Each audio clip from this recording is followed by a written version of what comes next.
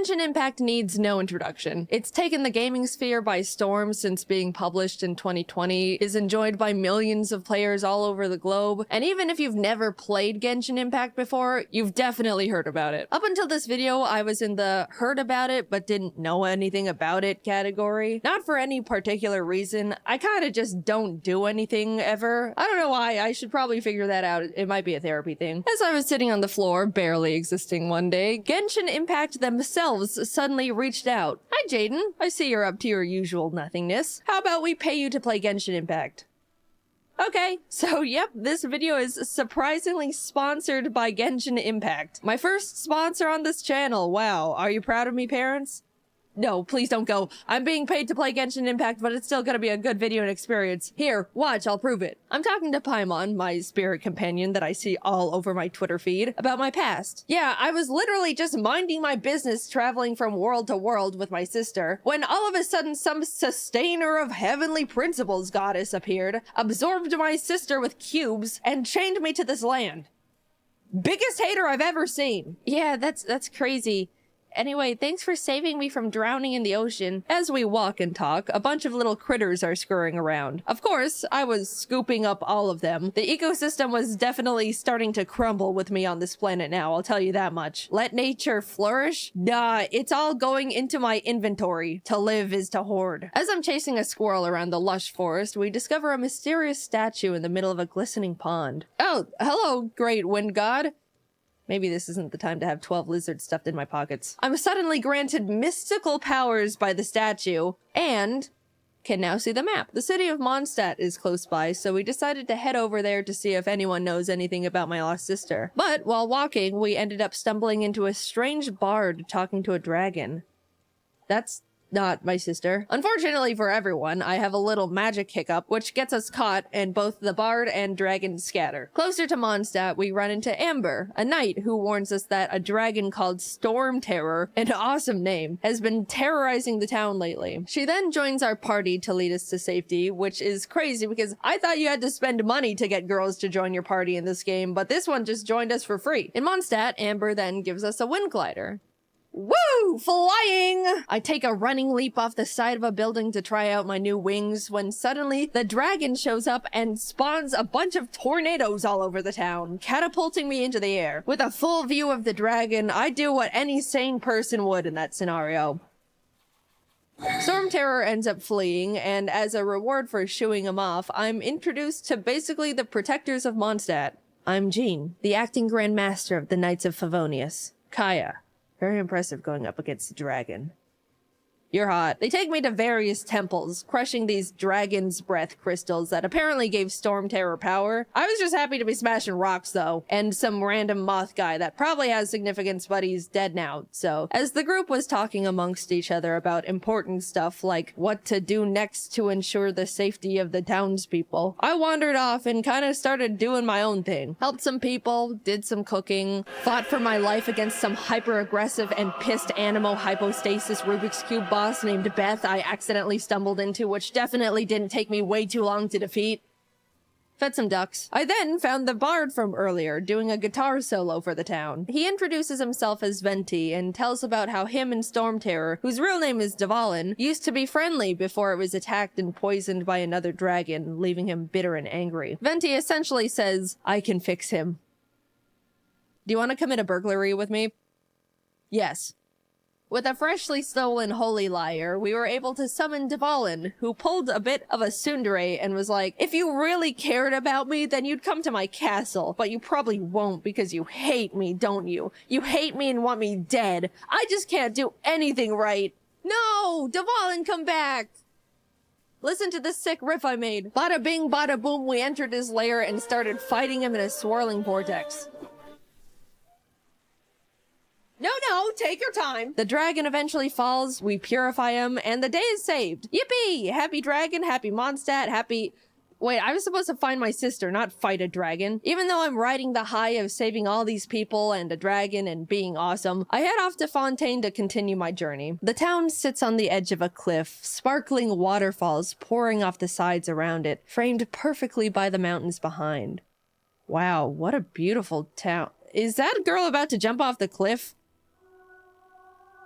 The water will rise and eventually drown everyone here, leaving our Hydro Archon to sit weeping on her throne for all eternity. Hi, twin sister! Oh, sorry, did I interrupt you talking about the prophecy where everyone in Fontaine is born within sin and one day we will all dissolve in the waters? That's a classic.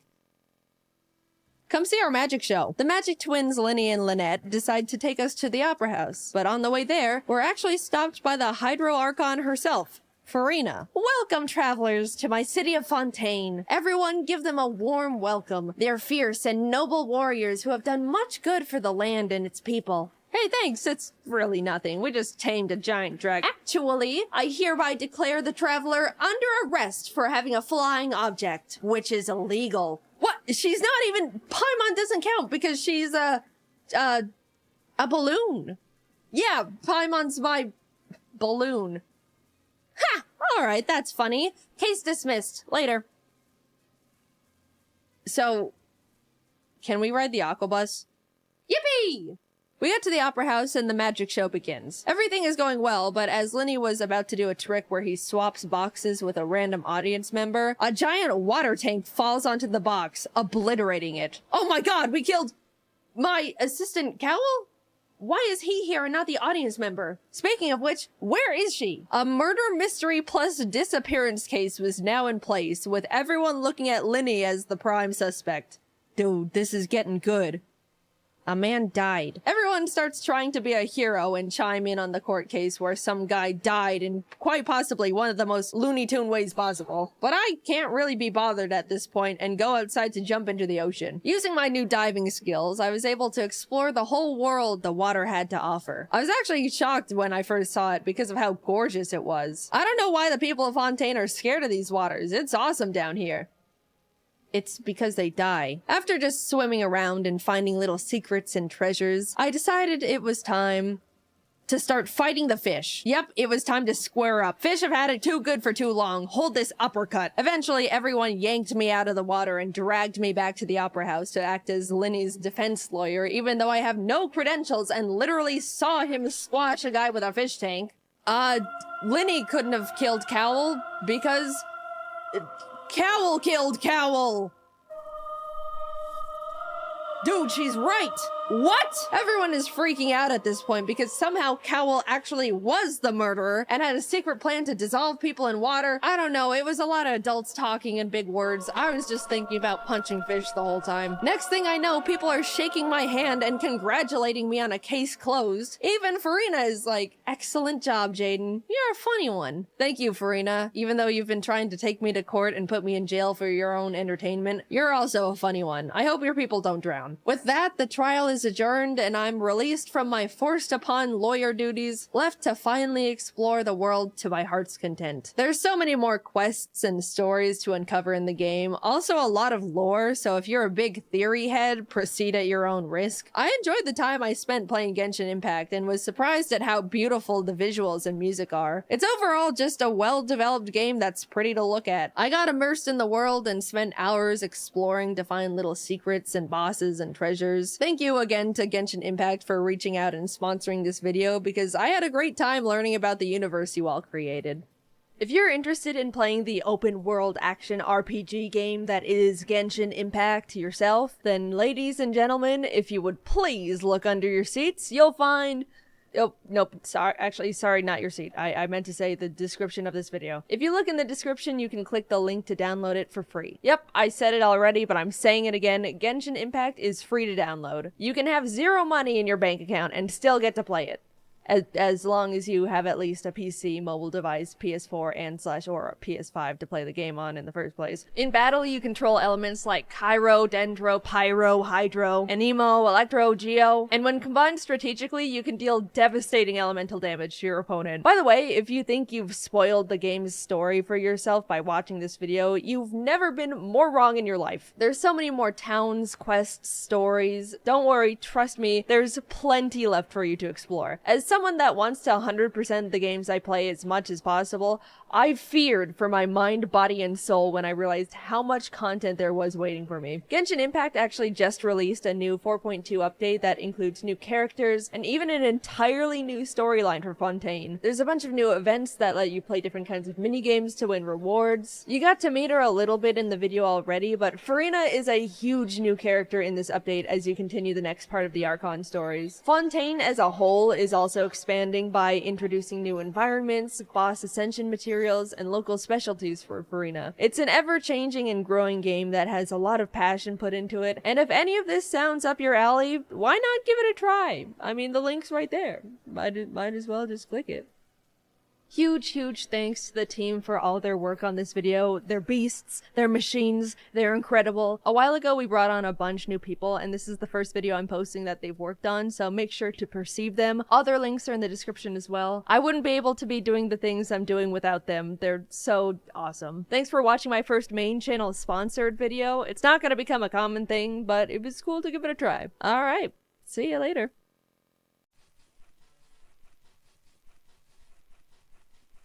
Oh no, that door is not locked. I watched that woman just waltz right through. Let me in right now or I swear to— As a kid, my first video game experience was when my parents got me a Game Boy Advance when I was 5. I would lay on the couch sideways to be under the lamp so I could actually see the game because otherwise it was like playing nothing. My parents eventually got me that big bulky light add-on so I wouldn't have to look like a moth whenever I wanted to play Super Circuit. Those were classic childhood days I look back on fondly. It's weird how technology was so good, but also straight up crap. You can't see the games because the screen is too dark?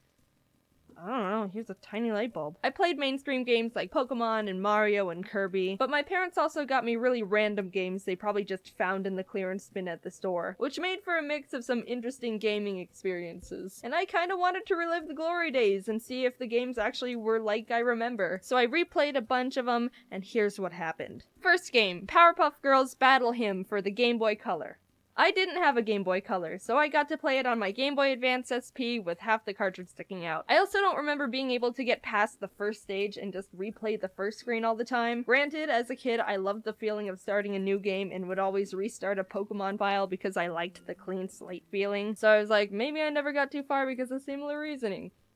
No, not the case. This game can go die in a hole. I love it, it's my childhood, but oh my god, someone could hit all of them with a hammer, and I would not be sad. You play as Bubbles, which, may I mention, looks weirdly buff. Even as a kid, I was like, is this Bubbles a man? You fly around and collect, like, everything. There's so many collectibles, and I don't know what any of them do. Rings, trading cards, plutonium, hearts, phones, people, but it's almost impossible because the flying mechanics are like trying to control melting butter over a saucepan. The whole game is an ice level in the sky! There's also criminals afoot, and they're ready to fight you. You can beat them up, but I also like how if you just walk past them, they'll square up and then just go, meh, whatever. This guy just straight up has a gun.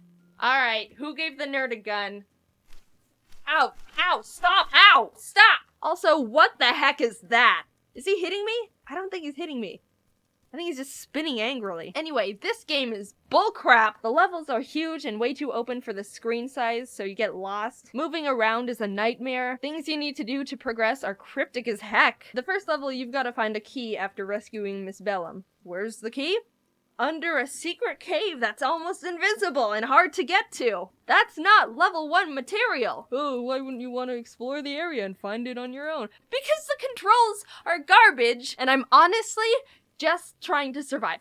I stopped playing after getting halfway through the second area because it's all way too difficult to figure out without a guide. I watched this guy stream the game to see if I was just being an idiot with video games, and he wasn't having much different of an experience, so I felt better about myself after that. Next game, SpongeBob Battle for Bikini Bottom. As a kid, I remember really liking this game, probably because SpongeBob was my favorite TV show, so I was excited to revisit it.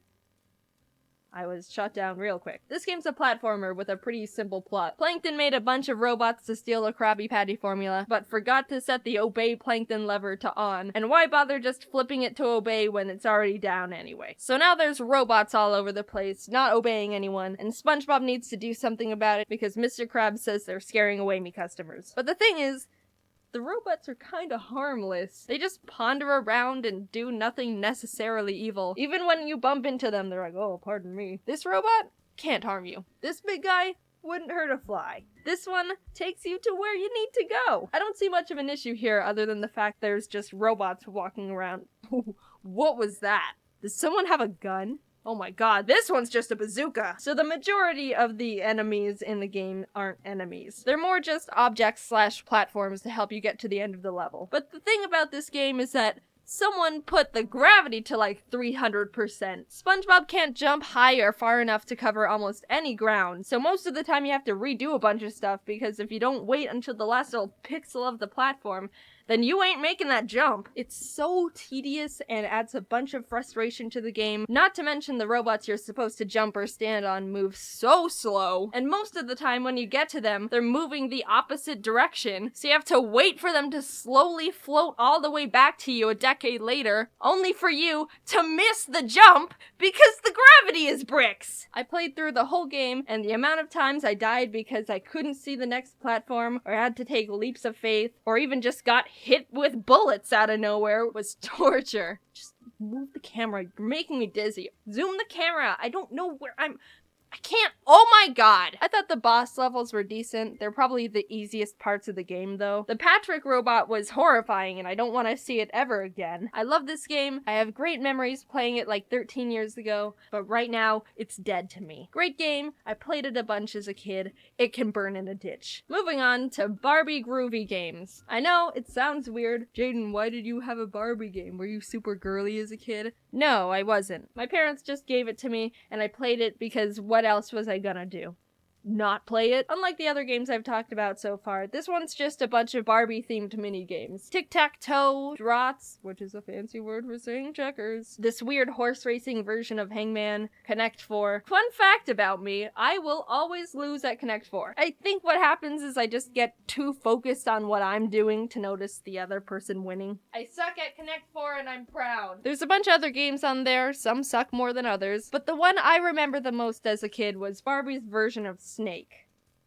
Conga line. I'm not joking. They took Snake and were like, but what if instead of a snake eating apples, it's a bunch of Barbies dancing in a conga line? And they can like pick up Barbies along the way to make a longer line. I love this game. It's stupid and hilarious, and I can't get enough of it. Look at those moves! They are having the time of their life in this bedroom, I think. Also, when you miss one of the girls, it becomes a weird, like, cult dance. Imagine that scenario right there in real life. That's terrifying, and I want it to be real. So the Barbie game was pretty fun. I lost at most of the other games against Teresa, but we don't need to talk about that. It's one of those pick up and put down wherever you want kind of games, and I understand why I liked it as a kid. Finally, we've gotten to the last game. This one's a bit different because it's a plug and play game. I had a couple of these as a kid. The SpongeBob plug and play and the Nicktoons plug and play. And also the Disney one, but I didn't like that one as much. The Nicktoons plug and play was my favorite as a kid, so I wanted to replay that one. There's a Fairly Odd Parents game that's kind of just Pac-Man, Jimmy Neutron game with ladders and aliens, it's alright. A SpongeBob board game thing you can play with friends. But the games that I wanted to talk about are the Rocket Power one and the other SpongeBob game. There's two, and this is the better one. I loved the Rocket Power one, and would mainly play the plug and play just for this game specifically. It's basically a top-down scroll game where you avoid obstacles, go through flags, and grab collectibles for points. But that wasn't my favorite aspect of the game. I liked this part. You get points from jumping and literally demolishing other skateboarders. My 7-year-old self would go out of my way every level to destroy as many other children as possible. I didn't care how much it slowed down my time. That was not my objective here. Overall, 10 out of 10 game, entertained me for years. The objective of the SpongeBob game was to shoot Krabby Patties into the mouths of everyone in town and grab the money they toss on the ground. I mean, it's not conventional, but I guess there's nothing particularly wrong with that business exchange. Everyone just wants a Krabby Patty, so as long as you don't run out of patties, you can kind of just shoot them at whoever— oh jeez! Sorry about that, man. I didn't— Alright, besides that guy, you can just shoot them at— oh no! Is that kid dead? What happened there? I mean, he looked not too upset about the fact I just popped his balloon while he was dangling 15 feet in the air. I guess the world moves on. I'll just not think about it and keep doing this Krabby Patty stuff. Alright, cool. It didn't hinder me at all in the end. It was for the greater good. Another 10 out of 10 game. That was my nostalgic trip down weird video game lane. It was surprisingly fun and also not fun to revisit these old games. Opening them up again and seeing the graphics and hearing the music gave me immediate flashbacks to when I played them 15 plus years ago. But also trying to actually beat them made me want to never play them ever again and kind of tainted the illusion they were good and fun games. Looking at you, Powerpuff Girls and Battle for Bikini Bottom. Did I have fun? Yes. Kinda.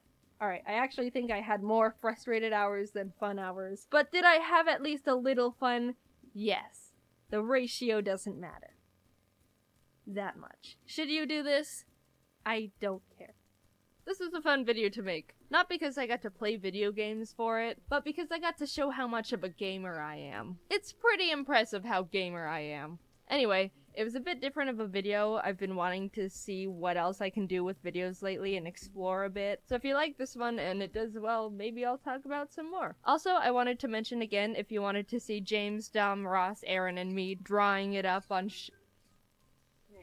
in Scribble Showdown, tickets are still on sale on the website and will be on tour October 1st, October, stop it! Hey, what are you talking about? October 1st through the 9th. It's gonna be a lot of fun, and hopefully we don't end up hating each other by the end of it, since we're all gonna be cramped on a tour bus together for a week straight. But I might see you there, and I might see you at VidCon. You won't see Ari. He's gonna be at home. Thanks for watching. Peace out, gamers. Say peace out, Ari. Hey, stop it. Being sick is the pits. I should know, because I'm sick right now. You can probably hear it in my disgusting nasally voice, and I probably shouldn't be recording a YouTube video right now. But you know what? Life stops for no one, and I'm not gonna get left behind. But for real, I was like, I need to get started on the next video, but my voice sounds like I drowned in cheese graters. Whatever. Let's talk about being sick. It's relevant enough. I'm fortunate to have a really good immune system. I never get sick. Believe it or not. From elementary school through high school, guess how many days I've missed from being sick? Don't guess. I'm gonna tell you anyway.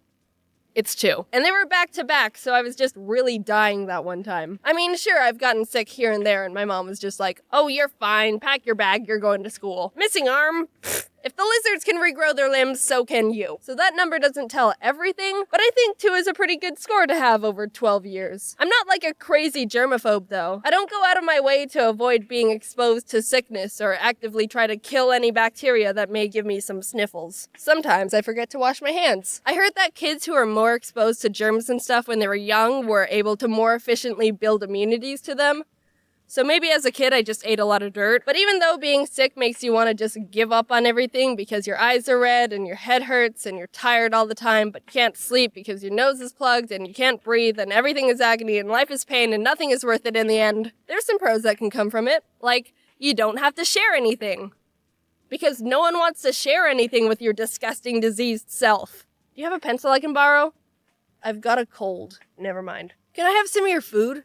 I have the flu. Keep it. You want to hang out? I'm sick. Oh, no, it's okay. We can just sick of your bullcrap. Ah! Being sick is the best excuse to be a bad member of society and get sympathy for it. Any other time, if you were to sleep in till 12 and then stay in bed all day on the computer, people would just think you're really lazy and have no motivation. But if you just say, oh, I was sick, all of a sudden, oh, you poor thing, get better soon. Can I get you anything? Oh, you're such a trooper. It's great. Also, you have the power to claim anything you touch. To each their own, but I also use being sick as an excuse to not talk to anyone because I'm a pathetic shy blob. Good job, immune system. You have failed me. Once as a kid, my brother got pink eye and my family pretty much barricaded him in his room and didn't let him touch anything. It's funny how as soon as someone gets sick, everyone is empathetic towards them, but also kind of treats them like an unpredictable rabid animal. Alright, you just stay right there. Don't go anywhere. I got you some soup. Ah, stay over there. I'll push the bowl to you with this stick. Feel better soon. I think the worst thing I had growing up was a few migraines here and there. The first time I had a migraine was in 6th grade. I was sitting in class and all of a sudden my eyes started not working. Like, I would look in one direction and I couldn't see anything in my peripheral vision. It was all gray and foggy. And at first I was like, whoa, this is weird. So this is what blind people see. And I was kind of fascinated by it. Then all of a sudden it felt like my brain exploded. I got to go home early. But I don't count that as a sick day because I was at school for the majority of it. If you've never had a migraine, take a moment to just appreciate that because they're one of the worst things ever. I mean, there's worse, but they're up there. I haven't even had any really bad injuries either. The only serious injury I've had was when I was 9. I'm saying serious because I had to go to the ER, but it's really not that bad. For my birthday one year, my parents got me Heelys. Do you remember those? The shoes with the wheel in them? I didn't specifically ask for them, but after a few months I decided to start trying them out. I'd roll around in the house up and down the halls, and it was pretty fun. Then one time I decided to take them out on the streets. Our neighborhood was on a slant, so there was a bit of a steep angle to the cul-de-sac, and I was like, this is a good idea. Foreshadowing, it very wasn't. I started going down the road and picking up speed, and like 2/3 of the way down, the tiniest little pebble was like, hey there, friend, and clogged the wheel and threw me forward. I hit my head on the road and opened a huge gash in my chin. My mom was outside talking to our neighbor, so she saw the whole thing and was like, okay, well, I'll talk to you later, Wendy. We're gonna waltz on over to the hospital now. My adrenaline was still pumping super hard, so I didn't feel a thing, and I was like, no, Mom, I'm fine. It's not that bad. I'm okay. But she was like, no, we're going to the hospital. I had to hold a towel over my chin to keep from bleeding all over the car. She didn't let me see the damage at the time, but I asked her about it a bit ago, and she said she didn't want me to see the cut because even she was freaked out about it. This description isn't for the squeamish, but she described it as like another mouth I gashed out of my head. Hey friend, sorry about all this. Okay, yeah, it's probably for the best you didn't let me see that. So I went to the hospital and ended up getting 3 stitches in my chin. When I was waiting for the doctor, a doctor from another room walked in to get some water and was like, what are you in for? She hit her chin on the road. Oh, yeah, I've been there before. And he showed us a scar in his chin. And then another doctor overheard from the other room and was like, yep, same story. And he had a scar on his chin. So that was a nice human bonding experience. I didn't know so many doctors had Heelys. When I went to school the next day, I had a bandage on my stitches, and all of my 2 friends were like, whoa, what happened? I hit my chin on the road. Whoa! And I felt really cool, and it made me want to, like, break my arm or something to be even cooler. So this video took a lot longer to get done because I've been super busy and time is flying by, and now it's pretty much Christmas. I'm not sick anymore, but I am whispering because it's 5:45 a.m. and I don't want to wake up anyone else in the house. It's weird how it takes being sick to forget how nice it feels to just be normal. Take a big breath through your nose right now. Doesn't that feel nice? Unless you're sick right now. Then do it later, when you're not all gross. But if you can breathe, then enjoy it right now because one day you'll get sick again and wish you could do that. So it's been a while. The Septile doll got to the contest winner all safe and sound. You can see who won on my Twitter. There's probably something else I need to quickly say, but I can't think of anything right now. Why does time go by so quickly? I feel like not a lot of people stay for these end cards, so I'm just gonna start rambling. Back when I was in school, it felt like every week dragged along, and now it feels like I have no time to do anything. Probably because school is boring and making YouTube videos isn't, and I've got so much to do all the time. Well, either way, I hope you have a Merry Christmas or a Happy Hanukkah or whichever holiday you celebrate. Ari says hi. Also, one of my friends showed me this cool thing he found on Reddit about how to unclog your nose when you're sick and congested. I'll put a link in the description if you're interested. I tried it when I was sick and it actually worked for a bit. Pretty cool stuff. Anyway, talk to you in 2018. You're never gonna hear from 2017 Jaiden ever again. Bye. See ya.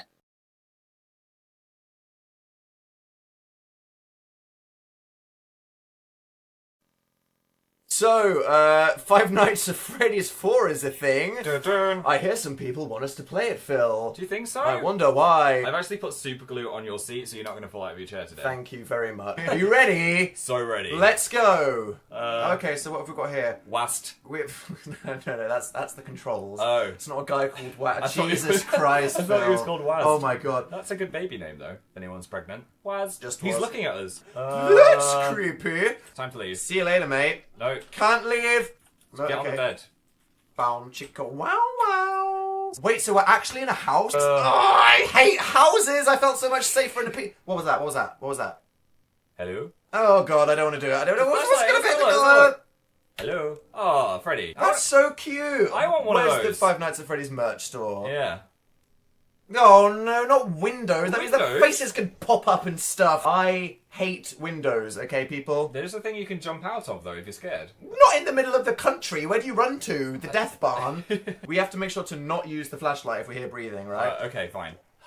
No, shut up! I think we're safe. I think everything's okay tonight. They're not just going to prank us for the first night, are they? What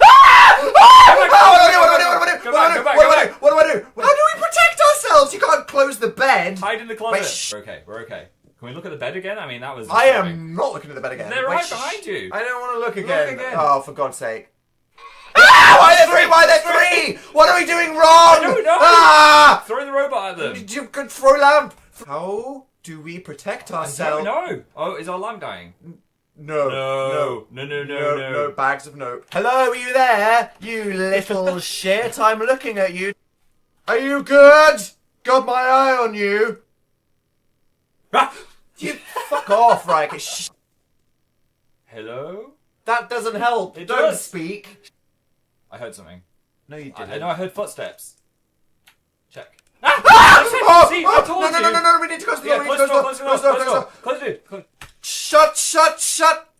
So, what do we do about the freaking death bears behind us and the people on the other side of the corridor? I think we just hope and pray that they don't eat us from behind. I can hear something behind the door.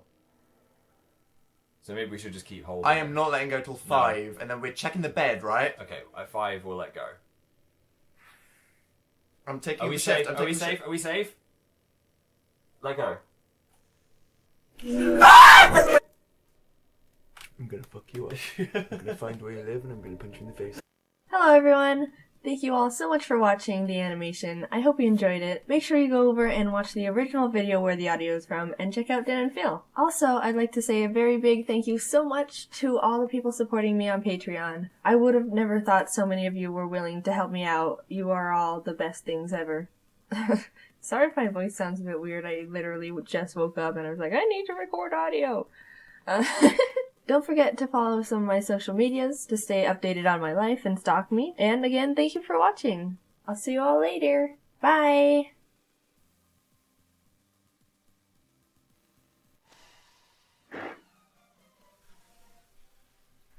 Help! You over there! In my bag, there's a Pokeball! Get it and help me!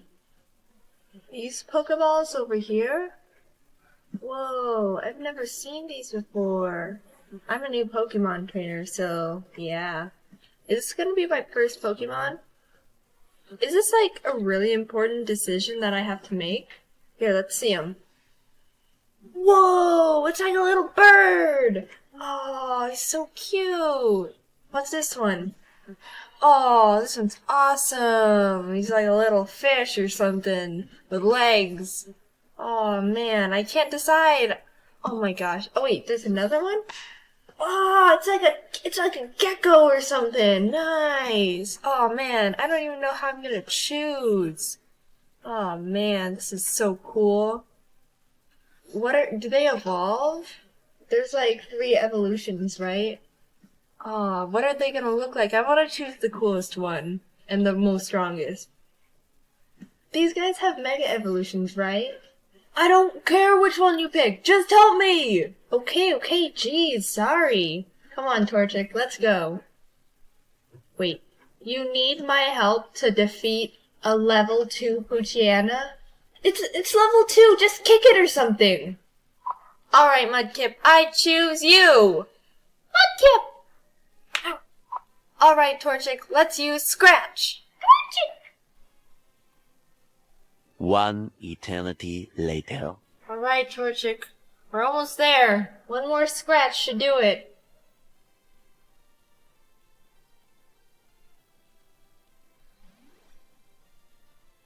Oh, come on! Draco, use Absorb! Draco! You barely did any damage. What did that even absorb? Self-confidence? Poochyena, use Growl! Zigzagoon, use Growl! Wingle can learn growl? Go ahead, Wingle. Use growl.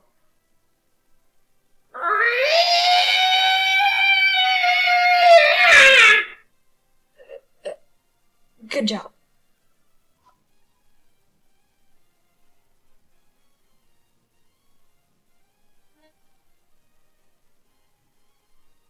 Onward to victory!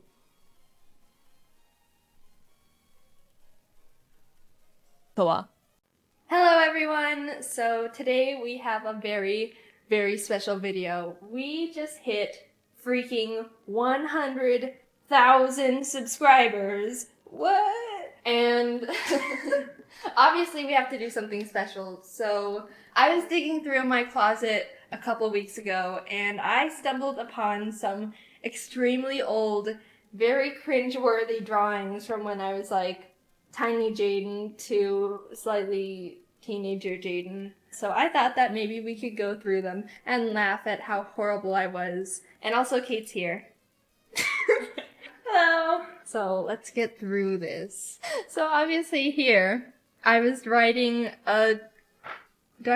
my mom wrote like the age of most of these. Oh, I was 7 when I drew this. But the bird though, that's pretty good. Yeah, the bird. Superman stance. And like the And then my legs. snake eyes. And this fashion sense right here. Half blue, half pink. I was like obsessed with stickers when I was little, so I remember like, you were. I would just have whatever stickers I could find and then just draw around them. We have the sun here, and they're all helping like pull all my dogs on this leash that's defying gravity. And so are the clouds, and they have very inspirational quotes. Do it! Just do it! I was 7 here too. Oh, I remember you had a stuffed animal. And Yeah, then you I had was- this house. I was stuffed animal. obsessed with stuffed animals. And I drew, like, I was inspired by my animals. So I always drew. I don't know. What's this? I have no idea. Satellite dish. Looks a little dangerous. I don't know. There's like a scorpion falling down. And I don't know if he's dying or he's Scorpion Jesus walking across the water. But it's funny because I remember drawing like most of these when I was little. So it's like nostalgia fest everywhere. Oh my god. Is this Squidward? He's like, is he on his hat? What the heck? Oh no, that's not a comfortable place to be sitting. So we have this beautiful masterpiece of SpongeBob and Mr. Krabs over here. And the whole scenery and Squidward's situation. Another SpongeBob. This one's a little bit more action-packed. Oh my god, Sandy looks like a dinosaur. Sandy the dinosaur. Sandy... What? Water Sandy. out for clouds. Sandy, water out for clouds. Sandy, watch out for clouds. Oh. And then Sandy With is up an E. here. How old? How old? Oh, on the back it said Happy Halloween. Sorry if it's like not in the camera view. We're just, yeah. So I was 7 back here too. Obviously a child artist prodigy. Oh, that cat. This one's from you, Kate. Oh my gosh. She wrote her name so tiny on That's the. really small. Look how beautiful. Our hands and our arms are just greatly placed. Beautiful cat growing from the ground. What in the world is that? It's like a ghost sheepdog. Is this a big mouse? I have no idea. I like the clouds, the expression on the clouds. Oh! Oh! This is I remember when I was really little, I had like an obsession with making books, and Scruffy was my old dog. So this is a Scruffy pop-out book with staples on the side, the best quality. So, so now we have like a accordion, that's what they called it. Pop-out book. Can you see that pop-out? That is phenomenal. And again with the title, Scruffy Pop-Out Book, just in case you missed it. Oh, so we have Doghouse, In-house. Dog in the house. With that amazing 3D pop-out. Next page. Oh. Doing a handstand. Leg layer. And then I felt the need to label every single part of his body. eye? Oh, this is like showing the leg. So eye, ear, ear, Ear. leg, eye, leg, tail, and leg. And that is my first book that I've ever published. This is another one from Kate. Oh, look how tall the flowers are compared to us. She was We just look like we're like crazed. And then, thank you for being my friend from Kate to Jaiden. We were actually, you guys probably don't know this, but we've known each other since we were 4. I would always do this type of thing where I drew something and then I'd like feel the need to color it in with multiple colors. And look at this spacing. Jaiden and Kate. I don't know what this one is. I'm like She's climbing going up the stairs. with her basket. That's pretty cool. To Mom, Dad, Scruffy, and Jackson. I like how I put my dog in front of my own brother. Oh, this one's not too bad. I don't know what's going on in this picture here. They're all like angry about these. Very emotional clouds after this cheetah family and their little babies. Oh, he's saying, Chewy did it. And then he's like, Oh, the sun. I did it. What did they He's do? the sharp teeth. I have no idea. This is my old wish list from when I was Oh my little. God. Like whenever we had like Christmas, and we didn't just like we had 3 things to ask for. 3 wishes for the world, 3 wishes for the family, and for myself. So obviously here, I was asking for a gym mat, a SpongeBob game, which is like those really old school plug and play games, and then some drawing books. But also, in the wishes for the world, I said, never fitting. Fighting. Oh, never fighting. Everyone stays Everyone healthy. stays healthy. Everyone stays happy on Earth. Oh, that's very good, Jaiden. I was such a giving child. For family, I put everyone loves each other. Eat each other. Everyone eats each other.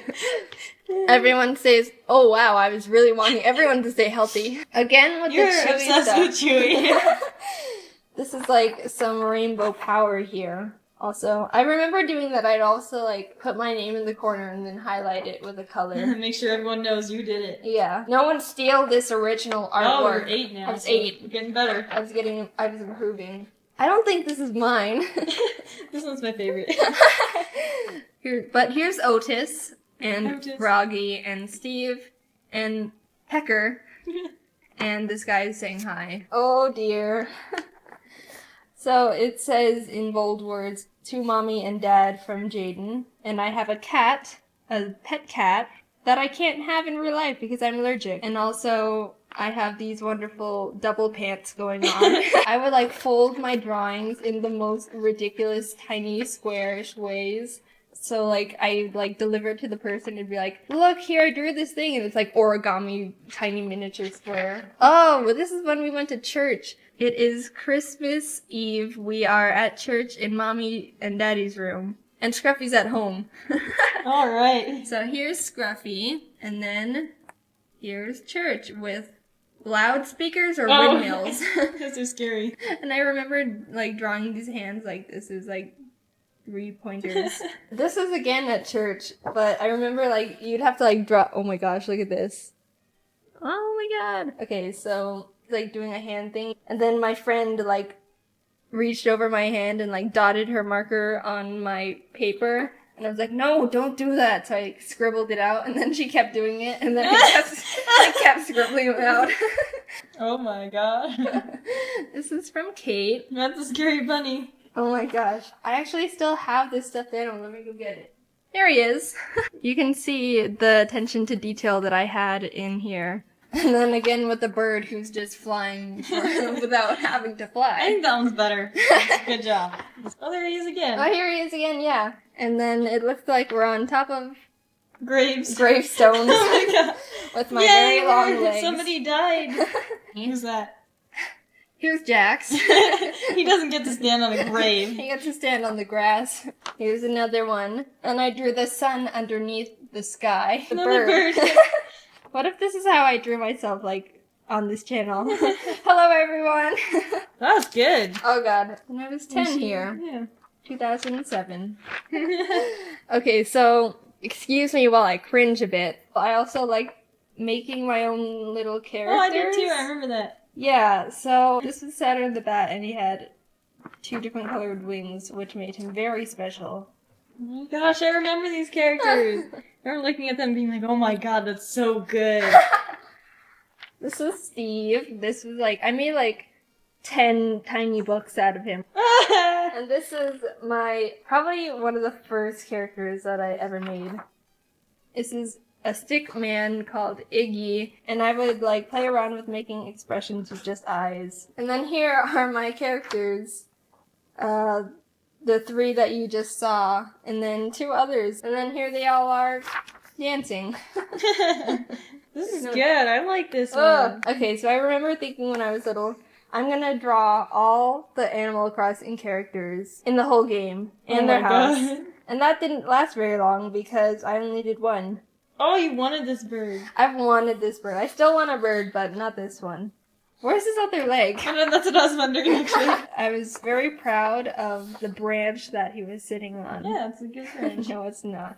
Oh, this one's good. How old were you? I was on a bird craze. I think I drew this at the same time as the other It's a one. good one. Yeah. This is a cockatiel. It's okay. The legs are kind of wonky. This is how I used to draw birds. It was my own style of drawing birds. Here's an example of my comic book that I would draw comics all the time. So there's an alien, and he somehow gets transported into Earth. He's like, oh no, I need to get back to my old planet. Oh no. And then there's a human. You look cool. You look so cool. And he's like, no. And then so he's like, oh, I need to go back to my old planet. And then the human is tagging along. And he's like, no, you can't come with me. And then apparently she does anyway. And he has to let her, I guess. And something bad happens and he kicks a tree. And then he finds the portal and he goes back home. To his computer. Good. Yay. Good ending. Most of society. And let me also point out that I had 2 other ones like this. Oh my god. And they were exactly the same story. Really? Just with different characters. Oh my gosh. I remember doing this in an art class. I drew mice all the time. And I was 10 here. We're getting older. I think the, thing of the project was to use a bunch of different patterns and write your name. Yeah. That's pretty cool. I think this was for Looks like his art class, circulation too. got cut off in certain places. This is art class in 6th grade.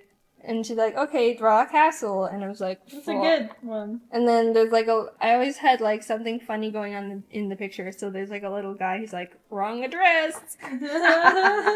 Okay, so here we have the power of Switch. Oh, and up here it says I'm 12. So here's my character that I made, Switch. Apparently he can transform, and I went crazy with all the dots here. So here's his electric version, and here's his water transformation, Flo. He's got a nice mermaid tail. Oh, that's nice. And Oh no!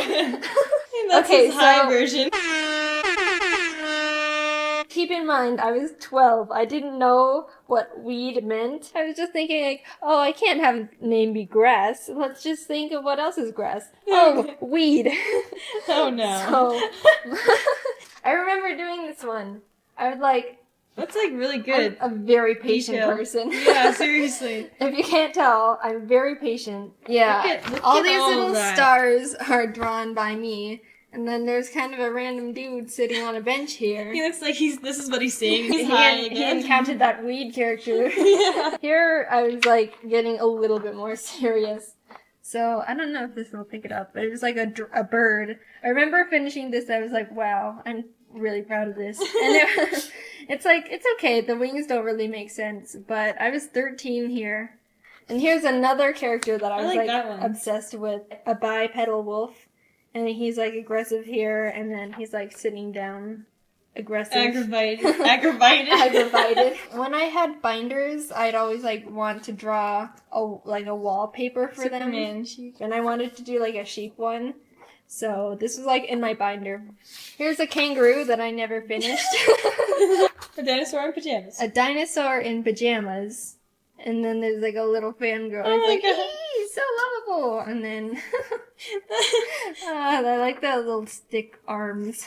I had a book that was like, look how to draw. And then I would just trace everything from it. Oh. So these are all traced. There's nothing wrong with tracing because that's how I started. I traced this raccoon, but I drew the rest. I got the little flies. Yeah, there's like Go little, into it. there's like little fireflies. And Cute. I was like, how do I draw trees? And I was like, oh. I still don't know how to draw trees. This is from a manga book. Yeah, I was like obsessed with this You were. book. It was about Yeah. this guy who recycled his bottle and then it came to life and it was like his pet. I drew like random sceneries when I was bored. And I didn't finish them. I like this one. It was like a kid who had his ice cream. Okay. And there was a disaster going on in the background. And then there was a grown man who dropped his ice cream. Oh my god, his beard.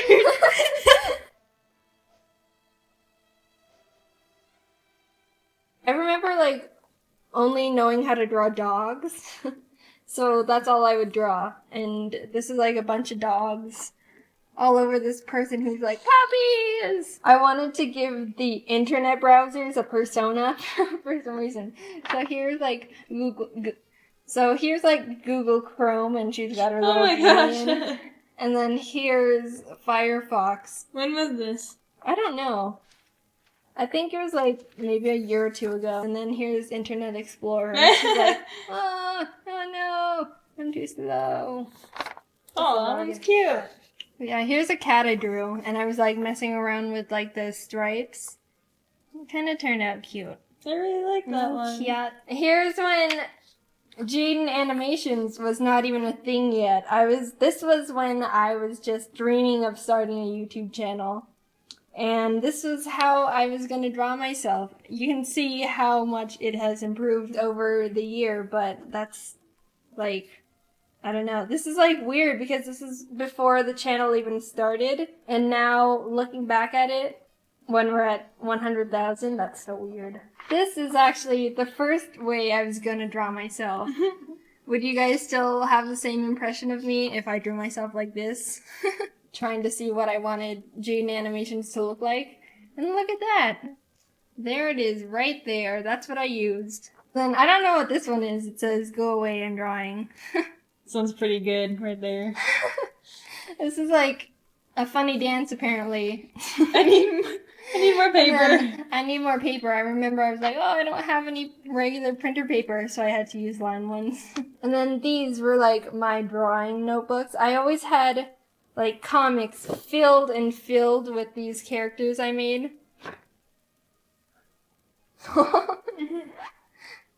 On the back here, let me also note that my brother was really into Michael Jackson. Oh my god.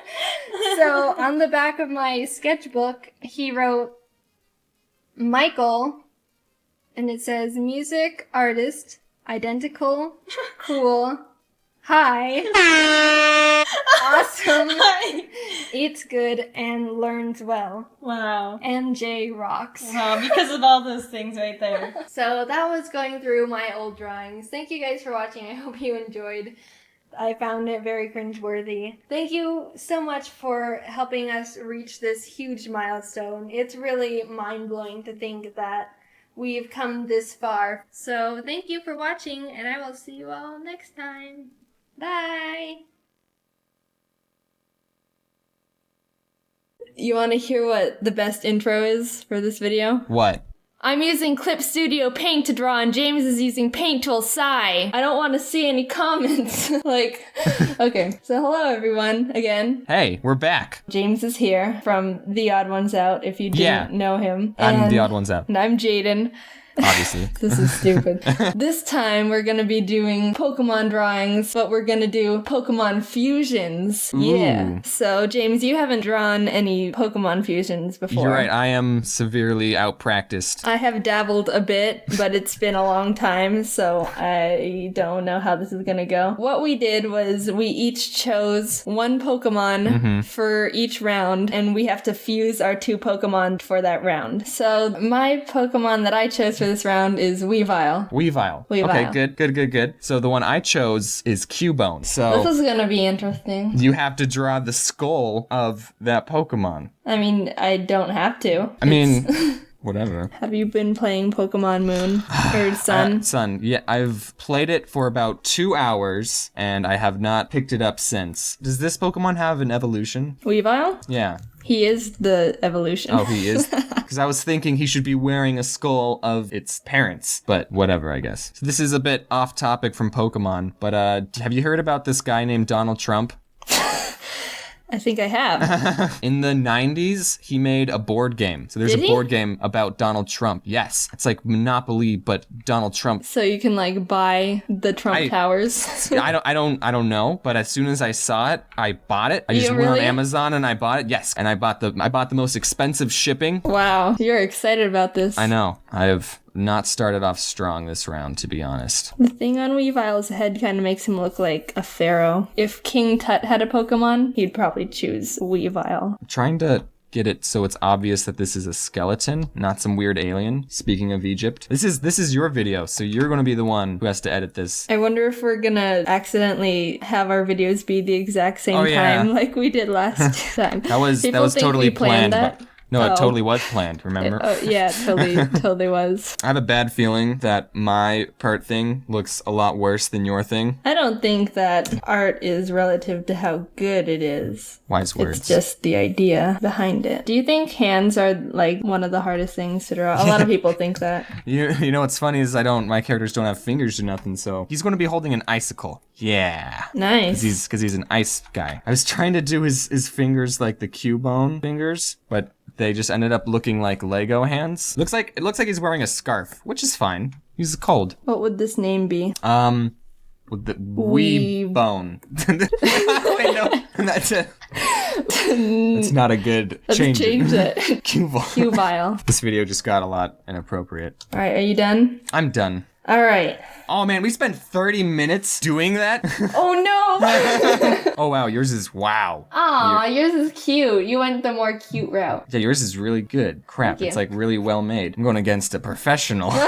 Okay, so my Pokemon for this round is Sandslash. Sandslash? Oh Yeah. man. Well, have fun fusing this boy up. Umbreon. I like Sandslash a lot. Yeah, he's pretty cool. He's a cool dude. I think these actually fuse really well together. Are you really? Because I was going to say I have no idea. See, I'm doing like messy sketches, and your sketches are very clean. I'm a clean sketchier. Oh, that's not it. Sketcher. Clean sketchier. People always say like, do you have any art tips? My advice is to just start. Just draw whenever you can. Even just a little doodle. There's no right way to draw. It's just whatever works for you. So even if you think like, oh, no one does this, I need to not do it. You don't have to not do it just because no one else is doing it. You shouldn't really compare your art to people because That's true. at one point they were at a spot you were in. Oh yeah, good advice. Like, oh, I'll never be as good as this person because they I'll draw never be so good well. as James. Look at this. You know what'd be cool as well? If people played along with us Oh yeah. and they tweeted at us their drawings. I'm just imagining what Jaiden's drawing and how much more professional it looks, I guess. Don't compare. We just You're talked right. about this. We just talked about this. You said that these two fused well together?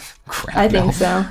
Not going for cuteness. I'm going for how I think that actually is. Actually, no, I should just go for cuteness. What the heck? Cuteness points. I need to make sure that I'm more lively when I'm talking because I just realized That I'm is totally true. focused. That is true. I have been like in the zone, so I need to be like, yo, Jaiden, have you ever heard about Donald Trump? Let's not get into that. The comment section will be a war zone. My voice is actually really monotone and soft as it is. I feel like everyone's voice is always just not as exaggerated and excited as we are for videos. Your drawing drawings, this guy, he's like doing something, you know? He's like, woo, what's he doing? But my guy, it's just like, he's standing there. That's what he's doing. I saw this, I can't remember where I saw it, but a really good thing that I go by is like the coffin rule, where if you drew a box around your character, try and not make it so they're in a coffin. He has a frisbee in its mouth. Oh yeah, what would its name be? Sandbrion? Sandbrion. It's like a dog. I would have him as a pet. Like, go get the mail, Sandbrion. You like color yours and add little white highlights. I chose Blaziken. Oh, this is gonna be interesting. I chose Scizor. This is gonna be freaking metal.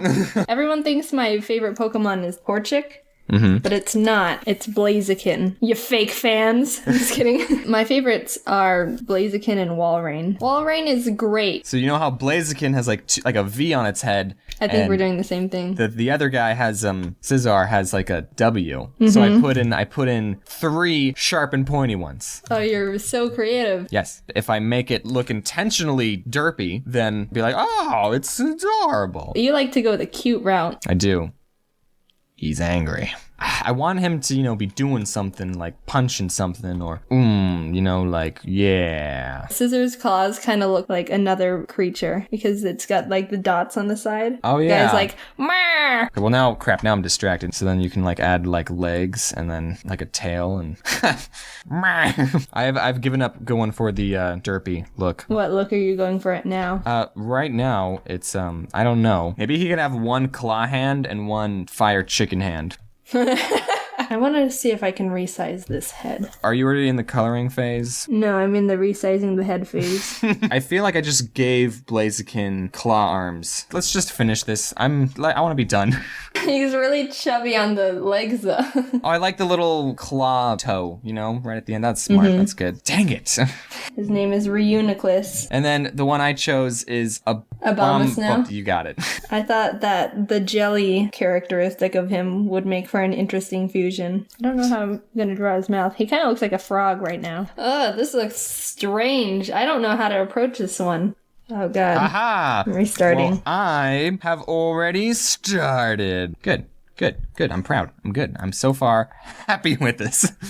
You know what really bothers me? What? When people write credit to the original artist. Oh, yeah! Like, do you really think that's helping anyone? And then we encase the whole thing in encase the whole thing in jelly. That's the thing I've learned, is that sometimes more doesn't always mean it's better. Yeah, it's very easy to overdo it in art. Part of art is knowing when to be done. That's true. Because, I mean, you can always be adding extra stuff. But then it gets too busy. Yeah. What would this one be called? Abomasnow. Hey, that's good. That's cool. He's adorable. He's like one of those really angry, but he's like so small. You're like, aw, you can't be angry. You're not a threat to me. I like the little sideburns on right here on the side that you gave him. Zebstrika. Ooh, and then mine's Dragalge. One is a zebra horse and one's a seahorse. Are we scientists right now? Yeah. Why must we play God? The seahorse has so much crap on top of it. Okay, I have the idea in my head, and I think I'm going to butcher it. People out here watching this probably think I'm good, and I think I'm... Holy crap, okay, no, I'm bad. There's like people drawing fan art who are better than me. Yeah, it's always like, oh, you're the one that needs all the recognition and That's not true, me. Yeah. The thing about doing YouTube videos is that you don't need to be a good artist. If you're bad, you don't have to brand yourself that you are good. I don't know if you knew this, but like Grade A Underway was a math teacher, and he got fired from that job, and I was going to school to be a math teacher, and I dropped out. That's 2 less math teachers in the world. YouTube has stolen 2 math teachers. Are zebras counted as horses? I think they're like cousins or something. They see each other at Thanksgiving. Were you the type of kid who wanted a pony? No, I wanted dogs. My twin sister like wanted to say, can we get a pony? And then my mom was always like, where would we put it? And we would like, good point. Last time we did this, I thought I went a little too easy on you. This time though, I think I know who I'm going up against. Yes, I am a coloring master. Hey, we both did the little front hooves sort of thing. Yeah, yours is like a minotaur. Yeah. Okay, final round. Final round. I went a bit all out with oh god. I mean, hey, it's final round. Tyrantrum, and I chose Deoxys. Ah, what am I going? How do you do this? You know what? I'm gonna pull out all my cards. He's gonna be derpy. I have given up. This is turning out to be a joke. This poor thing. Who hurt you? This is an abomination, to be honest. This doesn't look like either. I don't know what I think about this round as a final ending round. Yeah, this is how we're ending off. Why am I like erasing parts of it? I'm like, no, it doesn't look good. It's like all of it doesn't look good. This is the best legendary dinosaur I've ever seen. They need to hire us right now. It's getting worse by the minute. To be honest, I can't even tell what's what anymore. I don't know about this round.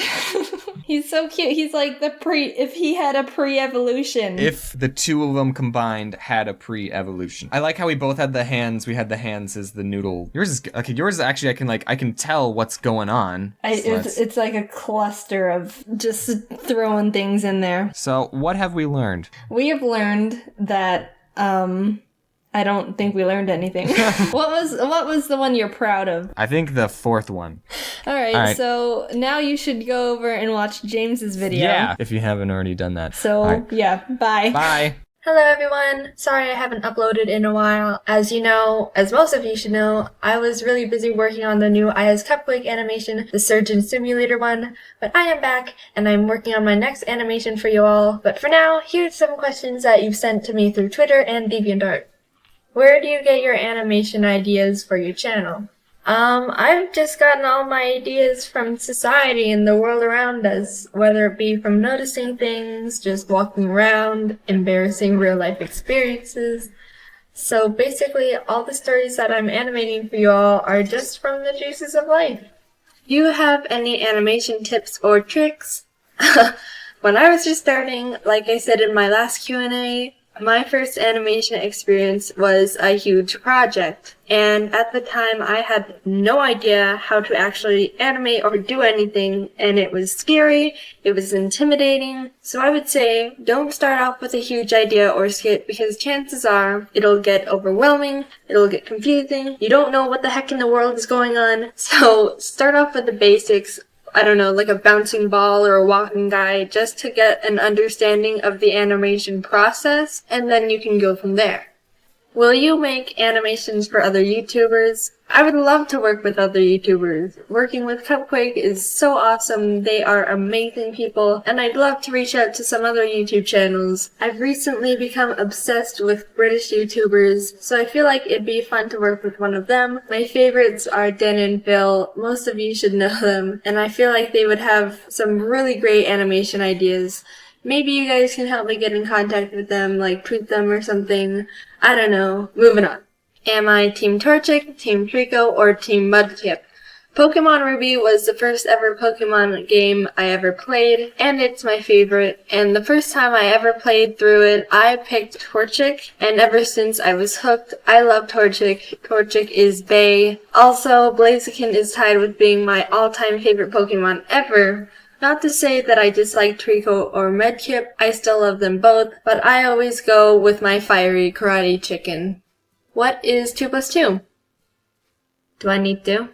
If I could be any animal that matches my personality, what would it be? This is kind of a funny coincidence because in junior high, I was in a class and somehow we got on the topic of deciding what animal I would be, and apparently the class thought I would be a bunny, so I guess being a bunny wouldn't be that bad. You know, hopping around, eating grass, until you're savagely eaten by a coyote.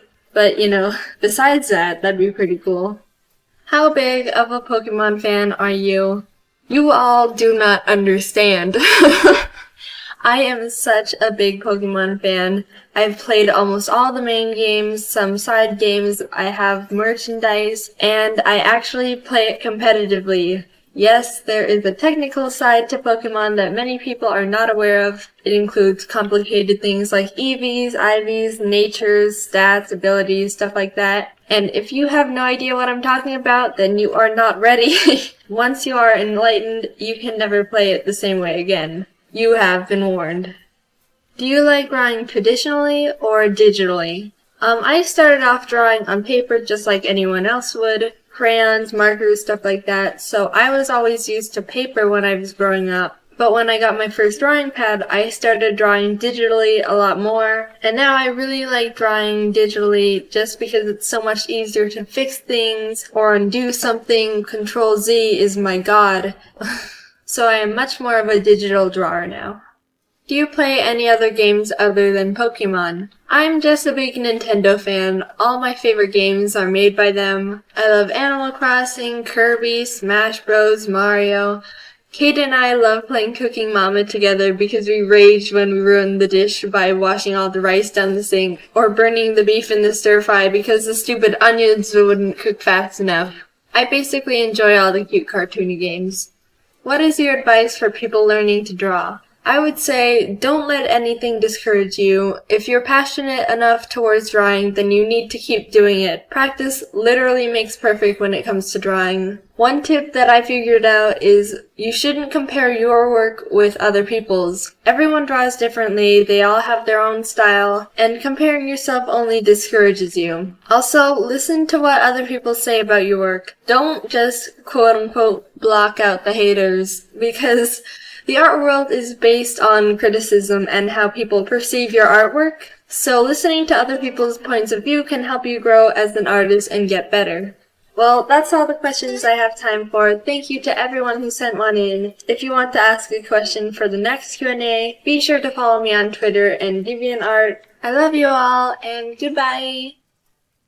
I just played one of the best Pokemon games ever, and I'm here to tell you all about it. I'm a huge Pokemon fan. Ruby was one of the first video games I remember owning, and I've decided to devote the rest of my life and soul to the franchise. And by that, I mean I'll play the new games when they come out. Do I have to like them? No. Frankly, I think the past few recent ones have been kinda garbage. But that won't stop me from getting my hopes up thinking the next game will be different, even though deep down, we all know it won't be. But Pokemon does have a few side games you might have heard of, like Pokemon Mystery Dungeon, or Pokemon Stadium, or that weird geometric one. But there's one franchise that I feel like doesn't get talked about nearly as much as it deserves, and that's Pokemon Ranger. I had the original Pokemon Ranger game as a kid, and I remember two things about it. I liked it, and circles. Lots of circles.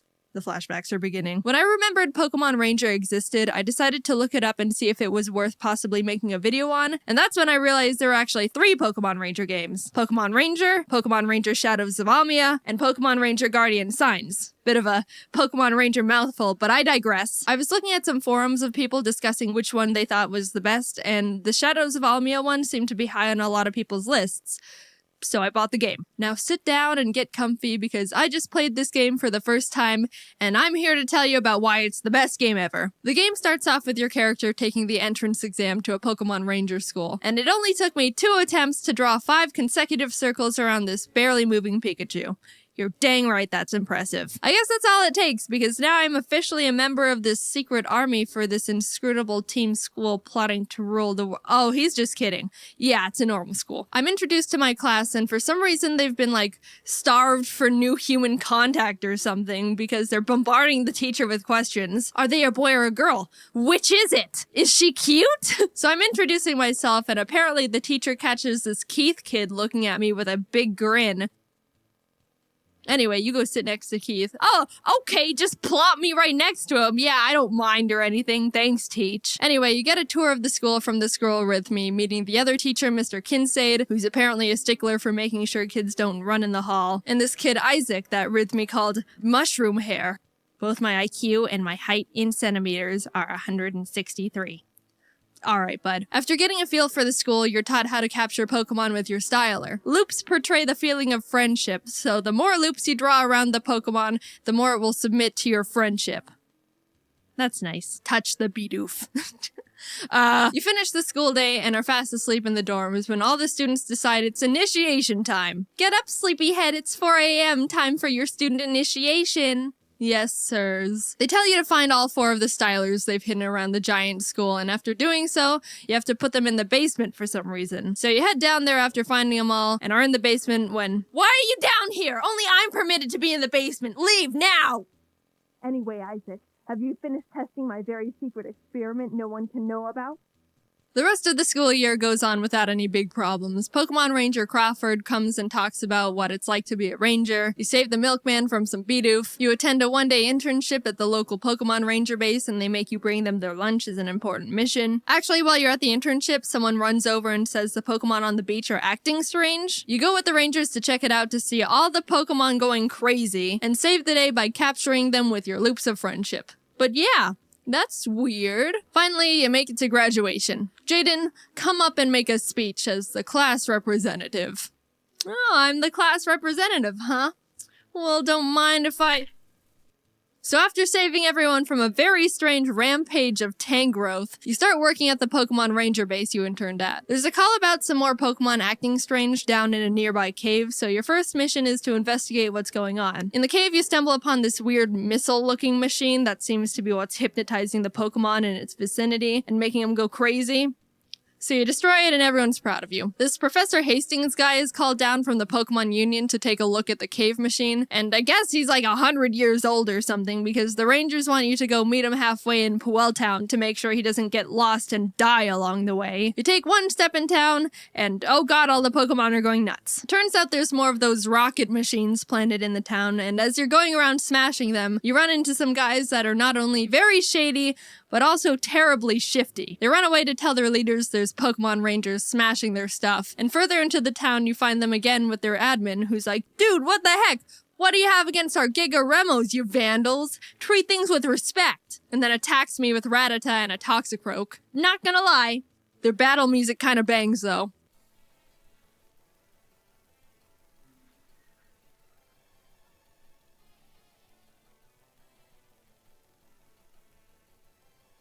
Turns out they're part of this gang called Team Dim Sun, and after capturing their Pokemon with friendship loops, they decide to retreat. We're able to find Professor Hastings and bring him back to the base to analyze what we now know are Giga Remo machines. He finds a tiny black crystal in the center that seems to be the thing that allows Team Dim Sun to control the Pokemon. The base considers this a problem, which is reasonable. And now the Pokemon Union starts getting involved, which is like the big head honcho of Pokemon Ranger bases where all the Ranger prodigies are. The story continues as the Union tries to uncover more about what Dim Sun is up to, and you keep interrupting their plans. You catch them trying to drill a tunnel in the side of a mountain. You catch them having a secret base and cargo ship in the middle of a volcano, which Mr. Kincaid is found to be part of Dim Sun. Big surprise, didn't see that one coming. You haven't been running in the ship's hallways, have you? You catch them mining hundreds of dark crystal shards in an abandoned mine. That one was a bit of a problem because apparently there was the mother of all shadow crystals. They are powerful enough to power this incredible machine they're in the middle of developing that they plan on using to control all the Pokemon within a 500-mile radius they got their grubby hands on and helicoptered away to their headquarters. Probably should tell someone about that. But the good thing is we ended up finding the diary of the Dim Sun president's father, who writes about how if we gather these 3 gems called the Tears of Princes, the gems will be able to combine their power and negate the power of the Shadow Crystal. Alright, let's go do that. The first gem is told to be in this giant ice castle called Alima Castle, and on the way there, you run into Dim Sun grunts trying to stop you. They're not hard to deal with, and they start getting a bit frustrated.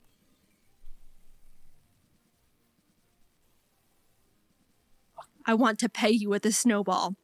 Hard. You make it to the castle after swimming through a bunch of ocean boulders and whirlpools that totally didn't slow me down at all, and end up at the castle where Dim Sun is already running around in trying to get the gem first. These guys are blocked from going any further because this giant chunk of ice is in front of the door, and the grunts are like, man, that's a big hunk of ice. If we made snow cones out of it, we'd be able to feed like 403 people. And then they see me standing there and are all, hey, that outfit!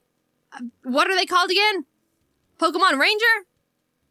You came for a snow cone? You deal with that whole situation and end up in the room just before where the gem is being kept, where you're introduced to one of the members of Team Dim Sun's Sinistrio, Ice. I don't know what his deal is, but he called me Jaiden Noob and then dabbed, so I had to murder him.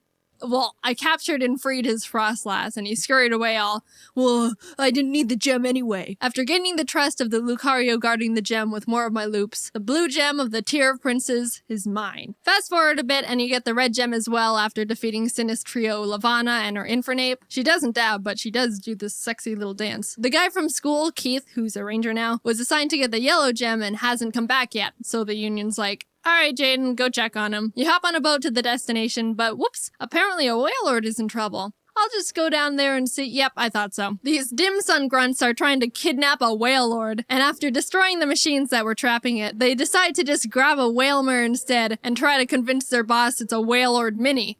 You follow them on the rescued Wailord and start infiltrating their base. Down a hall, you discover the grunts squishing the Wailmer through the door, and as you follow them into the room, they're like, oh crap, shoot, do you want to deal with the ranger? Oh no, I'm too wimpy.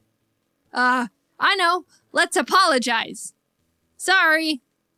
We got the ranger's confidence. Charge! And then drop a truckload of Slackoth on me. After capturing all their Slackoth, they're like, oh no! And then all of them just grab me and shove me out of the room and lock it. Which honestly is more effective than like 99% of all video game villains. So you keep running through the base and end up actually finding mushroom-haired Isaac from Ranger School. He's been manipulated into building Dim Sun's incredible machine, and we agree to take him back to the Union after we finish up our business in the secret hideout. We finally encounter Mr. Kinsaid, who's manning the Wailord operation. He's being all maniacal, but we successfully capture his Glysker, save Wailmer, and bring Isaac safely back to the Union, where he gives us access to the incredible machine blueprints. Skipping ahead in the story a bit, we end up not being able to get the yellow gem because Heath, the last of the Sinis trio, kidnapped Keith and we exchanged him for the yellow gem. I kept trying to say no, but I guess it's good we saved him. The Union makes a plan to have their top rangers go and fly to Dim Sun's headquarters and face them head on. Jaiden, you can just sit in the corner and do nothing. But right as they leave to do that, the Sinis trio busts through the Union walls and are like, ha ha ha, we'll be taking this, and steal back Isaac because they need him to complete the incredible machine by midnight so they can activate the Shadow Crystal. Isaac complied because they threatened to kill his sister or something. So new plan, now I have to get Isaac back and basically destroy the machines that were protecting their building/incredible machine because, oops, I didn't mention this before, but they turned their entire building headquarters into the incredible machine. What? We basically just waltzed right through the front doors of the headquarters. Heh, that'll stop people from entering. What? How did you get in here? And battle our way up to Isaac, who's like, you're a bit too late. I totally just completed the entire machine and they're about to use it to hypnotize all the Pokemon in the region in like 5 minutes. Well, at least your sister's not dead. So you run to the top, defeating the Sinis trio every floor of the way, and grab the last Tears of Prince's gem. And you get to the top where you meet the Dim Sun president Blake Hall for the first time, and he's like, you're too late. It's time for darkness. Get her, Dusknoir. And then I capture it immediately. And he's like, just kidding. Get her, Darkrai!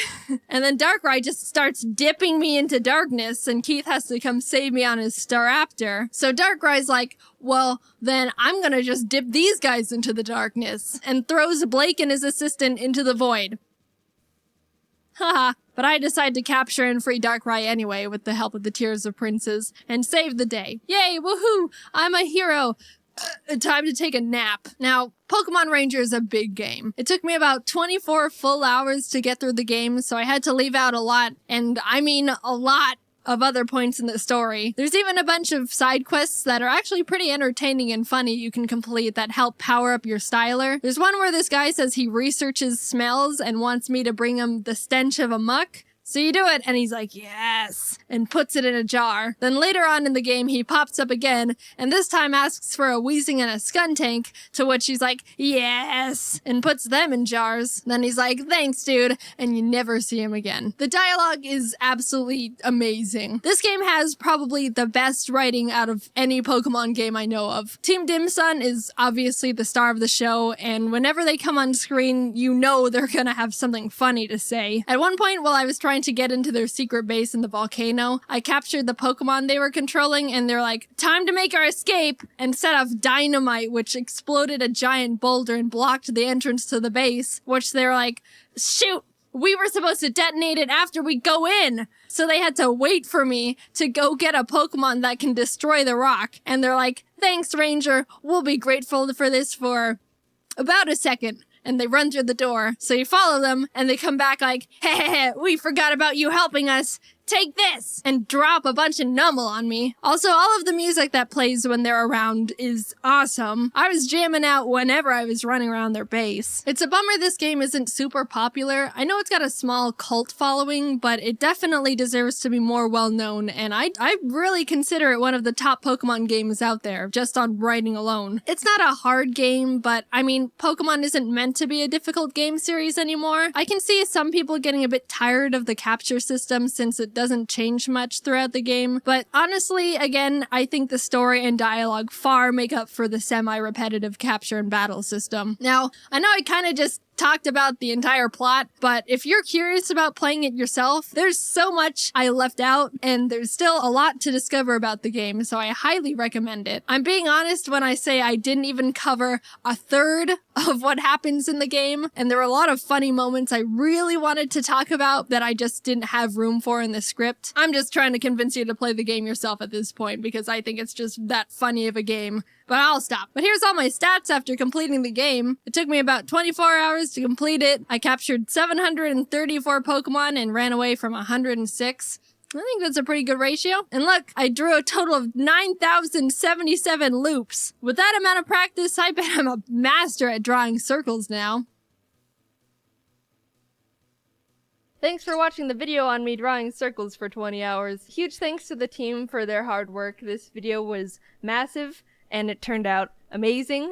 I've mentioned this before, but I've been enjoying the video game videos a lot, so if you have a weird game you think I should take a look at, let me know. A lot of people have already been requesting this game called Elite Beat Angels, which is some sort of rhythm game with male cheerleaders, which looks amazing, but I think that video would get mega copyrighted, so unfortunately I don't think I can play that on YouTube. It looks really good though if you want to check it out. Anyway, I don't have much to say this time, so see ya later. Hi everyone, it's Jaiden. This is another video with Nathan from Drawfee. Hi! Woo! You haven't seen him on my channel yet, but we're doing videos anyway. What an introduction. So what we're gonna do is draw Yu-Gi-Oh characters. I don't know anything about Yu-Gi-Oh. Nathan said that he knew a little bit, so hopefully we won't butcher them too much. I have this list of some characters, and we don't know what they look like, we just have the names. We'll get revealed what they look like after we draw. So this is just gonna be a train wreck. Should we get started? I'm excited. Let's do it. So your monster guy is Kuribo. Karibo. I kind of... Yeah. What I remember is Karibo is sort of just like a big fluff ball. Like, I've walked into friends watching Yu-Gi-Oh before. And then they're always like, no, it was just, They were saying that there's like some annoying monsters. Was this one of the like annoying guys? Because they don't seem like a monster. They just seem like a little flea. Like, I'm a Pokemon person. Oh, same, so, yeah. To me, it just looks like Venomoth. You know, I might have just drawn Venomoth. This is my version. This is my Karibo OC. Karibo C. Do not steal. He looks like he was born in the cold snow, but he wants to move to the city and pursue like a bakery. Maybe this Karibo he's a baker, so he's got a chef's hat. He doesn't want to be a dual monster. He wants to be a pastry guy. He wants to make those little cupcakes. So I'm gonna reveal a clue that I have been provided. Oh, okay. This monster looks cute, but has the power to multiply infinitely. Oh. He doesn't need any employees. He just needs himself. Right, so we've got Karibo Prime over here. Oh, there we go. They don't all get to wear the chef's hat. I mean, working in the culinary industry, they've got to have some crazy hairnets. Oh, yeah. You have to sign a waiver to not be mad if there's hair in your cupcakes. You can't sue them. Since they're deadly monsters, I wonder if their hair is poison. Oh, maybe. That'd be bad for business. It's like an assassination bakery. Oh, yeah. Bring your targets there. Yeah, you have the option. You can get a normal cupcake or an assassination cupcake. It is called Assassination Cupcake, so it's... It's on the menu. It's highlighted red. There's no way to stop all that hair. Man, the janitors probably got either a good wage or a bad life. I would not want to clone myself to be an employee because I know how lazy I am. I wouldn't even be able to get mad at myself. I'd be like, you knew what you were getting into. And you're like, yeah, yeah. Right. Look at all these cupcake mans. This one's doing a jump. He's like this sign twirler outside. Oh, Oh yeah, come on, get assassinated at Yay. Assassination Cupcakes. It's high demand, unfortunately. I don't know what they look like anyway, so I'm just like, yeah, you nailed it. Oh, that's actually really close. Yeah, I got pretty close. He's got very sharp claws, and he's got little Pac-Man eyes. I mean, your cupcake mans probably filed themselves down so they don't stab any cupcakes. As you've already established, you don't know any Yu-Gi-Oh monsters. Yep, I know nothing. Miscellaneousaurus. Miscellaneousaurus. That's when okay. He's got, of course, we gotta go with the long neck guy. But the thing is, he has scissors as a head because those are random, right? How do scissors work? Shoot. So. No, vertically. Nope. There we go. Yeah! So this is the face. You've set off on a very good path already. Oh, they're the eyes! There we go. If I saw this coming towards me... Oh my god. Obviously, we're on the right path. I just read what the first clue was, and it's very good. Just mix a bunch of dinosaurs together. Oh, okay. It's like those 3-headed dinosaurs, and they're like, there's that one brother that just you deal with. So there's actual dinosaur face, and then there's also scissor face. They don't get along. You know, I just want to be able to enjoy some construction paper without having you snip it. He's like trying to sleep, and then he just wakes up to snip, and then he's like, what are you doing? I was giving you a haircut. Yeah, he does have like really bad haircuts. I was just trying something out. I saw it on the internet. It looked like a cool style. He's like, I don't want sideburns. How do you even do that? You cut hair. Well, I had to glue the hair on you first so I could cut it. So he's got a hammer tail, and he's got a pencil leg. Which head controls the pencil leg? Do they share custody, or is it... The scissor guy connects to the pencil, and this guy connects to this foot. They have to teamwork together. It's ultimately a brotherly love kind of relationship. That's nice. So this guy's got a spatula. Spatula, sure. We're cooking breakfast. That's like when they get in a fight, but then Scissorhead feels bad, so he cooks his brother breakfast in bed. But he gets like, it's all cut into tiny pieces.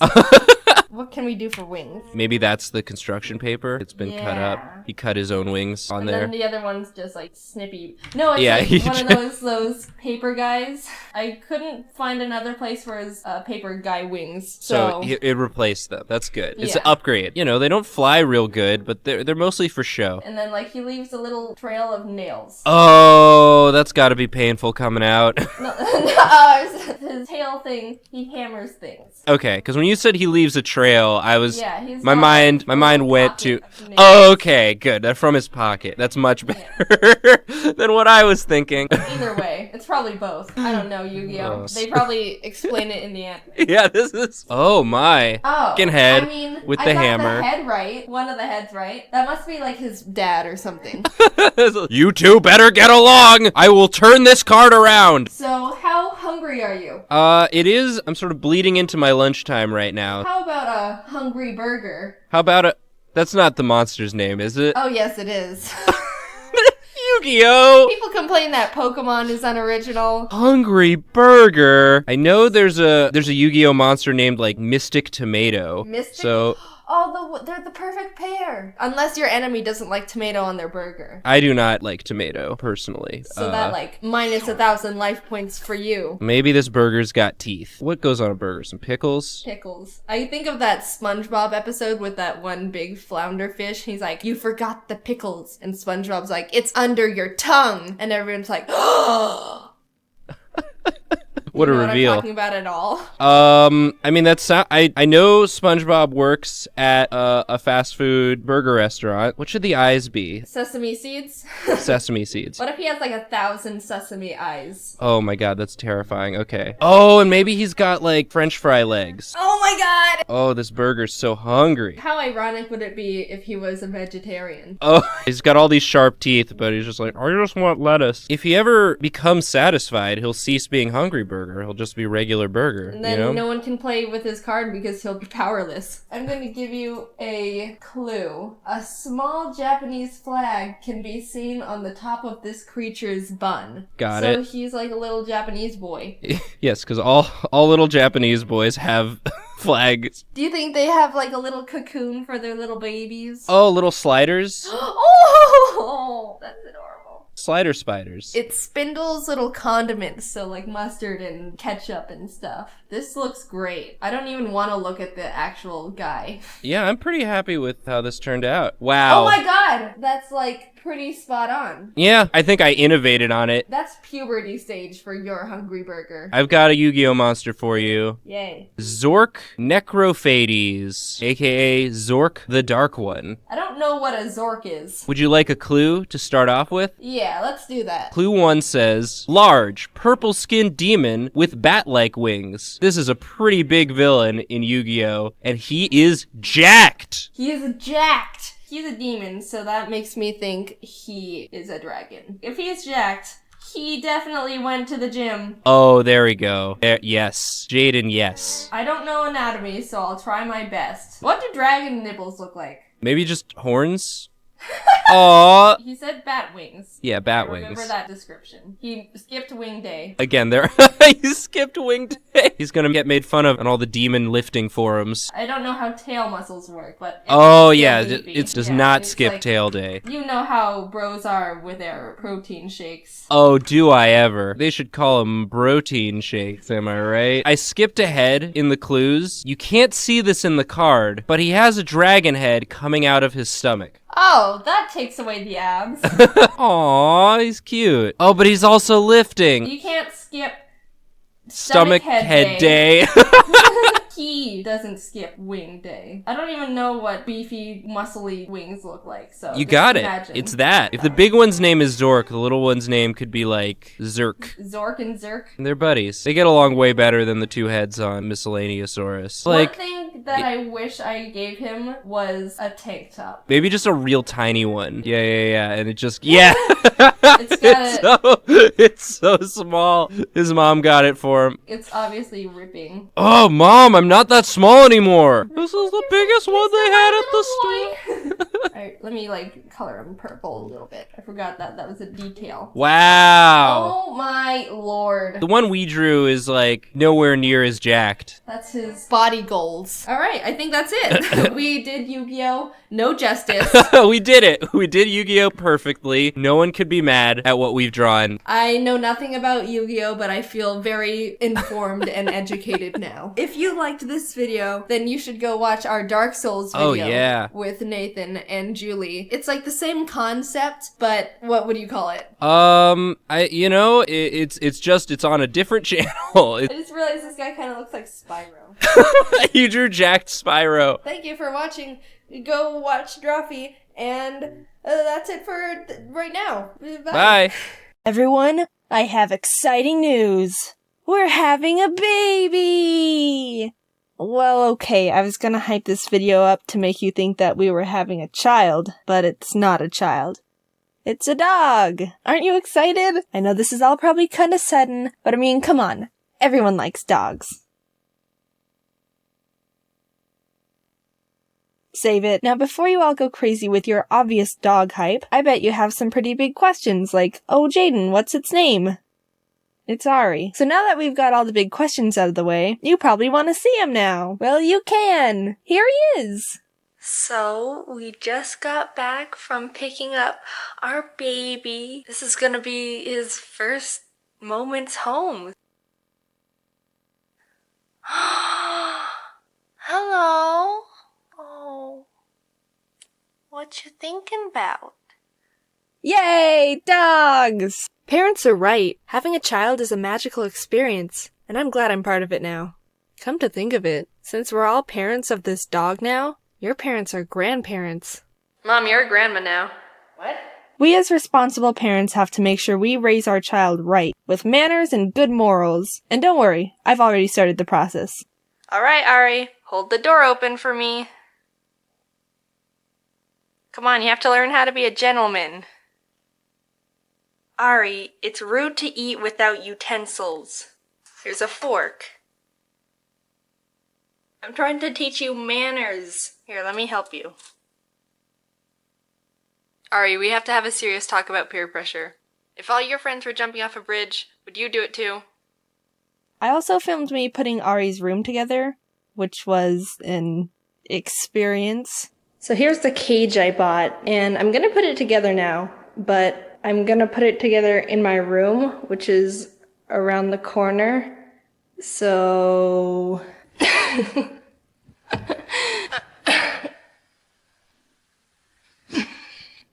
Huh.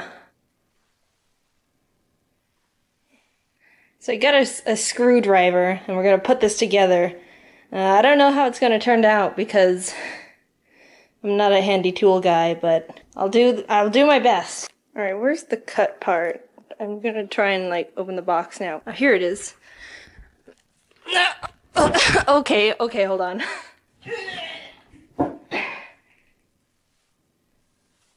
Now we can start. I've never put something together like this before, so I apologize if I'm doing it wrong already. Okay, I have the things. Oh, this is the bottom, and this is like the lid. So I gotta flip it over again. Okay, now I think I can just pop the lid off. Oh, that sounded promising. Alright, I think the best part to start with is the instructions. That's not the date, but I'll let it slide. And also, this is inspected by Kay. So thanks, Kay. Oh, this is instructions. Pictures. This doesn't help. I guess I have to read it. This is like a boat. I'm in a boat. SS. Someone else help me put this together because I don't know what I'm doing. So much bubble wrap. Ah! Oh. Show your love. Oh. Oh, crap. So now that I have everything out of the box, these instructions should start making more sense. The instructions say that these are numbered. There's no numbers on here, so I kind of just have to wing it. Is this 7? No, that's not 7. Oh. This one's the front one. Oh, this is 16. This is 16. 16. Yeah. What is this? Is this paint? It looks like the oil that's been leaked in the ocean. Wait, what? Are these the screws? They sound cool though. Is this ASMR? Alright, I'm gonna actually read the instructions. Place the main base upside down and insert casters into legs. Are those the casters? Bam! Okay, what's the next part? I don't... Please see our website. Oh, hold on. I'm gonna do that. Let me screw this. So I'm on the website, and it says that there should be a video about how to put it together. Oh, pros and cons. Cons. None. Well, that's good. I'm not finding an instructional video like it says it does in the instructions on the website. And I can only see, the only thing I can click on is buy from Amazon. I already bought it from Amazon, thank you. I want the next step. Shut up. Whatever, I don't need you. I can do this myself. I don't know what to do. So it said to get a mallet. So now I have a mallet. And it says to use the mallet to put the casters into the legs. But I was like, what's a caster? I don't know what the caster is. So I thought these were the casters. But no, I think these wheels are the casters. Why are you calling it casters? Just call it wheels. What the heck? This goes here. And then it says to use the mallet to... Oh. Did that do it? I guess so. Alright, this looks promising. So the next step is to put the front panel in, which is the door. Alright. Ah! Oh my god. Okay, step 3. Alright, slide the side panels over the metal sleeve at the bottom of the front and back. Well, wait, metal sleeve? Is this the metal sleeve or is this the metal sleeve? I don't know what the metal sleeve is. The only sleeve I know is the sleeve on your shirt. Okay, I figured it out. So, it slid over the metal sleeve that was there because there's holes under the bottom, and then you slide it in. Oh, yeah, that looks a lot better. If desired, slide the bottom grate into the track just below the front door. Well, I do desire. Ooh. Nice. Oh my god, I did it! Yay! Here's the carnage. There's only one thing left to do, and it's to snip this part off. So this is gonna be the official, like, what is it? When people, like, cut the ribbon in front of something, and then it's like, oh, it's open! That's this. This is that. Ready? Yay! It's beautiful. Ari's the best dog I could have ever asked for. Who's a good boy? So yeah, we have a dog now. I'm sure a lot of you guys have heard of a website called thesaurus.com. It's pretty much the go-to website when you need to write a paper or you have to sound super sophisticated, but you don't know how to. You can't just write like normal people talk in day-to-day life. Are you crazy? Do you want people to think you're stupid or something? Use fancy words like baffling and henceforth and obsequious. Obsequious. I'm getting off track already. But why do you teachers want us to write things in a way that most people don't speak? It makes much more sense to write a paper in the words you would use instead of someone in the 1800s. If I want to say penguins live in the cold, I want to be able to say penguins live in the cold. I shouldn't have to go out of my way to change it. Penguins, one of the few flightless birds on this planet Earth, live in an uncommon environment compared to other animal species and avians. They can be found wandering the icy barren land of Antarctica and other extreme cold climates. I got the same exact point across in both paragraphs, but one took me 6 seconds to write, and the other took me 8 minutes, plus miserable points. No joke, I sat there at my computer for like a solid 3 minutes, just staring at my script like, I really don't want to do this right now. Why is this a thing? Why do people expect this from people? The teacher doesn't even talk like this. If anything, it just wastes everyone's time, and it still turned out like crap. Like really? Icy barren land of Antarctica? What? The only other scenario I can think of that actually uses language like this are those super dramatic animal documentaries. Faster than a cheetah. More muscle-bound than a gorilla. More agile than a great white shark. Swooping overhead. Feasting on our streets. The pigeon. An evolutionary masterpiece hiding in plain sight. Powerful champions of the air with superhuman senses. Learning. Remembering. Think of the time you could save if we could just write our complete opinions on essays without sounding like we crappily plagiarized Shakespeare. We could be a lot more productive as a society. Just kidding, we'd all still look at memes on the internet. But think about how many more memes you could look through just by saving that much time writing essays. Take note, teachers. I know you don't like reading through all our hogwash either. Do it for the memes. Anyway, so you gotta write something important, and you gotta sound smarter than you actually are. Let's be honest, 80% of our generation talks like, hey, LMAO, it's lit fam, lol. Cringe. I'm dead. I'm sorry. So what do? Thesaurus.com, baby. Why would you use the word said when you can write aforementioned? Why walk somewhere when you can perambulate? Who thinks anymore? I intellectualize. It doesn't matter if you can pronounce the word. It's all about the aesthetic of it. Look at these beauties. They're what's gonna get you that A- on that essay, not these lackadaisical words that normal people use. Shoo, get out of here. It also works with resumes.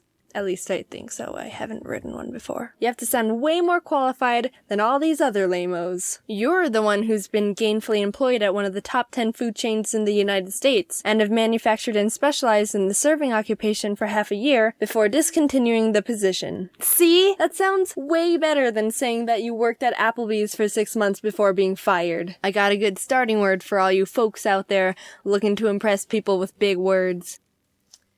Equanimity. Yeah, toss that one into a conversation and just watch the people gawk at your knowledge. Hey, that Colin's got some pretty good equanimity going on over there. He'll probably do good on the test tomorrow. I do have one question for the internet.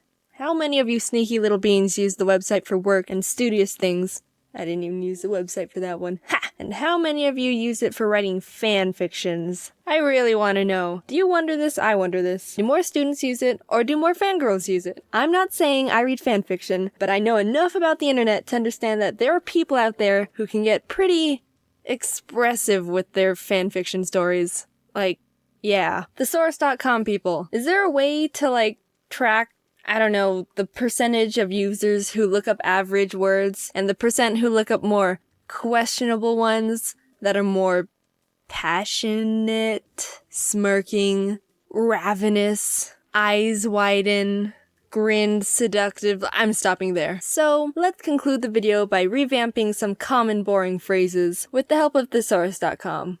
Actions speak louder than words. Hoopla blab's more rambunctious than discussion. Best thing since sliced bread. The most superlative instrument from the time of hacked nourishment. Don't cry over spilled milk. Disallowance to mourning over scattered liquid produced by mammals. You can also replace liquid produced by mammals with moo juice. How are you today? To what degree come about your mood here and now? Okay, that would be great. Acceptance. The one in question would prevail out of this world. Would you like to hang out? Do you authorize conduction of our own selves constituting a gathering appointment? Of course. Indubitably. Feel free to use any of these phrases in your life whenever you want. It's my treat to you. Tweet at me if they help you make new friends or if I get you a job. You're welcome in advance. Also, when I was searching for phrases to thesaurus.com eyes, I googled most popular English phrases, and apparently I don't say about 300 kilometers as much as everyone else does. But Amy is John's girlfriend. I ship it. They can be found wandering the icy barren. They can be found wandering the icy barren. The icy barren. We could be a lot more productive as a society. As a society. Oh God. We could be a lot more productive as a society. As a society. Oh God. We could be a lot more productive as a society. Oh. I do have one question for the internet. That was not the question. Or do more fangirls use it? Why is this so hard to say? Or do more fangirls? Ow! Action speaks louder. Actions speak. It's the double S's again. Hoopla blabs more This is so stupid.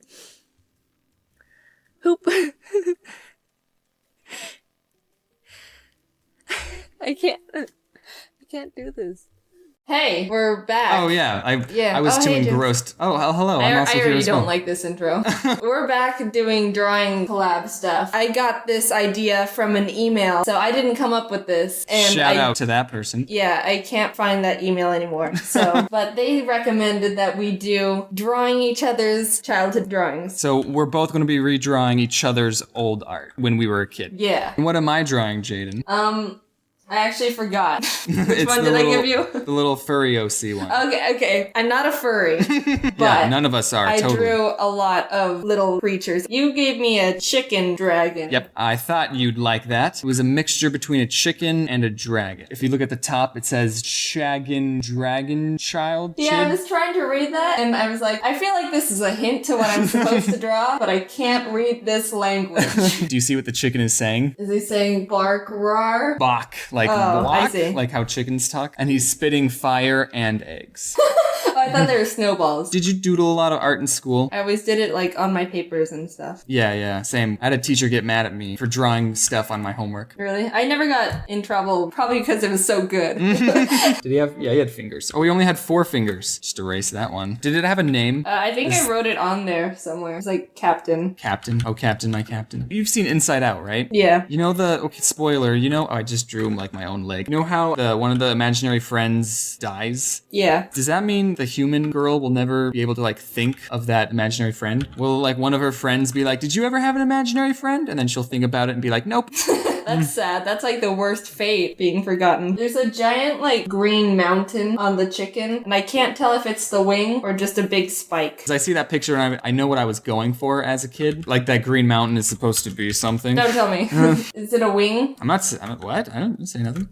It's a mountain. You like drew the tail pretty cool in this one picture. I'm totally copying it. Since this chicken is spitting Chicken fire Godzilla? and eggs at the same time, do you think they turn into hard-boiled eggs?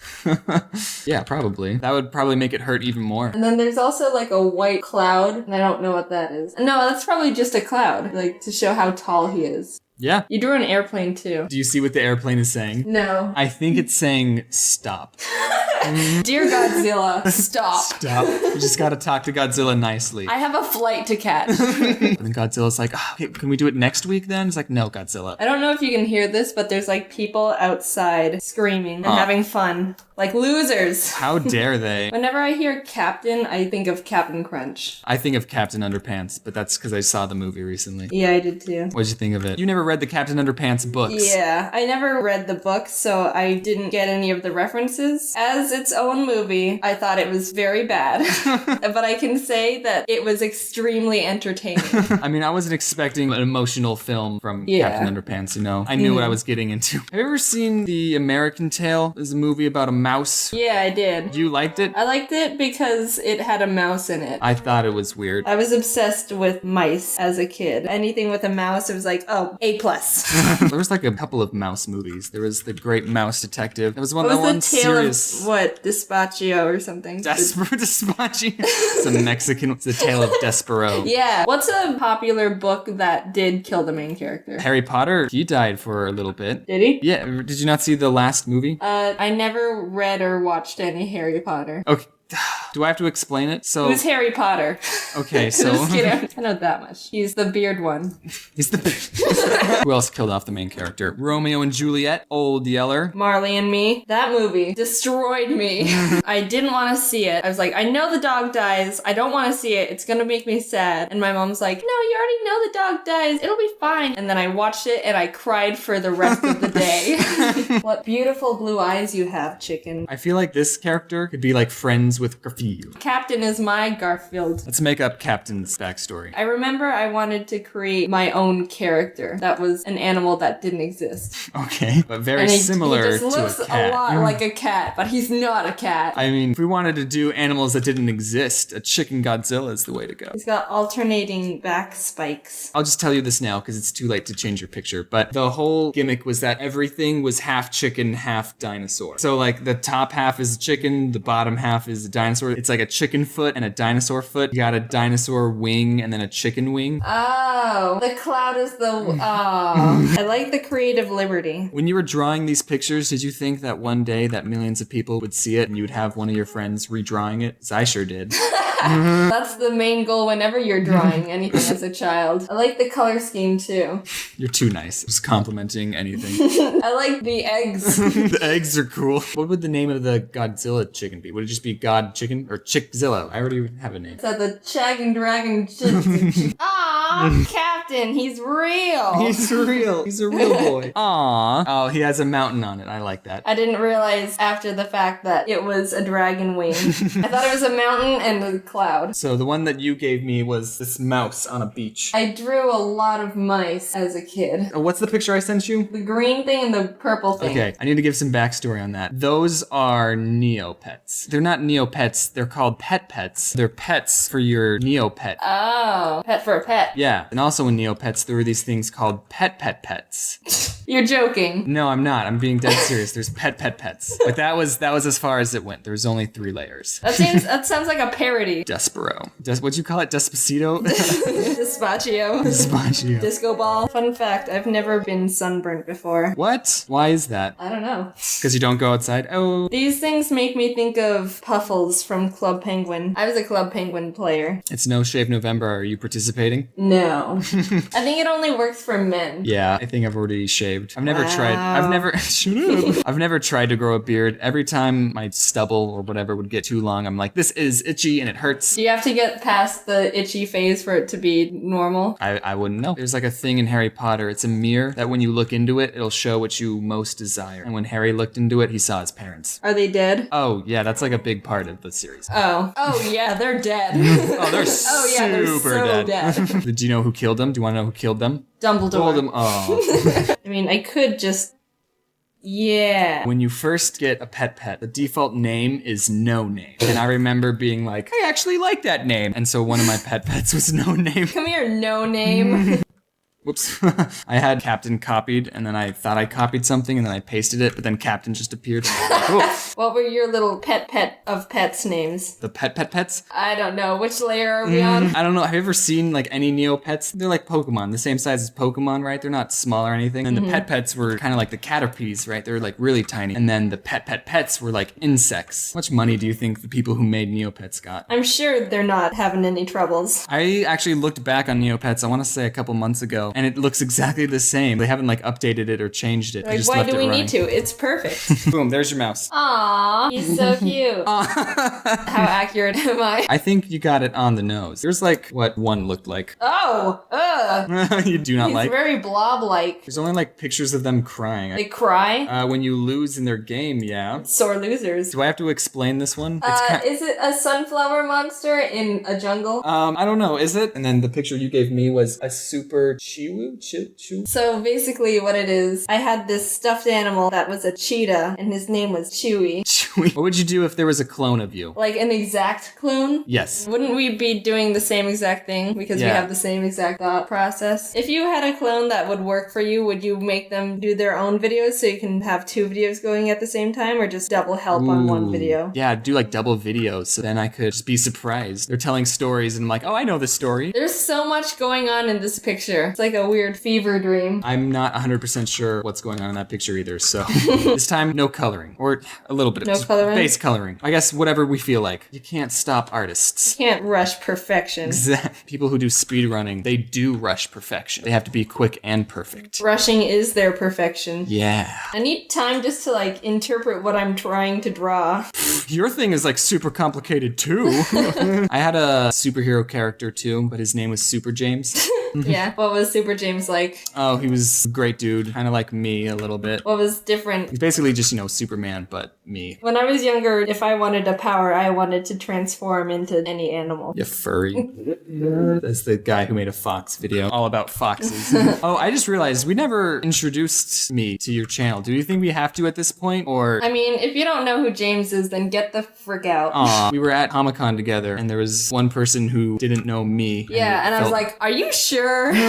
Normally it's people who don't know me, which is understandable. Did you ever watch Winnie the Pooh? I did. I loved Winnie the Pooh. There's one episode of Winnie the Pooh where Owl, his house falls down. He like lived in a tree house and it like breaks. And then some other character was like, look, I found a house. And it was Piglet's house. Like no one knew that it was Piglet's house. And then Piglet was just like, oh, okay, yeah, you can live there. They didn't even know where their friend lived. And like poor Piglet was too shy to say anything. What would you do if one of your close friends was like, hey, I'm moving house. And you're like, oh, where are you moving? And it's like, your address. I would not be like Piglet. I'd be like, say that one more time. First of all. If I had the time and the money, I think making a movie would be cool. I don't know what the characters would be. Or the story. Yeah. You'd make a movie to make a movie? Make like a documentary about making movies. The whole movie is you trying to figure out what to make the movie. Fear not, dear citizen, for I, Super Chewy, with my super speed, will save you, or whatever. That actually looks a lot like the stuffed animal. Oh, why are you afraid of that? Looks terrific. He had such hollow eyes in the drawing. What's on his tail? I don't know, you tell me. It looked like the tail is connected to the other animal. So I think I was trying to draw a lion, and those are the stripes, and I want to say that was the baby lion. Lions don't have stripes. Whatever.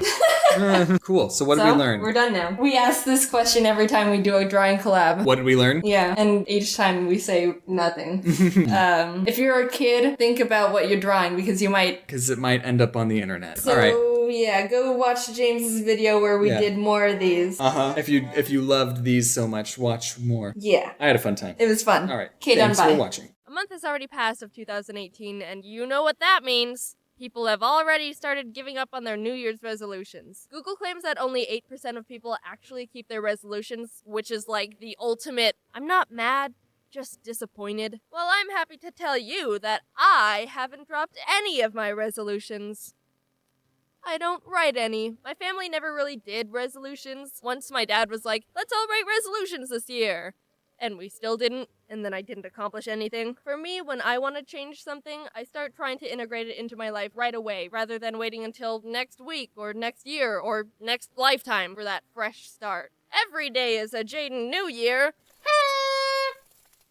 Woo! As someone who doesn't write them and probably isn't qualified to critique the art of New Year's resolutions, I'm gonna toss my opinion that no one asked for into the ring. I think the main contributors to those 92% failing goals are they're too unrealistic and they're too vague. Let's stop beating around the bush and talk about the most common resolution people make. Losing weight, eating healthier, you know, that rabbit hole. Lose 20 pounds by drinking this tea from a weird plant you've never heard of. Lose 10 pounds in 30 minutes or your pizza's free. Lose your money. It's all basically just alright, give me the money! All those quick fix weight loss scams that make too good to be true claims are just people who want your money. Sure, the scale says, hey, great job, you lost 7 pounds in a week. But your body says, yeah, but that was all just water weight, and also I don't feel very good. Or, ah! If you want change, you've got to earn it through work. There isn't an easy way out. Making changes in your lifestyle need to be sustainable for life. That's why they're called lifestyle changes. Not, I'm gonna pay $200 for this diet shake, feel good for 2 weeks, lose 10 pounds,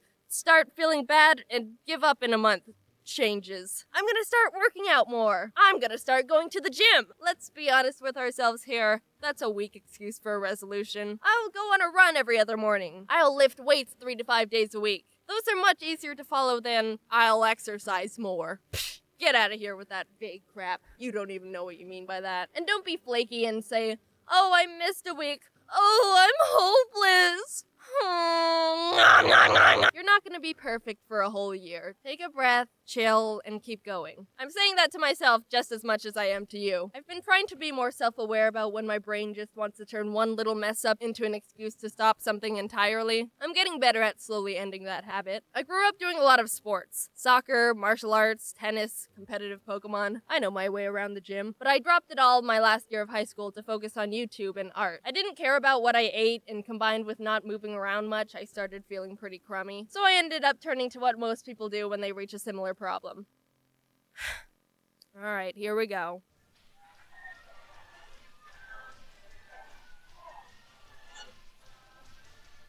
Let's talk about home exercise videos. Why are so many of them so fake? The weird hip-hop music and the smiles that are a bit too wide. It might just be the plastic surgery, but it all makes me feel uncomfortable. I get that instructors want to make exercise seem fun and all that, but it feels super condescending to me. How the frig do they do entire workouts smiling and talking and making cheesy eating pizza jokes? Alright, now hold that squat. Ooh, feel that burn in those quads. I'm smiling and articulating everything perfectly, and I totally know you're panting like a dying animal over there. Don't think about that leftover pizza in the fridge.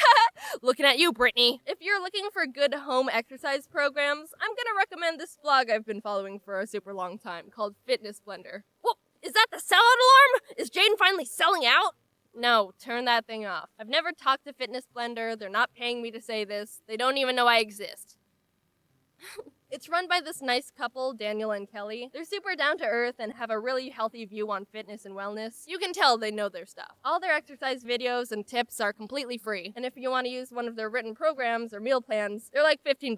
And they don't have that dumb music in the background of their video. If you're just starting out exercise, it's gonna hurt and or suck for a bit. If it doesn't, you aren't gonna see changes. Well, okay, don't murder yourself. Be smart about it. But your body is gonna complain for a while, and that's good. There's plenty of activities you can do. Playing a sport with friends, walking your dog, a casual battle to the death, squats. And respect your starting point. When I first started trying to get back into working out, I was just... Okay. Alright, I got through it. Alright, we're done with our warm-up. Grab a quick drink of water and we'll get right into the workout. But just stick through the beginning because that's literally the hardest part. Raise your hand if you're sore! Ha! Trick question, you can't raise your arms. They're jello. Don't forget that exercise is only a quarter of the health journey. What you eat is the biggest variable to all this life-changing athlete hippie mumbo-jumbo. Eating right is like straight-up magic. You feel amazing. It's the closest thing to drugs that isn't drugs. There's a difference between being thin versus fit versus healthy. Kinda like Venn diagram style. Someone could be thin, but that doesn't mean they're at all healthy. Someone could be super swole and buff, but eat junk 24/7. And someone could be eating super healthy, but not have the body of a supermodel. There's a healthy range of everything. I used to have a really bad relationship with eating. I've talked about it before. In college, I developed an eating disorder and a fear of eating food, and I would go like an entire day eating almost nothing. No, Jaiden. You think that eating 600 calories a day is just gonna float you to all your hopes and dreams? Nope. It's just gonna give you headaches and emotional breakdowns. You can trust me. I'm from the future. Also, learn what Bitcoin is and invest everything you can into it while you still can. I wish there was more information being taught on the dangers of eating disorders, because if I knew about that whole mess 3 years ago, I would have been like, whoa, okay, never mind. Let's do a 180 here. This ship is whack. I'm getting out of here before it controls everything in my life. You can't abuse your body and expect anything good to come from it. Man, I feel great. I could totally run a marathon and write an essay right now. I'm so energized and my brain is so clear. Thanks for feeding me literally one grape. You don't go to the gas station, pour a cup of gas into your car, and then try to drive to China. Eating less than your body needs to physically survive accomplishes nothing. It might seem like it's working in the moment, but honey, you've got a big storm coming. Please try to end it as soon as you can. I'm not at all trying to shame anyone going through rough times with their self-image. I know it's a really hard thing to fight against. I was pretty far gone when I was struggling, and even though I'm in a much better place now, I do still have bad days. What helps me is trying to separate logical thoughts from the bad ones that fuel the irrational fears. They're not here to see you succeed. They're just the dumb brain versions of those TV and email scams where they're like, hey, give me your credit card info, social security number, and mother's maiden name, and I'll give you $1 million. I won't literally destroy your life. I'm just your friendly neighborhood Nigerian prince. It's all more simple than you think. Eat healthy when you can, fresh fruit, vegetables, whole foods, and it's okay to treat yourself every once in a while. Don't say, I'm never eating sugar for the rest of my life. You're setting yourself up for failure there, and end up pulling a James. Exercise as much or as little as you're ready for, and be mindful and respectful about how your body feels. Little changes go a long way. Remember, you're doing this for you. And don't play that dumb hip-hop music while you work out, or I swear to Hercules, I'm gonna run someone over with an exercise bike. Hey, it's been a while. Sorry. Anyway, I don't know if you've seen yet, but the Fine Bros made a reaction video on me. I've already seen it and had a reaction, but I don't think I'll be making a I react to people react to me thing. I know a lot of people wanted me to do that. I enjoyed the video. They said some nice things. I hope you see it. And thanks to the Fine Bros for thinking I'm someone worth reacting to. This video took a bit longer to get done. This year's actually going to be pretty busy, and we've got some special things in the works for you in the future. I'm really trying to up the quality of videos and not die in the process. I used to be super strict on uploading every 2 weeks, but it's really not sustainable for my mental health or my health in general, so the videos will just be done when they're done. If I could post more, I definitely would, but I care more about the quality of videos than a certain schedule. So yeah. Also, I hope you liked the video. Stick to your resolutions, keep working towards the person you want to become, and take care of yourself. I'm working on all of that stuff too. Okay, bye.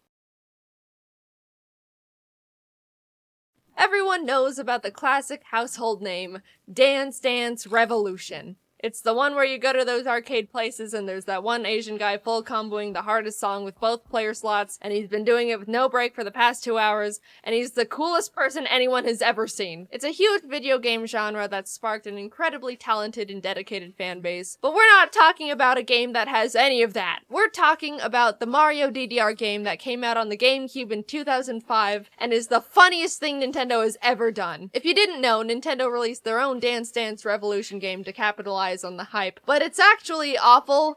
For whatever reason, they just ripped all the assets and models from their Mario Party games and mocapped Mario to various dances, resulting in animations like these. I hope you're starting to pick up on the vibe of this game now. I wanted to run the game at the hardest difficulty, but I realized to unlock each difficulty, you need to complete the entire story mode in its prior difficulty. So to unlock hard mode, you have to beat the game in normal. To unlock very hard, you have to beat it all again in hard.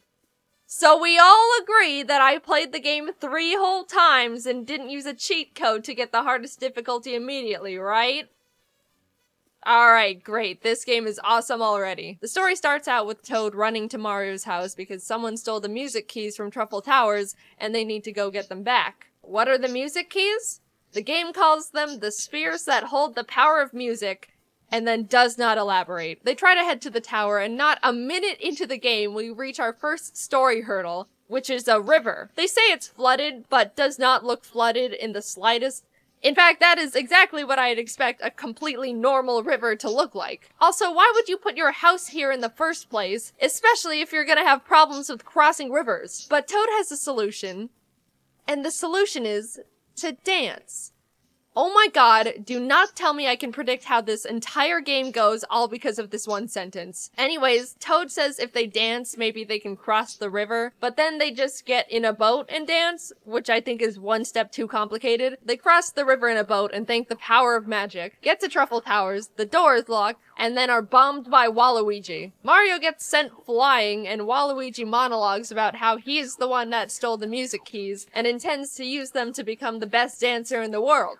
Which, first of all, is full-on admission of guilt and therefore triable in court. And also, I don't think you need to stoop to robbery to accomplish that dream. Like at all. Mario lands at the bottom of a really deep pipe, but uses the power of busting it down to get out.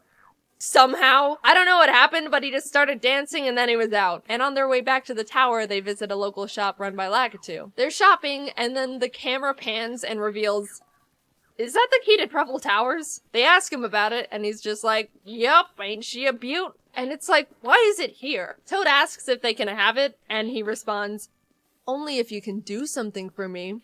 Which is terrifying and ominous. He takes them to the back, which is also terrifying and ominous, but says, these brat kids are messing with my garden. If you get rid of them, you can have the key. Oh, phew. Okay, he just wants us to beat up children. So Mario just dances around and smashes them. We get the key, go back to the tower, and walk in on Waluigi just having his own private little dance party inside, alone. Have you just been dancing around in silence this whole time? He strikes an anime back pose and challenges us to a dance-off, which we win because look at Mario go. And now we got the music key. Mario does the smallest little punch celebration in the world before Toad says they're not done with their journey. We have one of the music keys, but apparently there's 4 in total. You mean the game isn't 18 minutes long? Toad summons this incredible music airship that I guess he just has, and off we go to World 2, where they immediately fly into a tornado, get flung away, and ruin Toadette's hotel. And when I say ruin, I mean, turn it into corkscrew pasta. Toadette is absolutely furious, and I'm just praying we didn't kill every single person who was in the building. But Mario's like, don't worry, dude, I know how to fix it. By dancing. Of course. They dance and the building coils itself up again, and Toadette's like, thanks, by the way, I saw the thing you guys are looking for fly over in that direction. Which is like, okay, sure. They head over in that direction, but a whirlpool just spawns out of nowhere. They sail to a nearby island for safety, kinda just stand there with creepy blank stares for a bit, then walk into the only building on the island, which is just another shop. This time it's run by Lakitu, but in a pirate hat. And you'll never guess what he's got. A ship attachment that lets you sail through whirlpools. How incredibly convenient to keep on progressing. Mario and Toad are just looking at the thing, and Lakitu's like, I see you've got your eye on the boogie booster. It lets you sail through whirlpools. Toad's like, oh neat, can we have it? Nope, it's not for sale. Then why is it on display? You know what? You've got a point. If you beat me in a dance battle, you can have it. I kid you not, that is the exact exchange that happens in the game. The song that plays while battling Lakitu is super intimidating, and I thought I was gonna actually be in danger. But Mario wins the dance-off, probably because Lakitu has 0 legs. They get the engine thing that wasn't for sale, and Lakitu definitely did not have to give away. And now they can sail through whirlpools. And when the game says through, they actually mean into, because apparently the music key is in the whirlpool, and I don't know how they knew that, or why they didn't tell me, the player, that in the first place. I was just thinking the whole time, can't you just sail around the whirlpool or something? There's like a whole ocean to sail in, and you're wanting to sail through this tiny little section. But now I look like a fool. And frankly, I don't think it's my fault. So they get to the bottom of the whirlpool and find the second music key being guarded by this giant blooper. And of course, that means we need to dance battle. Since for all these duel songs you get to see the opponent's screen, I thought it would have been really funny to see the blooper have like 8 arrows to hit instead of the classic 4. But whatever, it's just a really creative and fun little idea. I guess they didn't have to be funny, I guess. Also, when I say dance, I mean murder. Mario danced so hard the blooper died. On to World 3 they go, which, by the way, this game is going at breakneck pace. Mario does a couple dances, someone dies, and on to the next area, I guess. They land at an amusement park and are immediately gatekept by these hammer bros who are like, if you want to get in, you're gonna have to dance through us. Toad runs away because he says his legs are too stubby to dance, which means the gatekeeping worked on him. Mario's canonically immune to gatekeeping, so he stepped up to the challenge, and I would like to mention these hammer bros' highest combo was 30. which is not good at all. I'm just saying, I would be embarrassed if I tried to gatekeep someone and performed like that. Just saying. Mario and Toad enter the amusement park to see Wario on a roller coaster with a music key. They yell out, "Follow that roller coaster!" Which is like, if only there were rails to indicate where it's going. But then they make probably the worst decision you could when you're trying to catch someone on a roller coaster, which is get on the other roller coaster cart. If you're getting on a roller coaster to catch someone already on the roller coaster, that doesn't work. Roller coasters don't catch up to each other. That's called a collision. So they make haste again, the chase of a lifetime, and they end up running into a haunted house where Mario needs to dance to fend off the ghosts to avoid being possessed.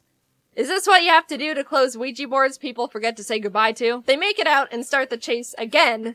Also, Wario, I don't think you should be saying this when you're clearly in tackling distance. They corner him at the Ferris wheel. He pulls the, "if you can beat me in a dance battle, you can have the key" thing again. We beat him, and hey, third music key. By the way, Wario has one of the best songs in the game. The two arrive at World 4, where the skybox is very visible, and everything's all snowy and blistery. Toad is about to freeze to death in the funniest animation I've ever seen, as Mario does not care. But they make it to the top of the mountain, where they find the last music key lodged in this giant Freezy's head. Toad goes up to him and is like, "Hey, sir, can we have that?"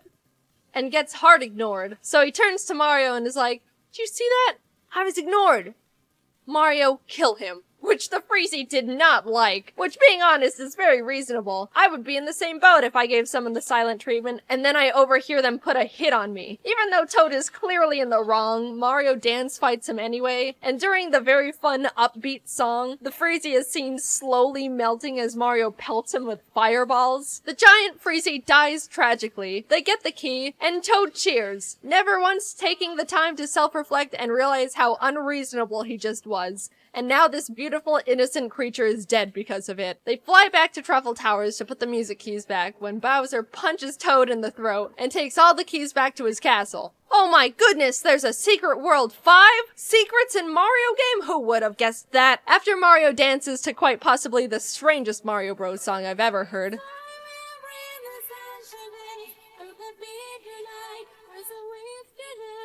They infiltrate the castle and grab the keys before Bowser is able to use them. Then Toad's like, "You're going down, Bowser. Mario, kill him." And then the most hyped dance battle begins. Have you ever seen Bowser do an aerial while Mario's busting it down in front of him?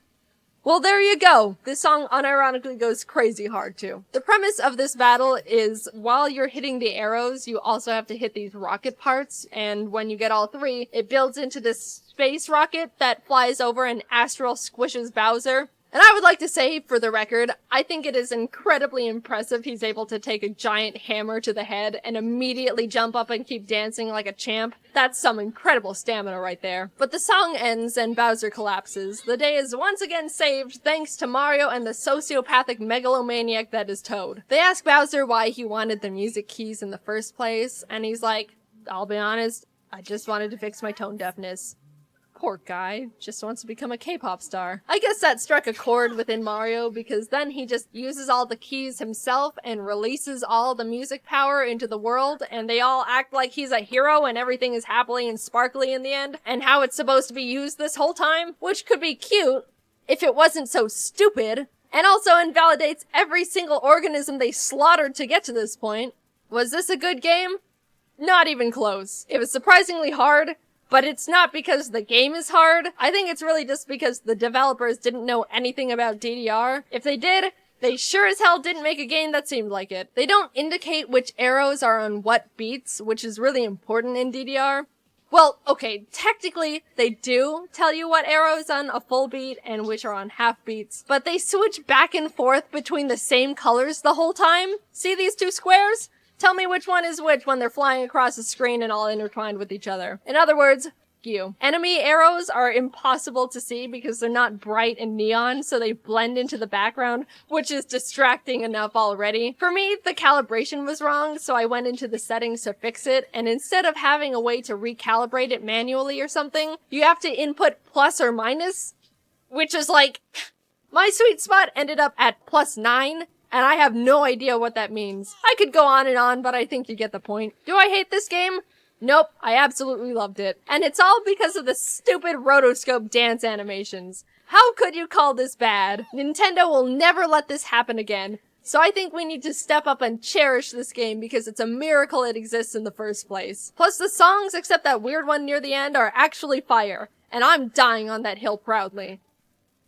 Hello everyone, I hope you've been doing well. I have been doing quite well myself. Nothing to say this time.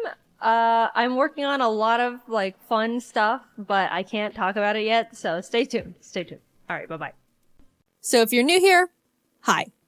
I've done this before. Last year I made a video about my first ever Pokemon Nuzlocke, and the game I played in it was Pokemon Ruby. It was fun, so here I am again, doing another. But this time I attempted to Nuzlocke Pokemon Platinum. I'll explain again super quickly how a Nuzlocke works. You can only catch the first Pokemon you run into per route. If a Pokemon faints, it dies and you can't use it anymore. And you have to nickname your Pokemon so you grow more attached to them. If you still don't understand, that's not my problem. Let's get started. Hoo boy. This was my Pokemon Platinum Nuzlocke. Pokemon! So my friend and neighbor Barry is practically dragging me all over the place with his hyperactive squirrel brain, frantically trying to get a Pokemon as soon as possible from this Professor Rowan he saw on TV. He drags me out to Route 201 and is about to leap into the tall grass when, hold it! You guys know going into the tall grass is practically a death wish, right? What you're doing is basically suicide. Borderline insanity. What absolute moronic lunatics you are. Have you no respect for your lives? Do you have any Pokemon? No. Do you want some? And like that, I have a Turtwig. I named him Turt and immediately used him to bash in Barry's Chimchar. I was making my way through the routes, but right as I was about to nab the Shinx I found on 202. Don't kill it. No! So no Shinx for us. But that's alright. Shinx isn't that great this early anyway. Then I locked eyes with our first trainer. The first battle. Let's see how we fare against youngster Tristan and his level 5 Starly. Oh my god! So in the first trainer battle I ever fought, I almost immediately lose my starter to a critical hit. Why do I suddenly have a very bad feeling about this? Nevertheless, we kept going onward through Jubilife City, where we caught Kronk the Zubat in the cave above Route 204, and Magikarp on 218. Hi, Magikarp. Your name is Puppy. Just outside the city, Barry runs up and demands another battle, so I happily bash in his Chimchar again. And his Starly too. I kept on my way, eventually arriving in Orberg City, and nervously challenged Rourke. I was terrified of his Cranidos, but Turt landed a crit Razor Leaf and one-shot it before it could even do anything. So that's badge number 1 for us. I made it to Floroma Town and was really excited because if you didn't know, outside the Valley Woodworks you can find Shellos. And if you didn't know, again, I love Shellos. I ran straight to the grass to get my Shellos encounter, and I'm not gonna pass up an encounter, so I very depressingly caught the Shinx and named it Failure to vent my sadness and frustration over not getting a slug. While there, we found Team Galactic messing around, stealing electricity, and this little girl's dad. So I beat up the grunt guarding the door, broke in, beat up the grunts in the building until Turt evolved, then found Galactic Commander Mars at the end of the corridor, who I was scared of because she's got a fat cat that hits like a semi-truck. But I had a plan. Back in the Orberg Mines, I caught Dwayne the Onyx, and I brought him to the fight because in case things got dicey, I would switch him in to buy time and heal up my other Pokemon. Basically, Dwayne was death fodder. Turt took out Mars's Zubat, and when Perugly came out, Kronk plucked off the Oranberry it was holding. But she got hit pretty hard in the process, and since Turt needed a bit of healing before he could get back into it, Dwayne can take a scratch. Look at that. Dwayne is fine. He's fine, guys. Don't pull the sad nose for Dwayne. Dwayne's fine. Don't worry about him. Don't worry about him. Oh my god! Dude! Alright, I'll give him that. I'll give him that. Dwayne gets to live. somehow, when Dwayne was supposed to die, he hung in there on 1 HP. And you know what? I respected the hell out of him for it. I let Dwayne live and Turt was able to take out the Perugly. What a legend. But then I put him back in the box and moved on. In Mount Coronet, I caught a Bronzor named Big Boy, which I happily added to the team. And right before Gardenia's gym, Kronk evolved, which meant no mercy for those flower ladies. Badge number 2. We slashed the guard bushes in front of the Galactic building and ran up all the stairs where we fought Galactic Commander Jupiter. Let's take a look at how that went. Don't crit. Don't crit, don't crit. No! But, I mean, That won't do. Let's just hit it. Don't crit him. No. Oh my god. We finally were able to beat her, but that fight really knocked the wind out of me. I was shaking on my way back to the Pokemon Center when this lady Cynthia shows up and is like, egg? Yeah. Anyway, even meeting Cynthia wasn't enough to calm my nerves, so to keep my mind off the absolute tragedy we narrowly avoided, I decided to start training up Big Boy on Cycling Road. And then he died. I've practiced this game and... So before you push up your anime glasses and tell me that steel is weak to fire, which I know, by the way, the reason I kept Big Boy in was because not only is his defense an iron wall, but he had heat proof, which negates his fire weakness. But then he got crit.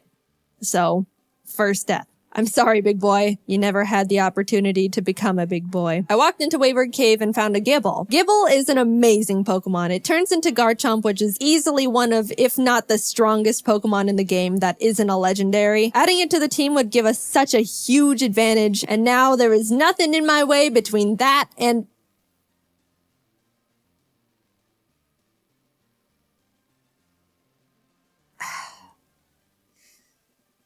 And we're moving on. We arrived in Hearthome City where I caught DeVito the Ralts, Kronk and Puppy evolved, we had a clean win against Fantina, and some lady gave us an Eevee I named Milk. Things were starting to look better now. I was leveling up DeVito against trainers, and when fighting this lovey-dovey couple...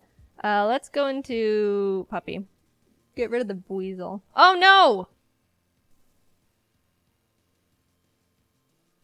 You're kidding. You're kidding. And that's why I hate love. In came Shrimp the Scyther I caught on Route 210. Some good news, on Route 213, I finally found a Shellos. I named it Scoop, and I loved it. I loved it so much. I know you're not supposed to have a favorite child, but Scoop was my favorite child, and I wasn't apologetic about it. I trained it up, and now we got a Gastrodon. Turt ended up evolving too, so together with Kronk and Scoop, Maylene was defeated, and badge number 4 was secured. Outside of Pastoria City, I caught a Quagsire named Lol, but when I went to get my Great Marsh encounter, I was trying to get a Yanma and accidentally threw a ball at a Wooper. So now we've got Lol and Oops in the box. Then I swept Crasher Wake with Milk, who is now a Jolteon, with the TM Thunder I bought literally next door. I walked out of the gym and Team Galactic set off a bomb. I ran down the grunt who detonated it and took him out because he is weak. Cynthia appears again and tells me to bring a charm to her grandma. So I'm like, yes ma'am. We found her in Celestial Town along with Cyrus, the leader of Team Galactic, who starts some evil Shakespeare speech about how everything is imperfect so he's gotta blow up the world or something. I don't know, I wasn't really paying attention. And then he wanted to fight. Puppy took out his Sneasel and I sent out Milk to take care of his Golbat, but Milk decided he wanted to be lazy and not only miss all his thunders, but also punch himself in the face. Milk!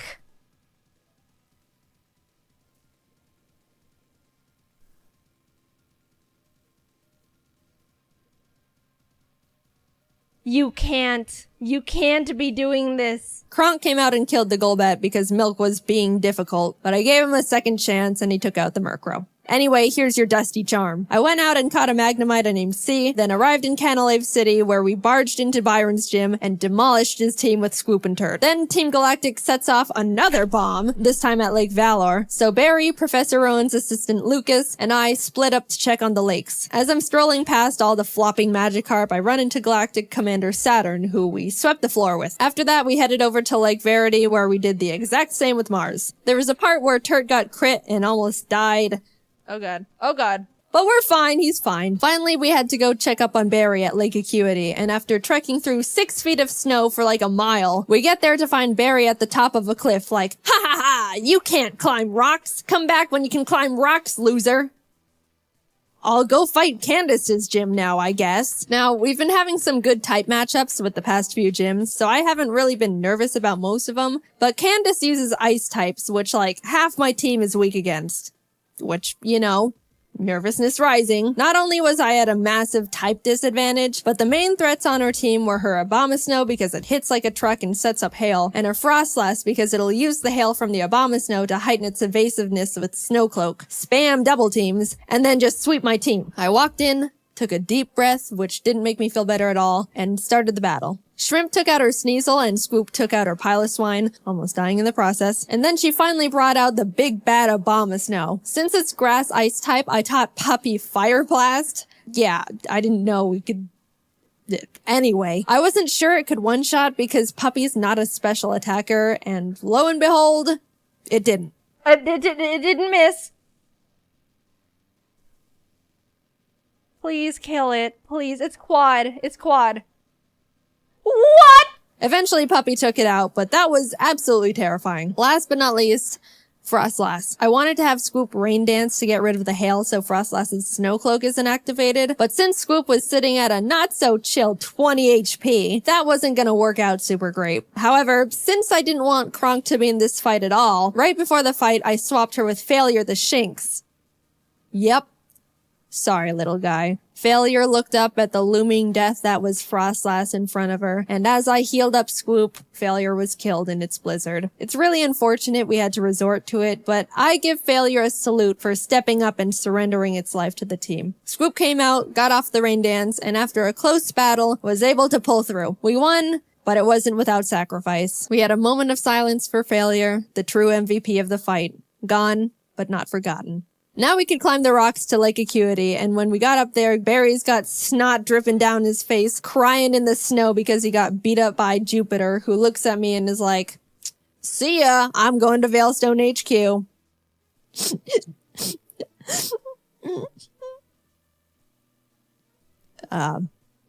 I'm gonna go to Veilstone. We start running through the base trying to find Cyrus, but when fighting this scientist... Psychic.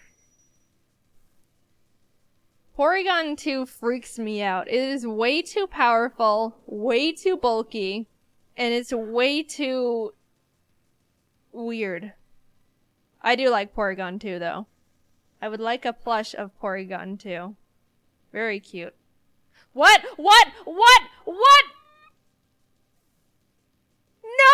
No! No! Swoop! We lost Swoop! I wasn't okay. Kurt came out and curb stomped the Porygon 2 out of vengeance, but to put it lightly, I wasn't taking that too well. My heart is breaking. I'm like actually sad. But life doesn't stop when your dog dies, so I had to keep trucking and brought Law the Quagsire to the team. With an intense, blood-curdling thirst for revenge, I stormed into Cyrus's room. Fight! Shrimp and Milk took out his team in no time. I snatched his Master Ball and used his teleport pad to enter the basement where Mesprit, Azelf, and Uxie are all being held captive.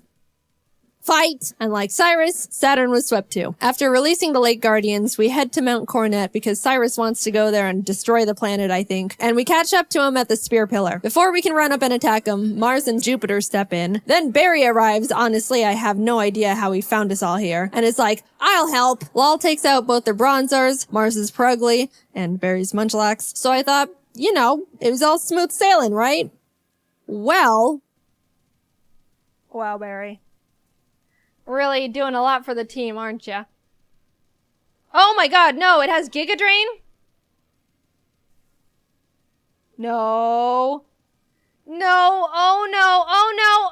It was a crit! Not only did I not know their Golbat had Giga Drain for some reason, but it also got a crit. So I was starting to feel bad, but then I started panicking. The thing is, after you fight Mars and Jupiter, you have to go into the Distortion World and fight Cyrus and Giratina. If Cynthia forces us into the Distortion World without us being able to get a new member, we're in massive trouble. We finished up the battle and Cyrus starts his whole spiel about how the world is imperfect, blah blah blah, everything must die except for me. Then he gets swallowed up by Giratina, a hole opens, a rip in space leading to the Distortion World, and I'm kinda just standing off to the side twiddling my thumbs like, Cynthia, please don't shove me in there without my consent.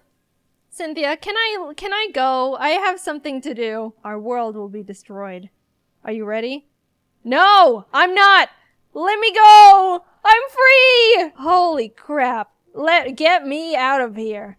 Goodbye. I'm sorry, lol. We just got you, and then you died. But luckily, remember when I accidentally caught that Wooper while trying to get a Yanma?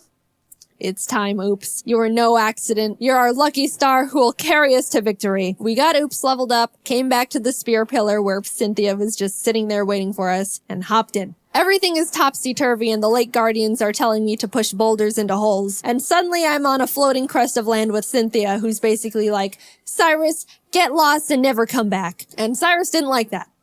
So he came at me. Oops took out his Houndoom and his Gyarados came out, so I switched to Milk. But I was very terrified because Cyrus's Gyarados has Earthquake. So if Milk misses his Thunder here, he dies. And Milk is notorious for missing his Thunders. But it hit. Milk lives another day. He also took out Cyrus's Crobat and Honchkrow, and Shrimp finished up his Weavile. Cyrus steps aside, and suddenly, it's just me and the Angel of Darkness itself, Giratina.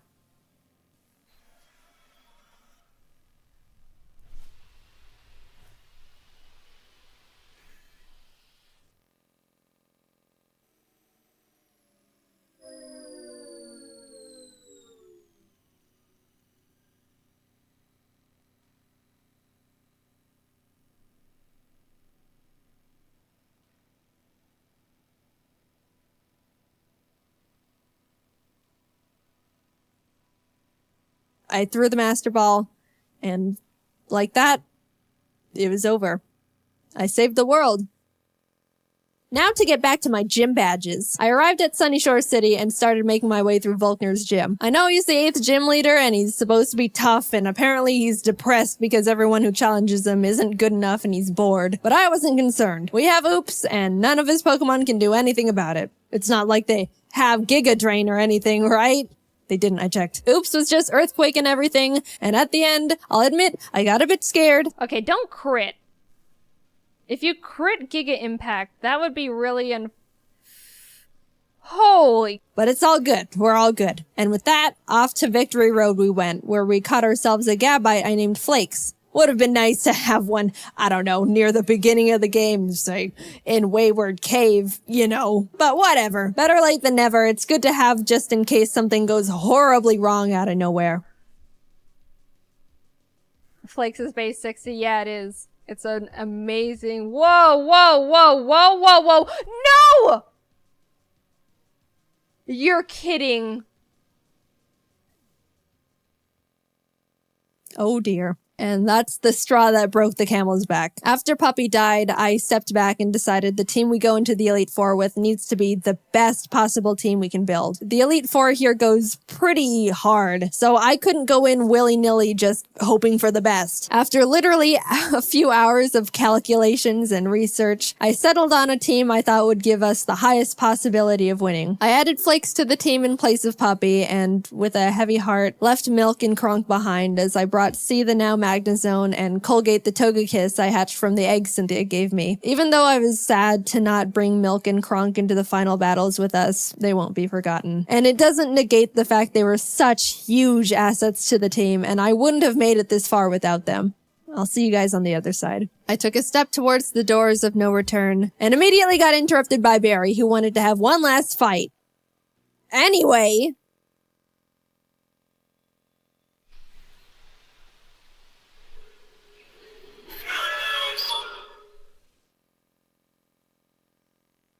Welcome. This is the Elite Four. The battle starts and C takes out Aronzeon, Mega, and Vespiquen. Oops takes out his Drapion, and Colgate takes out his Scizor and Heracross. Next up is Bertha. Bertha loves ground types, but Turt and Oops had a smooth time smashing through her team. I felt a horrible shiver when her Rhyperior came out, but things went well. On to Flint.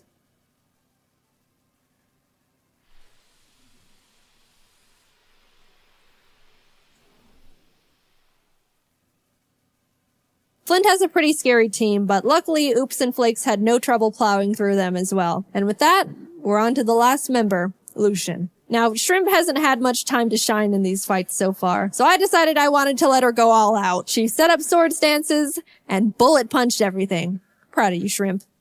And suddenly, I'm at the entrance to the champion. The trainer who's been known to crush dreams in a single battle, and many still fear to this day. I took a deep breath. Things are going surprisingly well, and I don't know how to feel about it. But I looked up, And there she was. At this moment, I have only one last objective. Defeat Cynthia. She leads with Spiritomb, which has no weaknesses, so I sent out Turt to hit it as hard as possible. Flakes takes out her Togekiss, and then her Garchomp comes out. This is known to be one of the toughest boss Pokemon in the entire franchise. And rightfully so. That thing was made by Satan himself, and I'm sure even he fears what he has created. I immediately switched to Oops, who's the only Pokemon that can lead us to victory here. I planned to put it to sleep with Yawn, and then Ice Beam it until it died. That was our only hope. But then, Oops was crit. And that was it. Nothing on my team can take a hit from this monster. And even if they couldn't do much damage back. I sat there in disbelief, knowing there wasn't anything I could have done. And the battle is basically unwinnable now. I brought out Shrimp to bullet punch it so we could get in a little bit of damage, but she was killed. Colgate tried to chip away at it. He did some damage too, but was crit one shot. At this point, I'd accepted defeat. Only Turt, C, and Flakes were left. It's hopeless at this point. Flakes came out, and against all odds, Flakes outsped Cynthia's Garchomp and killed it. I didn't think he could do it. He was 2 levels weaker, and I don't know. I just didn't think he could outspeed it. Suddenly, there was a chance. We could win this after all. Cynthia brings out her Milotic, which C took out with a few Thunderbolts. Flakes took out the Lucario with Dig. Look, my Earthquake TM is on Squoop, and we all know what happened there. Finally, her last Pokemon comes out. Roserade. Flakes went in for the Dragon Claw, and the battle was over. We won. As Cynthia's congratulating me, a sudden feeling of overwhelming guilt washes over my entire body, so intense it almost knocks me down. I don't think I deserve this. Something here isn't right. This wasn't meant for me. Back in the Distortion world when Giratina split me in two, how do I know I'm me? What happened in the other timeline where I saw glimpses of what happened parallel to this world, that was me too. Those things happened. Was that the ending I'm destined to have? The world I'm living in now is how I want things to be, but the other Jaiden is equally me as I am her. Even if you might think I deserve this dimension, things don't work like that. Are there some things you can't escape, even when you try everything you can do to alter it? I don't know the answer. I may be able to sit on this throne now and thank all the Pokemon that put in everything to help me get here. All the hard work, blood, sacrifices we made. But I don't think I can ever accept this victory. I don't know what ending was meant for me. And I don't think I ever will.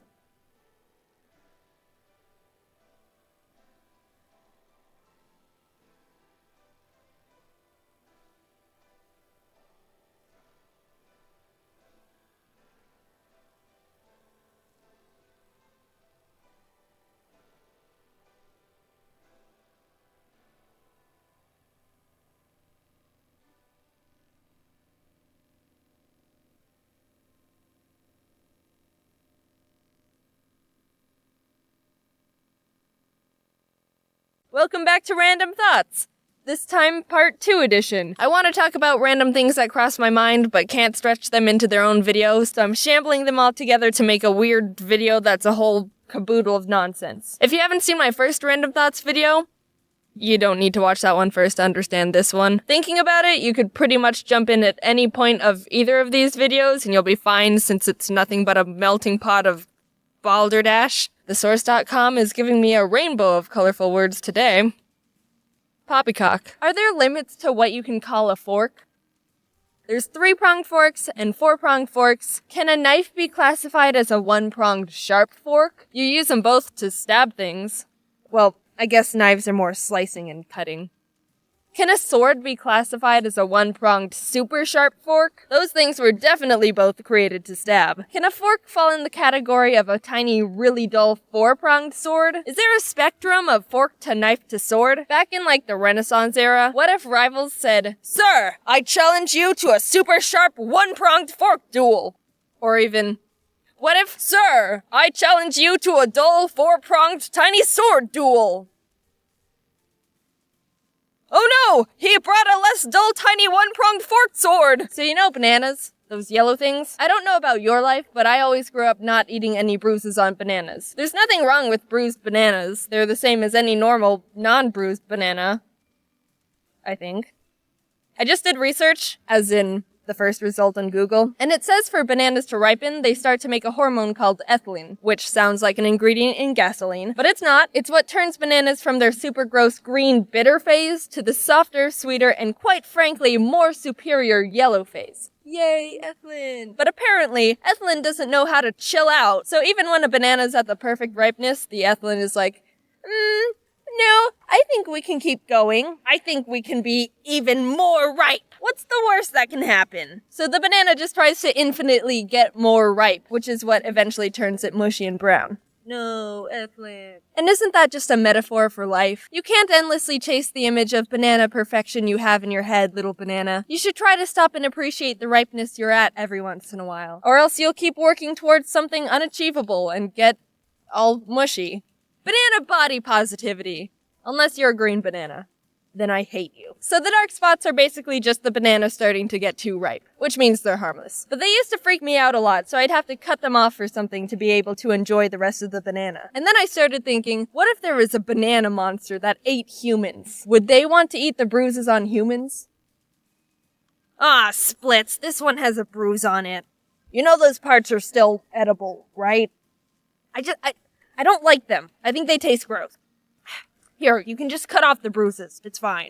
Let me just use this one-pronged fork of mine, and this started off all sciencey and informational, and then I think I ruined it. Since you brought up the topic of bananas, I was at a store checkout line one time, and this guy got in queue behind me. I didn't think anything of it until I saw this river of bananas scroll up to the register. Imagine, so you know how grocery stores have their bananas on display, and underneath the display sometimes there's more boxes of bananas? He had like 4 of those banana boxes, all laid out on the conveyor belt. I've never seen anyone buy that many bananas before.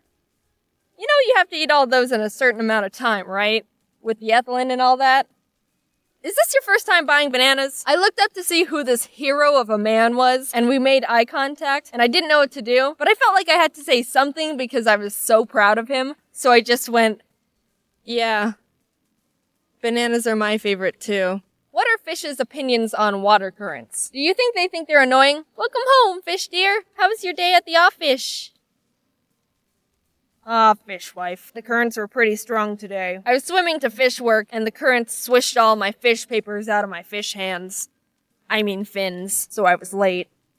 Our fish neighbor, Benjafish, crashed into me on my way as well. Currents were too strong for his feeble fish body. You know him in his old fish age. Oh, fish frick. Fish wife, there's no need to use that type of fish ling. This is stupid. But are strong water currents for fish the equivalent to, like, strong wind for us? Wind is my least favorite weather. People with long hair can understand. Or do you think they're more like fun amusement park rides? Or at least slides? Like in Nemo when they were with the high turtle? That seemed like fun. I can imagine a fish charging fish money to let other fish go down the river stream or a little waterfall. Fun for the entire fish family. Fishny world. But then I remember those clips of salmon trying to swim upstream against the water to go have babies, and that whole ordeal just seems like an inconvenience. Especially because bears. Oh, fish frick. Are we all just brains wearing human meat suits? Let's pretend there's a fountain of youth somewhere. Let's pretend that's a real thing. Do you think that if you sat in it too long, that your fingers would get wrinkly? Ha! Get it? Because water makes your hands. Do you think if you sit in it for too long, you'll eventually just turn into your mom and dad because before you became a human baby, that's how you originated? If you wait even longer, do you become your grandparents? Can you keep going until there's several medieval villages of ancestors sitting in this fountain? Can we reach amoeba phases? RNA in the primordial soup?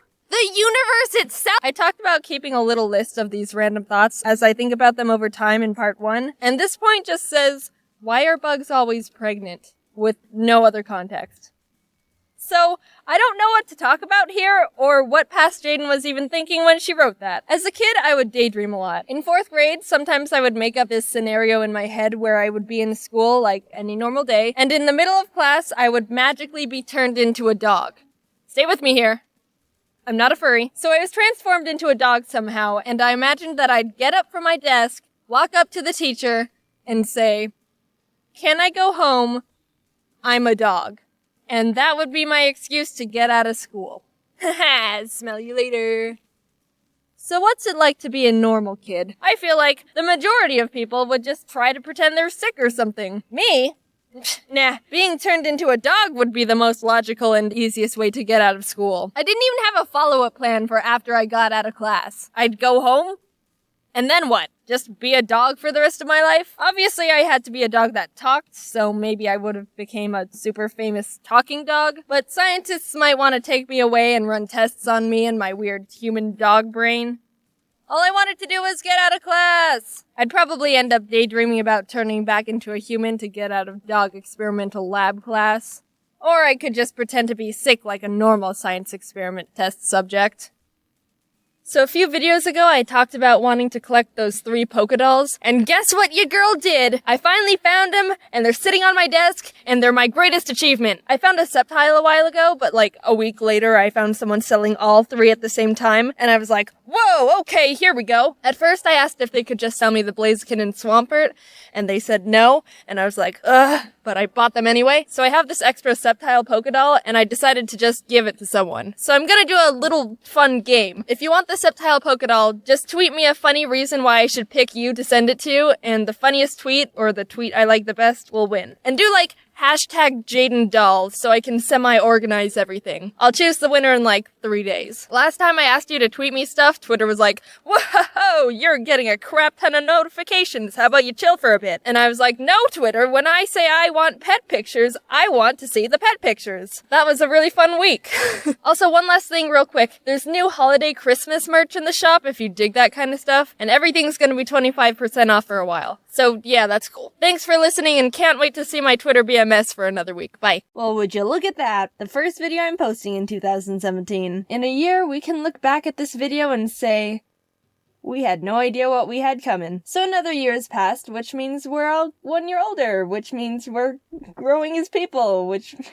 yeah, this is a stretch. I didn't have a transition. As a youngster, I was prone to believing people pretty much unconditionally, as with most children. I just had too much trust for my own good. Like, oh, why would anyone have any reason to lie to me? The world is full of nothing but nice people and purity. Of course, I've grown out of that mentality and am a lot more cautious. But for a while, people could just tell me things and I just believed them. I got thinking about all the ridiculous things people put in my head that I stored as facts, and I decided to make a list of the craziest ones. And also just letting you know, I was like younger than 7 in all of these stories. Don't worry, I didn't just find out these things aren't true like a couple months ago or anything. When I was in 1st grade, for some reason my mom told me aluminum foil is poison and if I ever bit it, I'd die.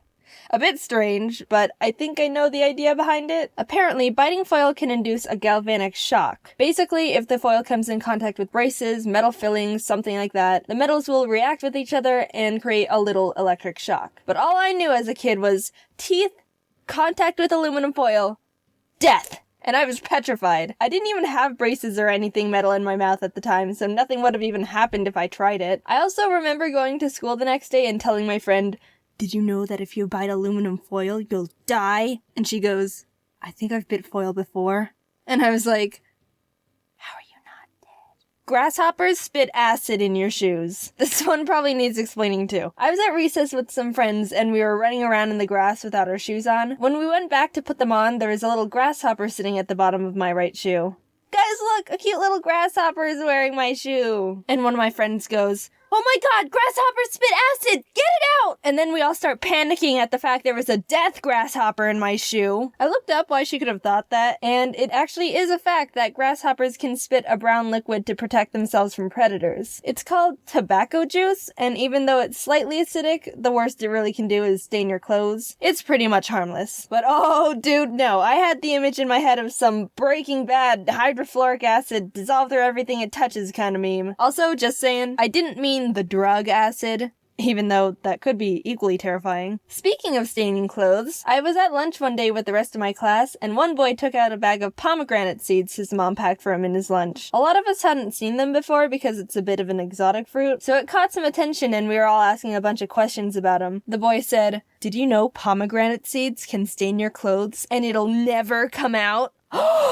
Whoa. That must be one powerful fruit. It never comes out? Never, ever, forever? Not even with the power of OxiClean Laundry Stain Remover. It gets the tough stains out. And then we watched the kid eat a bag of pomegranate seeds sitting sideways with the seeds on the space next to him because he didn't want to spill them on himself. Looking back, it was definitely just his mom exaggerating because she didn't want to have to deal with the stains in laundry. A sly parenting trick if I do say so myself. It's weird to think she's out there somewhere and she doesn't even realize she accidentally taught me that lesson too. This one's actually kind of common to believe, and I think a lot of people have been passing this myth around for a long time. Sitting too close to the TV is bad for your eyes. I did research on this one as well, and even though it might seem like it could be true, there's apparently no actual evidence that sitting in front of the TV is damaging to your eyes. But oh, little old Jaiden believed it, and you know what I did with that information? Stand directly in front of the TV. Yeah, for some reason when I was younger, I really wanted glasses. I don't know where that came from, I just liked the look of glasses and wanted them. So when no one was looking, I would go up to the TV screen and stare at it, like 1 inch away from my face. This'll get me glasses. But it didn't work, obviously. I actually have really good eyesight. Maybe standing too close to the TV will improve your vision. But yeah, I'm glad my eyesight sabotage plan didn't work because having glasses just seems like a hassle and inconvenience. Tip of the hat to anyone out there with glasses or contacts or even glass eyes that are annoyed by them. Wish you the best. We people without those things forget how good we have it. This one's a bit related because it's about eyeballs again. If you try to use your eyes to look back into your head at your brain, they'll get stuck and you'll be blind forever. It's a bit of a spin-off of the other eyeball myth of if you cross your eyes too much, they'll get stuck like that. I never believed that one, but I believe this brain one. A friend told me once that if you tried to look at the back of your head with your eyes, you might be able to see your brain, and we spent the whole day trying to do it. Then, when I went home, I asked my mom about it, and she said, "Don't do that, they'll get stuck." I think I believed it so quickly because if you try, it does kind of hurt your eyes a bit because they're not really supposed to be able to look back into your head like that. And I thought that was like your body saying, "Don't push it, this is a warning." And even to this day, I'm a bit nervous pushing my eyes to their rotation limit. I don't know how else to say it. I know it's not true, but it's still always in the back of my mind, which I'll never be able to see. And finally, the most ridiculous thing I believed. So, I don't know how this happened. No one told me this. I don't understand where I went wrong here. But somehow I ended up confusing the disease tetanus with AIDS. I don't know how I did that. Back then, I didn't even know what AIDS was. And yes, I am considered a PG channel for the most part. So if you're a youngster watching and you don't know what AIDS is, your parents will explain it more in a few years. It's a disease that you don't need to worry about for the time being. Only adults should need to worry about it. So yeah, I thought tetanus was called AIDS. The disease that you can get from an infected cut was called AIDS to me. And the worst thing about it is this one time someone accidentally cut themselves on a rusty shovel, and I have the memory of saying, "Careful, you could get AIDS." What? Why? How did this happen to me? I don't understand what went wrong. How do I mix those two things up? But whatever. I know the difference now and that's all that matters. But I do sometimes mix up saying tetanus and Tetris. Careful, you could get Tetris. I ended up learning a lot while making this video, and since I debunked a bunch of lies, I'm gonna tell you a truth I found out recently. Real quick, since this is the end card. So a friend asked me, "What's the purpose of pink lemonade?" And I was like, good question. So I looked it up, and I'm not talking about the lemonade from strawberries or any fruit to change the color. Classic pink lemonade. So apparently, pink lemonade originated because a long time ago, way back in the day, there was a concession guy selling lemonade at a circus. And he ran out of water and he had to hurry and find some more. And there was no river or stream nearby. And he found that a performer had just washed their red tights in some water, which turned it pink. So he used that pink water to make more lemonade, and just told people it was a special strawberry type lemonade, and he sold a bunch more lemonade. So next time you drink pink lemonade, the image of dirty circus tight water might pop into your mind. Sorry. Sneaky advertisements. You all know what I'm talking about. It's when those companies try to get away with selling crappy products by sneaking around details and drawing you in with good deals. There's countless products out there that companies make seem super amazing on the ads or in the commercials, and then you buy it and it's complete crap. So here's some tips, companies, on whether you should sell your products or not, because we, the consumers, are very sick and tired of your sneaky little plans and stuff. If you have to hide something about your product, don't sell it. Okay, how do we say this product will completely blind you if you get it in your eyes? How about we just say that? Blindness is pretty serious and we don't want anyone getting hurt. But we can't have people looking at the bottle and seeing that they could get blinded and get scared and not buy it. Jeremy, how about we write, do not let come in contact with face? But that makes it seem not as serious. Exactly. Jeremy, make the print really small and put it at the back at the bottom of the product. If you have to hire actors or write a script for the people on what to say about your product, don't sell it. Okay, so what you're gonna say is, I love this product. It saved me countless hours of work. But I haven't even used the product before. How do I know if it does? Just say it and we'll pay you lots of money, okay? Don't try to make things seem better by making all the warnings all proper. So you're saying that if someone were to drink this, the product would slowly break down their stomach wall, causing the stomach acid to digest itself, resulting in serious injuries and maybe even death in a matter of days. Yes, that's correct. Not for consumption. If you have to woo people into buying your product with gifts, don't sell it. Special offer! If you buy the self-heating coffee mug, you'll also get a second one, free! Also, if you pay shipping and handling, you get 5 free packs of coffee beans of your choice to go with your amazing new mug. And there's also a limited time offer for a really neat spoon for your coffee mixing. But wait! If you act now, you get a very exclusive mystery prize! Order your self-heating coffee mug today! If you're selling a medicine and the side effects are worse than the actual problem, don't sell your product. Side effects may include sneezing, itchy or irritated eyes, runny nose, dizziness, sore throat, depression, suicidal thoughts or actions, vomiting, some forms of cancer, and memory loss. Some deaths have also been reported. That sounds like a lot of side effects for just curing allergies. Yes, but it's worth it. But most of the side effects include what allergies actually are, like sneezing, itchy or irritated eyes, runny nose, and sore throat. It's basically like you're paying money for allergies. Yes, but it's worth it. Remember when Pokemon sent me every single one of their Gen 5 sitting cuties for me to rank? Turns out they really liked that video. So much, in fact, that they said, "Hey Jaiden, awesome video. Why don't you come to Japan to watch the Pokemon 2023 World Championships?" Our treat. You won't have to pay for your flights or hotel or nothing.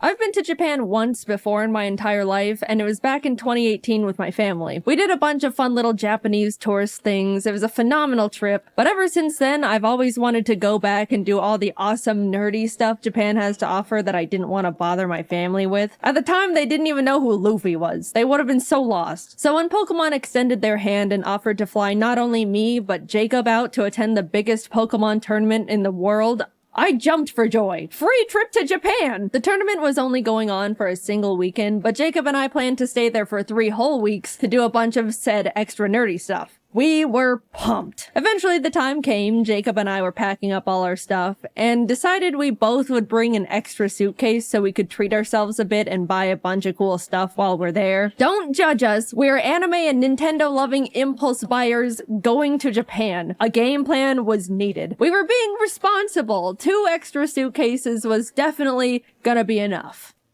Yep. Equipped with our extra luggage, we headed off to the airport. Pokemon straight up gave us business class seats. We didn't ask for them or anything. So when we boarded, we realized we had the seats where you could lay down. There even was some sort of seat divider that acted like a car window, so I could roll it down and bother Jacob whenever I wanted. Quick little 11-hour flight later, and we were in Japan. It was time to have the best trip of our lives. I'm not joking. I had the most incredible trip and got to do things I won't ever forget. And I won't, because I've now plastered it onto the internet forever. We landed midday Japan time, so we decided to go to the first thing we wanted to see while abroad. Japanese McDonald's. I couldn't order anything except fries, but Jacob and I both dropped our jaws when we saw something called the Double Big Mac on the menu. I thought Americans already went big with the Big Mac, but Japan did the impossible, just to send a message. What a magical place. Let's begin with the next morning. Pokemon planned a bunch of cool stuff for the creators and partners they flew out, beginning with a group field trip to the Mega Tokyo Pokemon Center. Jacob and I woke up early for it and missed the bus they had for us. And it totally wasn't completely my fault entirely, because I hypothetically didn't read the schedule correctly and was taking my sweet time getting ready. Why would you think that? So we had to take the trains on our own to get there. Anyone that remembers my first Japan trip knows the trains were me and my family's mortal enemy number one. We kept getting it wrong, and it was failure after failure the entire trip. You'd think that with all that prior experience and struggle, I would have grown as a Japanese train understander, right? Nope, we got on the wrong train. But at least we were having a good time. After a lot of freaking out and mental strain and regrets, we finally arrived at our destination, and although by the time we got there they had already finished looking at the Pokemon Center, we were able to grab a quick snack with the group at the Pokemon Sweets Cafe. I meant to take a picture of the Pikachu waffle before I ate half its cranium, but I forgot, so this is what you get. Now that we were with the group, we were able to travel with them for the rest of the day, so we packed into the bus and headed off to a traditional tea ceremony where we were taught all about how the tea masters would make tea and tea etiquette and all these things about the significance of tea in Japanese culture, all while getting to taste the tea master made. Again, I meant to take this picture before I took a chunk out of the little sweet they gave us, but here we are yet again. I'm just not that great at this. They also served us a really special lunch of super fancy bento boxes, like so fancy that the host was like, dude, I've never even had these bento boxes before. I was super excited, but I don't mean to be ungrateful or wasteful, but the box was full of super fancy, complicated fish and seafood. I knew going to Japan I'd have to be flexible with food because it's really hard to be vegan or even vegetarian there, so I really tried to eat as much as possible and look thankful. But yeah, I struggled a lot. But I still had a great time, and it was an honor. We were dropped off at the Yokohama Chinatown and left to explore a bit until dinner in a few hours. Everyone separated into groups, and Jacob, Stefan, the guy that sent me all the sitting cuties, you guys remember him, a guy named Steve, and I went and pursued the street food a bit before stumbling into a little arcade with a bunch of crane machines. I got this silly little bear minifigure. His name is Chico, so I decided to innocently carry him around in my pocket for the entirety of the trip. You know, because he was silly. This single action severely changed the course of my mental stability going forward. You'll see soon enough. But look at these cute photos I got with them. We had a great dinner, headed back to the hotel, got to hang out with our good old Pokemon rival Jan a bit, and called it a night. The next day, we all got to do some private shopping at the Pokemon World's pop-up shop. I'll just say we bought way too much stuff that we also don't regret in the slightest. I even got this video of Jacob grabbing more and more sitting cuties as the workers kept reorganizing them to keep the display looking perfect. We walked out of there with 3 giant bags of stuff. But it's okay, because remember, we anticipated this with our extra suitcases, which I am starting to wonder if they are going to be enough, but surely we will come down. We were then all taken to the creatures' offices. You know, just the place where they make Pokemon cards. It was gorgeous in there. They had these awesome sculptures of giant Pokemon cards with crystals, and all the walls were lined with 3D card art. It felt like I was in a building with a lot of significance.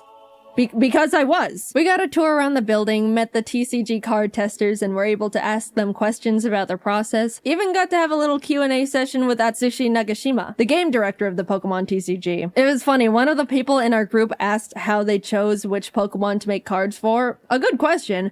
And then followed it up with, I really like Mantike, but there's only 2 Mantike cards that exist. And the assistant pulled up a list of all the Pokemon Mantike cards that have ever been created, and sure enough, there were only 2. The director chuckled and was essentially like, yeah, sometimes Pokemon get lost in the cracks. We kind of just make cards of Pokemon I like. For example, my favorite Pokemon is Gengar. And you know what?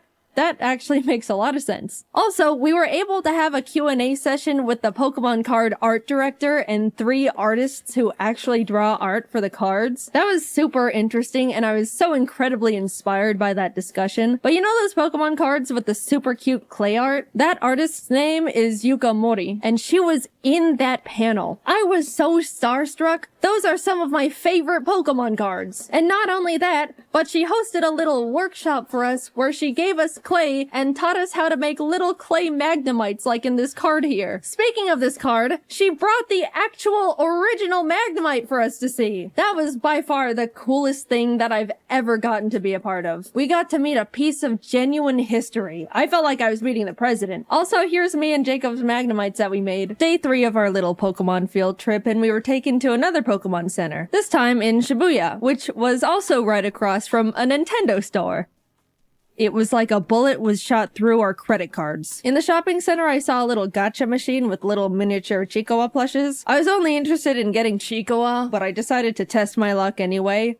And I got him first try! Now I had 2 of them. Yes, the original was still in my pocket. You can safely assume he is in my pocket for the entirety of this video. I've got pictures to prove it. Jacob snapped this awesome picture of the Chiikawa brain rot taking over. When we were looking around in the Shonen Jump shop, a little Japanese boy pointed at Jacob and went, "Sanji-san," before his mother quickly yanked him away, and I still to this day laugh at that interaction. Poor kid saw his first blonde guy in real life and immediately thought it was Sanji. Later that day, we also got to attend the Pokemon Symphony, where a live orchestra played Pokemon songs, and it was absolutely incredible. Video game orchestras are so cool. It always tugs on my heartstrings to see video game music transformed into such a beautiful new art form. Highly recommend attending one if you have any favorite games or franchises. On to the first day of Worlds. It was exciting. People flooded into the venue. We watched the opening ceremony in the crowd. Just wow. This is the whole reason why we're here. We went back to shopping. Look at this cute little Chiikawa book I found in a nearby bookstore. At this point, we were absolutely pushing it in terms of luggage space, and we were day 4 into a 2.5-week trip. Our shopping sprees until this point were very not frugal, so we cut our losses and bought 2 extra giant suitcases to fit everything better. Okay, we knew we were gonna need extra suitcases. Getting a few extra couldn't hurt. Look, the flights were paid for. We were still saving money at this point, I think. That's my rationalization. I'm going with that. Also in the mall were tons of Pokemon monitors straight up playing the World Championships. TCG, Pokemon Go, VGC. Japan treated Worlds like it was the Super Bowl. And it was just so cool to see one of my main interests so culturally celebrated. People of all ages would stop by to watch for a bit before going back to their shopping. I can't explain it, but it just made me very happy. We even got to see Wolfie live on the monitors. How'd he do? He did great. Don't worry about it. Nothing happened. Look, we were just happy to see our friend on the Pokeball screen. Proud of you, Wolfie. You're so cool. The second day of Worlds was hype. So hype that we left Yokohama and flew to Osaka. I haven't mentioned it yet, but we actually got tickets to see the one and only Hatsune Miku live in concert. The real ones know how huge that is for me. I want to talk about how life-changing that was, but I'm gonna make a whole separate video about that experience I'll be posting next. All I'm gonna say is it was the best day of my entire life. By a lot. Subscribe now before you miss it, just saying. I will mention, we did have to take the train to get back later that night and got super lost again. And we never get better at it. Don't expect anything to change in that regard. We did finally get back to Yokohama, crashed for the night, and had a nice slow morning as we got ready for finals later that day. To any One Piece fans who are caught up, we were in Japan for the One Piece anime episode. You know what I'm talking about. 1072. We were able to turn on our hotel TV and watch it live. And that was so cool. I don't talk about how much I love One Piece much, mainly because it doesn't really come up. But One Piece is peak, and it was an honor to be in Japan at such an iconic part of the manga and anime's history. Anyway, back to Pokemon, sorry about that. We were able to watch the final VGC match live, got to chat and eat dinner with Wolfie and some other friends, had a late night hangout with Jan again, And that was about it. Day 7 meant it was time to pack up all our stuff from the hotel, say goodbye to Pokemon and Yokohama, and head on over to the apartment we rented for the rest of our stay just outside of Tokyo. At this point, we had filled up all 6 suitcases and multiple backpacks. I didn't mention it, but Pokemon gave us a truckload of gifts that we genuinely had no idea what to do with. We're grateful nonetheless, thank you, Pokemon. But yeah, the taxi ride was a bit awkward. So, are you meeting up with some friends? No. After we got situated in the new place, we decided to look around the area and grab some lunch. And I gotta say, the little hole-in-the-wall restaurant Jacob found was some of the best ramen I've ever had ever. They even made it vegetarian for me, which was extremely kind of them. Food modifying is a bit tricky in Japan compared to the States, so I was very, very thankful. And it was delicious. We then proceeded to do absolutely nothing for the rest of the day because we were exhausted from the trip so far. I haven't mentioned absolutely everything we'd been doing on the trip because it would be a lot of, first we did this and it was cool, then we did this and it was cool. Even though it was such a pleasure to be invited, I was so dead. And definitely looked super not approachable or friendly to the rest of the group by the end of it. Sorry, guys. But neither time nor Japan stops for anyone, so we had to keep on chugging along. There were a bunch of friends we wanted to see while in Japan, and one of them was Connor. He wanted to take us to what he deemed his favorite Italian place ever. I asked if it was like fancy Italian, to which I was given the answer of no. So we get there, having a great time, and suddenly we realize Junichi Masuda, the director of Game Freak, is there having dinner. Not a fancy dinner, my ass. I then look down to see the Freddy Fazbear FNAF t-shirt that I am wearing. Not the best Jaiden moment to exist, but hey, what can you do? The food was phenomenal though. I already mentioned the best ramen I've ever had while on the trip, but this was genuinely the best pasta I've ever had in my entire life. Maybe even a top 3 meals ever for me. I don't know what the other 2 would be, but that Connor place is definitely up there. The next day we went to the One Piece store in Shibuya and bought a lot of stuff because there was a lot of topical and hype things in there, as you could imagine. If you don't get it, go catch up and come back. Don't worry, it won't take too long. My favorite character is Mihawk, but out of all the stuff the store had to offer, there were only a few stickers and a single keychain for Mihawk. I'm still mulling about that one. I just want more Mihawk. Is that too much to ask for? Even this guy got better merch. The world's greatest swordsman deserves better.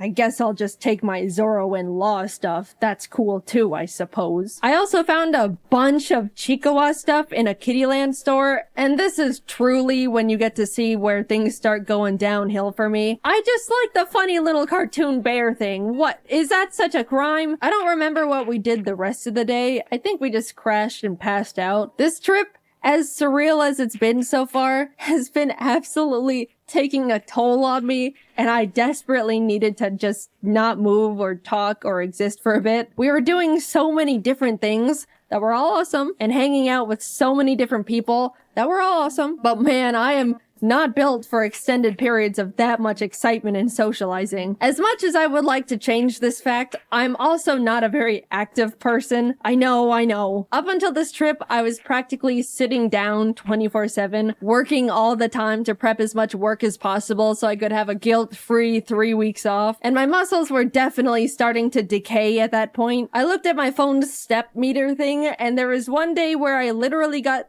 300 steps. That's pathetic. And suddenly, I'm logging over 20,000 daily. My body was screaming. What the hell are you doing out there? Please stop. Plus, we were in Japan during the hottest, most humid time of the year. Every time we left the air-conditioned luxury of a building, we would immediately be drenched in sweat. Look, I'm used to the heat. I grew up in Arizona, but even this was too much. So yeah, crash and burn it was. Tokyo Disneyland was a bit underwhelming. It felt like a slightly worse version of the one in California because of the oddly spaced layout and surprisingly empty vibe. We did go to a Stitch-themed show thing, and as we were walking in, a worker stopped us and said, "Oh, excuse me, Stitch only speaks Japanese," like warning us it's not super tourist friendly. But I just think the statement of Stitch only speaks Japanese is hilarious. We went in anyway, and yep, Stitch only spoke Japanese.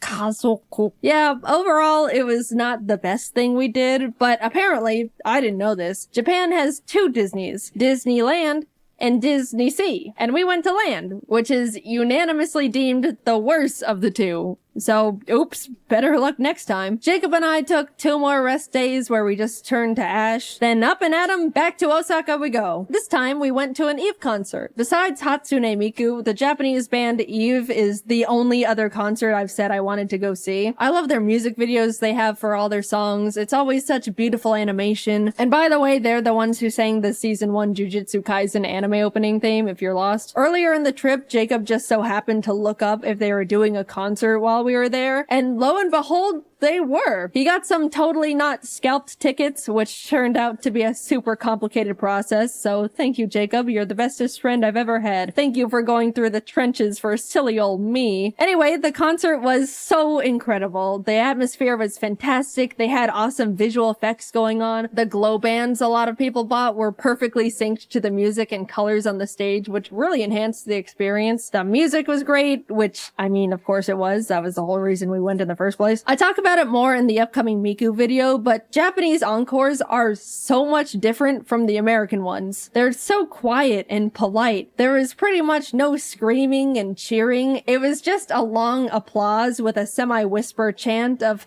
encore, encore. And they also made us wait like 5 minutes for them to come back out. My hands were getting itchy just from clapping so much. That's how long it took. And then when they finally came out, they ended up doing like 5 extra songs. I mean, I'm not complaining, but after the 4th time thinking, man, that was a great last extra song. Well, time to head home.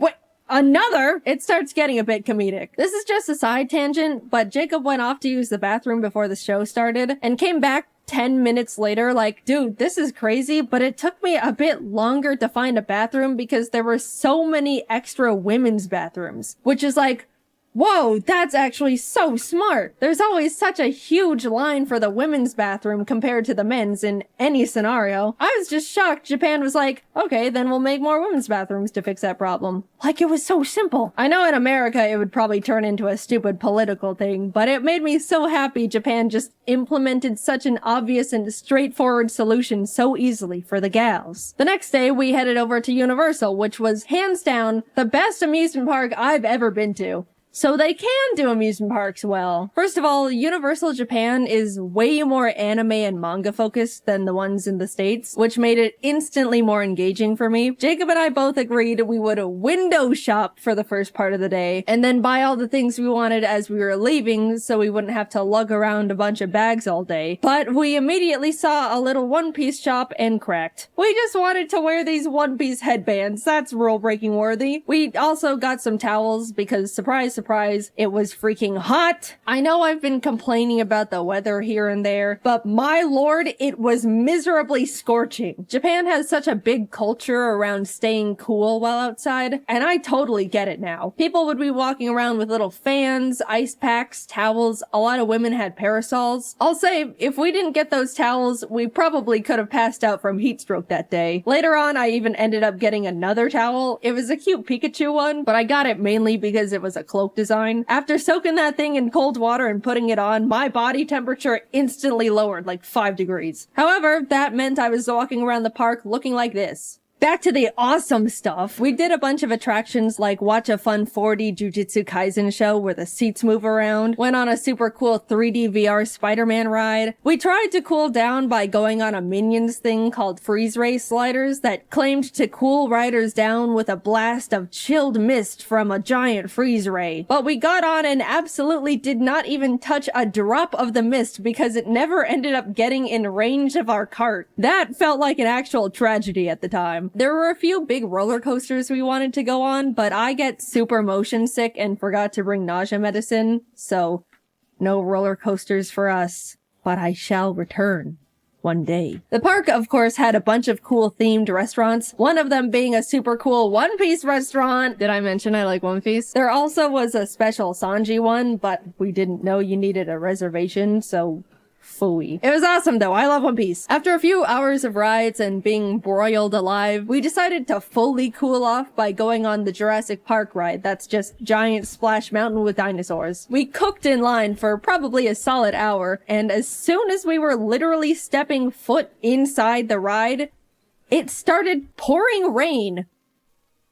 Now that's just not fair. I don't even understand how that happened, but whatever. We started buying all the stuff we window shopped for as we waited for the One Piece live show to begin. Again, please refrain from judging. I am being vulnerable and open here. By the way, as we were walking around, we stumbled onto a little Mario-themed show just out in a courtyard area. They played some fun little custom songs and had all these dancers alongside the mascots. And then out of nowhere, they started absolutely blasting the crowd with like gallons of water. I didn't even see it coming. It was like firefighters showed up to put out a giant fire, except the fire was a bunch of Japanese people. The time came and we got to file in for the special One Piece live show, and even though Jacob and I didn't understand a single part of it because it was all in Japanese, it was awesome, and the costume design was phenomenal. It was a bit unfortunate though, because the seats were all in like a half circle formation around the stage. As much as they tried to make the show enjoyable from all angles, it was pretty hard to see the main things going on in the center. My only true complaint though is that Zoro didn't come to our side at all. All the other characters rotated around so we could see them, but Zoro only did it at the very end to take a bow. Also, Mihawk being included would have been nice, but it's okay. By the time we got to enter Nintendo Land, it was like 9 p.m. We got up at 6 a.m. by the way, so we pretty much just rode the Yoshi's Island ride they don't have in the States and headed home because that's all the energy we had left. But even just seeing that, it was miles better than the one in the States. Also, we picked up a little dinner at the 7-Eleven near our hotel. 7-Eleven is actually awesome in Japan, by the way. And they had a few little Chikoa plushie keychains, and I bought them.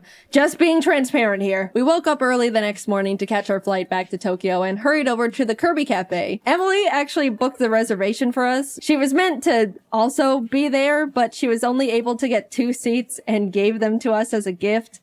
Emily, I will always be indebted to you for your sacrifice. The cafe itself was so well decorated with all these little Kirby things, and the menu was adorable. I got the star curry and a magical little fruity drink with a Kirby marshmallow that triggered my cute aggression. Jacob got the pizza and a Kirby burger, but since he made modifications, the staff asked him to not post a picture of the burger to the public. Like, they didn't know he was a content creator or anything. I guess they just didn't want the public to see a naked Kirby burger. We also both got desserts. I already decided I was gonna consume the Kirby. The presentation was beautiful. It was literal art on a plate. Taste-wise, it was decent. The body was some sort of gelatin, which I wasn't too crazy about, but the rest was super tasty. I did my best, but he ended up looking like he was in a horrific accident when I threw in the towel. The cafe also has a special little private store connected to it. And yeah, what you expect happened definitely happened. We left with full bellies and bags, continued to look around the shopping center the cafe was connected to, and ended up walking into a gacha store.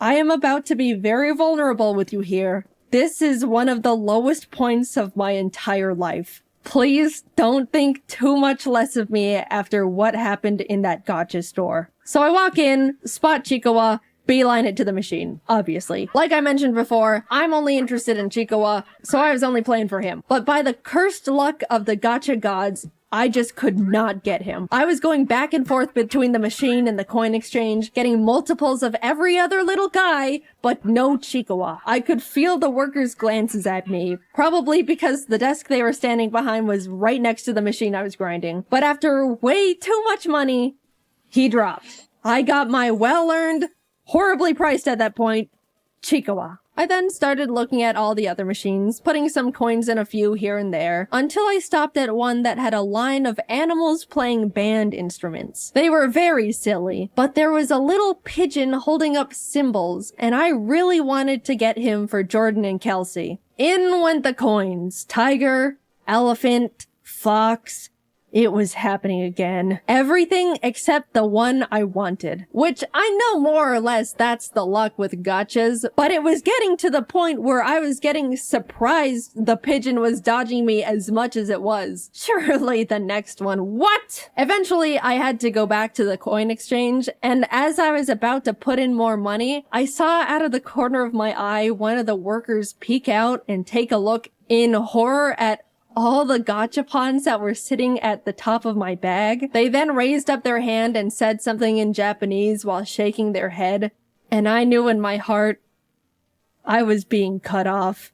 No, please. I can stop whenever. Just a few more hits and I'm done. The pigeon is next. I can feel it. Why do you look afraid? What's under the desk? I got kicked out of a gotcha store. I had hit an all-time low. I told my friends and they said they probably just thought I was gonna try and resell them, but I don't even know if that would even make it sound better, knowing I was getting so many that they thought I was robbing them blind. I just wanted my little Chihuahua and pigeon with symbols. We made dinner plans that night with a friend and we were just about to grab a taxi and head back to freshen up, but Jacob and I caught sight of a fun anime and goodies shop. Who do we think we are? People with self-control? We'll make it quick! We rushed in and split up for optimization. As I was looking around, I saw it. A whole section dedicated to Chihuahua. It was like someone put a freshly baked pie on a windowsill, and I was suddenly floating over to it. My eyes were zoned in, making sure I saw every single thing possible, putting Chihuahua after Chihuahua in the basket. Jacob eventually came over and showed me a picture he took on his phone. In my tunnel vision, all my eyes registered was that the picture showed more Chihuahua in the store. I immediately went feral. Where? Jacob's eyebrows went up in surprise and maybe a bit of fear. And as I looked at the photo again, I realized Jacob wasn't showing me a picture of a different Chihuahua section. He was showing me a picture of me at the current Chihuahua section I was standing in because he thought it was funny. And in my Chihuahua brain rot, I didn't even register I was in the picture. I just saw more Chihuahua and went obsessive.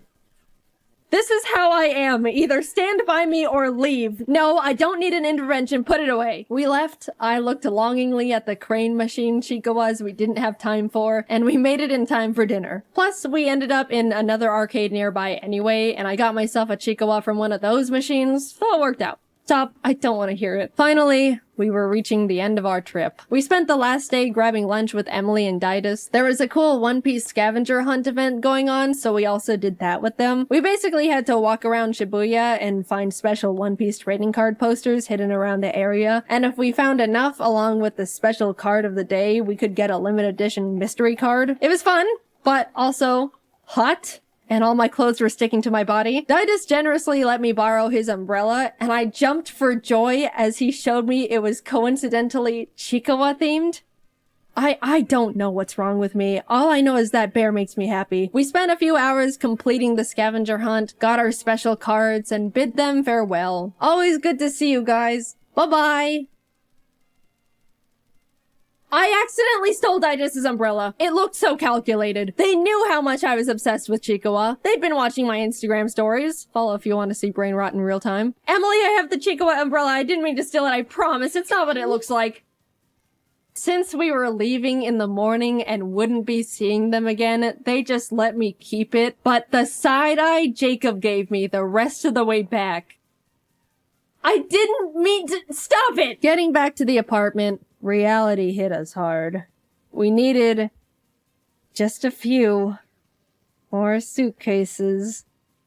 Again. In total, we ended up buying 6 extra suitcases to hold everything we collectively bought. And even then, it was a struggle making it fit. Jacob ended up going professional Tetris mode, perfectly fitting everything into the suitcases with quite literally no extra room to spare. We came to Japan each with a backpack, carry-on, and 1 extra big suitcase, and we're leaving with altogether 8 suitcases and 4 backpacks. We were lucky the taxi driver had a big enough car to fit everything because we didn't have much of a game plan if it didn't. Off to the airport we went, where we checked all of our excessive bags, paid a couple fees, boarded our flight, and headed home. That trip will go down as one of the best trips I've ever gone on. It felt like it turned into a celebration of everything that makes me me. All of my hobbies and interests, Pokemon, One Piece, at the last minute Chihuahua. We got to do so many incredible things and were given so many opportunities I'd never even thought I could be a part of. I got to see so many friends that are normally so far away, ate some of the best meals of my life, and overall was just really happy, especially getting to spend it all with my best friend Jacob. By the way, if you wanted to know why in the world we got so many things, yes, a lot of it was for us. 90% of it all was for our friends. 100% of the Chicoba stuff was mine, but that's besides the point. If you want to see what we got them, also credit where credit is due, the majority of it all was from Jacob because he's a great gift giver and even more incredible friend to the people around him. We're all nothing short of lucky to be able to call him our friend. You can go watch his Japan video. I assume it's already up because we had to animate a freaking 30-minute long video. My god, it was a lot. Thanks for sticking around. But yeah, I just had an unforgettable trip and I owe the opportunity to the Pokemon Company for inviting us to Japan in the first place. I'm extremely lucky to be in the position I am and will be forever grateful.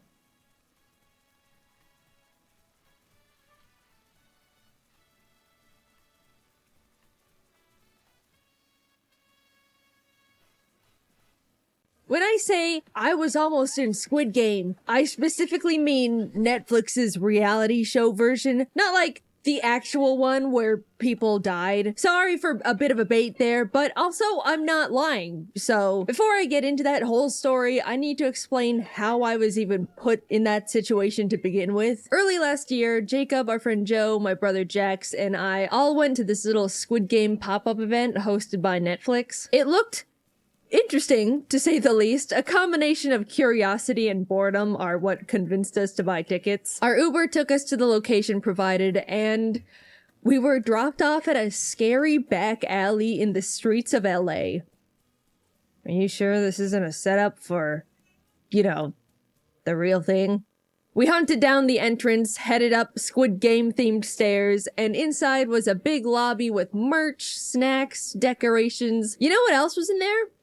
No other human beings. We were the only ones there, along with the shape guys that were just staring at us. Are you sure this isn't— I don't know anymore. Staff signed us in and gave us numbered wristbands. What? It's like Squid Game! Eventually more contestants showed up, and soon enough we were herded into the starting room, decorated very much like no one actually cared about this thing. And if they did, corporate ruined it. The staff guy gave us the rundown on how the event was gonna work, all the rules, such and such. But sprinkled throughout the explanation were like a lot of safety hazard jokes. I know the concept of the whole thing is rooted in playing dangerous games and dying and ooh, evil dystopian. But he was saying things like, don't lean on the walls. You might rip through it, and I don't want to fill out any paperwork if you hurt yourself. Don't touch anything that you shouldn't touch. I don't want to have to fill out paperwork again. He was very anti-paperwork, like way more than the actual human safety part. Based on what we've seen so far, our group knew we were about to experience exactly what we were hoping for, but with not the death part. For the first game, we were led into a room with lines of glass squares. What? It's like Squid Game again! The glass jumping part! When it was your turn, the pattern on the 10 squares would be shown, and you needed to memorize which tiles to step on. It's like, well, I guess it's kind of like Squid Game. Kinda. The first batch of people stepped up, the patterns all flashed, but before anyone could begin stepping on glass, they were instructed to hold it and only take one step at a time. For the whole game, we had to watch everyone take one individual step, stop, wait to be confirmed, then take one more step. For 10 spaces. In like 6 groups total. Also, I think that whatever mechanism they used to track if people were out or not was super busted because literally only like 5 people in total got their pattern right. Joe, Jacob, and Jax all swore they memorized their pattern correctly, but were eliminated anyway. I know I botched mine up though. I've got paper shredder brain. They could give me one tile to memorize and I would still forget it. 25 of the 30 people failed their very first puzzle. Now, Netflix knew that if people paid $40, yeah, 40, to be in this shitty little Squid Game event and then had to go home after the first game, they would be pretty upset. So the rule was for the first 4 challenges, no one would be eliminated. Yay, woohoo, phew, that was a close one. In the next room, they tried to combine both the honeycomb game and the marbles game from the show, but what was put together was throw marbles in the shape on the table to win other people's marbles. It was very anticlimactic. Unfortunately, we were only able to gather in groups of 3, so Joe wasn't able to join us. Instead, he was paired up as a third wheel to a random couple that was obviously here on a date. Jax cleaned up shop on us. He got all our marbles within minutes. But over at Joe's table, malicious injustice was afoot. Apparently, the 2 people that were in a romantic relationship ganged up on Joe, and after taking all his marbles, just split them up between each other. Despite there being no actual stakes in the game, Joe was furious simply out of principle, and swore to get revenge on them somewhere, somehow. Before he could even start any beef, we were brought into the next room, and again, we're split into groups, this time of 4. They really liked group activities in this thing. Walking through the doors to the challenge, everyone was stationed around a respective gift coffin. After opening them up, it was revealed we were going to be playing a big version of Operation, the game where you try to pick up fake little organs with fake medical tools without touching the sides. So, simulated surgery. Like, I guess that was kinda in Squid Game. At least they decorated the boxes like it, but I mean, we're really pushing it at this point. Jacob and I randomly got paired up with this married couple, and the 4 of us started inspecting the tools when suddenly the woman goes, "Oh, will you pass me the forceps?" She's a surgeon. Oh my god, we just happened to be paired up with a lady whose literal job was operation. The challenge began and the 3 of us took our hands off the tools, she cracked her knuckles, and we watched as all the plastic organs were suddenly out of the prop body. Not surprisingly, our team was the first to finish. When we got back together with Joe and Jax, we explained how we got super lucky to be paired up with an actual surgeon that literally soloed the whole thing, and Joe was like, "Wait, that guy was a surgeon?" And Jacob and I had to shake our heads and say, "No, Joe, she was a surgeon."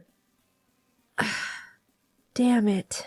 Now that we were entering the 4th challenge, it was time to get serious. This was the first game where people would start getting eliminated for realsies.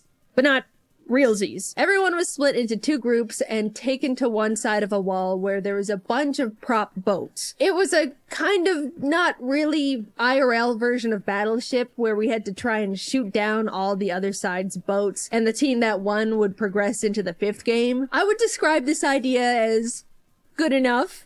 Sure, you know, we didn't get to choose where to put our boats since they were bolted to the floor, but I guess we did only pay $40 to be here. For some reason, though, the staff member on our side was, we can call it, extremely helpful. At first, he was saying general tips, like, so if they still have a 4-tile boat, let's check all the areas that could fit that. You know, saying vague hints to help us out a bit. But by the end of it, he was just straight up telling us, if I were you guys, I would shoot right here. Like, this guy wanted us to win, and win fast, so either he had some kind of bet going on with the other staff members, or dude just had places to be. All the other team's boats were sunk, and the remaining 15 or so people were led into the semi-final game. It was obvious as soon as we saw her, we were finally playing the classic red light, green light. It was decorated like the show, the doll was there, but there were giant gift boxes scattered around the room to act as obstacles, because when you think about it, red light, green light isn't high stakes when staff can't actually shoot the contestants. Like, something had to be added to spice it up a bit. We gathered on the starting line, and the game started. As we were playing, I was thinking, how are they measuring if we're moving or not? You know, I doubt they recreated the entire motion tracking doll thing just for this pop-up that's getting torn down after a month. I figured the only thing they could be using to track motion is our wristband, so in between the green lights, I focused extra hard on making sure my wrist stayed as still as possible. In fact, I was focusing so hard on my wrist that I didn't even realize I was the first one to pass the finish line. Unfortunately, similarly to the janky glass memory game, it seemed like a lot of the wristbands were super wonky as well because a lot of people got pinged as eliminated no matter how still they were, including Jacob and Jax, which was a huge buzzkill. Either that or they were just built to be super sensitive and somehow my weak little carpal tunnel wrists decided to not shake for the first time in 5 years. I turned back to see just 3 people left. One of them being Joe. They all lunged forward, and as red light was called for the final time, I watched as Joe tripped and crashed into them, causing every person left to topple to the floor. Their wristbands deemed them eliminated. As Joe was walking past me to the dead area, I asked what happened, to which he said, "I got him." Joe had intentionally sacrificed himself to bump those people because they were the couple that ganged up on him during marbles. He had finally gotten his revenge. Was it petty? Yes. Did he probably ruin their date? Yes. But do I also not care and think that was the funniest shit ever? Absolutely. Joe is awesome. I was somehow the only one in our group moving on to the final round. Me and the other 4 winners of red light, green light were brought into Squid Game. And everyone else was there too, watching from behind a little rope. Jaiden, Squid Game is so rough and tough. How did you fare against the 4 other dudes that made it to the end? In real Squid Game, the guy got stabbed. Did you get stabbed? You're probably wondering. And oh, dear viewer, no, I did not get stabbed. In fact, I didn't get hurt at all because Netflix didn't want to deal with paperwork. Instead, we played hold a fake egg on a spoon and attack each other until there's 1 egg standing, but attack in a way where there's no paperwork, which is fine with me because I doubt any of us actually knew how to play Squid Game anyway. The buzzer rang and everyone started shifting around in the shape. Since I, for some reason, have experience in high-stakes game tournaments, I deployed my signature strategy of don't bring attention to myself. I simply dodged and weaved between the guys swiping at each other's eggs. I can take someone on in a 1v1, but any number higher and I've gone well past my capabilities. Eventually, there were just 3 people left. The crowd started yelling, "Get the girl's still in!" And the 2 guys started walking towards me. But then my personal peanut gallery chimed in with, hey, they're ganging up on the girl! Boo, shame, boo. And that flustered them enough to back away again. Apparently, the power of teamwork and fear of misogyny can persevere through anything. Suddenly, an egg hit the floor. It was just me and non-woman hating guy number 2. The exact 1v1 I was trying to create. We circled each other, both our spoon-holding arms stretched out as far as they could go. He swung at my egg a couple times and I managed to dodge. But I couldn't win this thing if I didn't go on the offense. But what if I just... I won the silly little Netflix Squid Game pop-up. The front man came out and escorted me to the VIP area where he gave me a plastic animal mask, like in Squid Game. And we took awesome photos together, and I got an awesome t-shirt that said winner. And I didn't know it at the time, but as this was happening, the staff pretended to shoot all the losers with fake gun sounds. Unfortunately, I didn't get the 45.6 billion money prize like in the show. But along with the t-shirt, they did give me a special form to fill out that would give me priority application for Netflix's actual Squid Game reality show, Squid Game The Challenge, Season 2. I looked at the form and thought, you know, we'll just see what happens. Filled it out and was able to bring my friends back to the VIP room with me because winning isn't fun unless you do it with your friends. That's what Squid Game taught me. There were a bunch of snacks and alcoholic beverages in the winner area, and I gotta say, the alcoholic squid drinks were probably the worst things I've ever tasted. It was astonishing how bad they were. Over a year later, and I can still imagine it. I don't even know what ingredient could do that to a drink. Anyway, after I submitted my form, I half expected to never hear anything about it ever again. But to my surprise, Netflix reached out to interview me about potentially being a contestant on the show. In fact, I was forwarded to the next round of interviews 3 times to completely break any potential rules of confidentiality. I was starting to think there might be a chance I could actually be on the show. But eventually, the interviews came to a stop, and I have come to the conclusion they have moved on to better qualifying people. Most likely because I will admit I was a bit too honest during the interviews. They basically all just looked like this. What kind of a role do you think you would play in Squid Game as a contestant? I'd probably just be a follower. I don't like taking charge at all. How hard would you fight to win Squid Game? Not that hard. Have you watched the first season of Squid Game: The Challenge? No. Well, I watched the first 20 minutes, but I turned it off because I thought it was really badly paced and boring. So that was that, and I'm okay with it. Or who knows, maybe they saw my very strange track record of winning game tournaments and got scared. It kind of seems like those kinds of really intense and active game shows like real life Squid Game end up having a lot of people complaining about how they got hurt or weren't treated all that great anyway. So I'm glad I'm sitting safe and sound in the comfort of my own home. I'm glad I'm not dealing with Squid Game related injuries, in fact. Also, very quick reminder that Techwear merch is going away soon. If you're late to watching this video, it's probably already gone, to be honest. Sorry. I tried to warn you. Thanks for watching, though, and see you later. Do you ever think to yourself, man, why is it so hard for me to just do the things I need to do, and focus, and remember things, and manage my time, and be organized, and remember things, and not get sidetracked? Ha!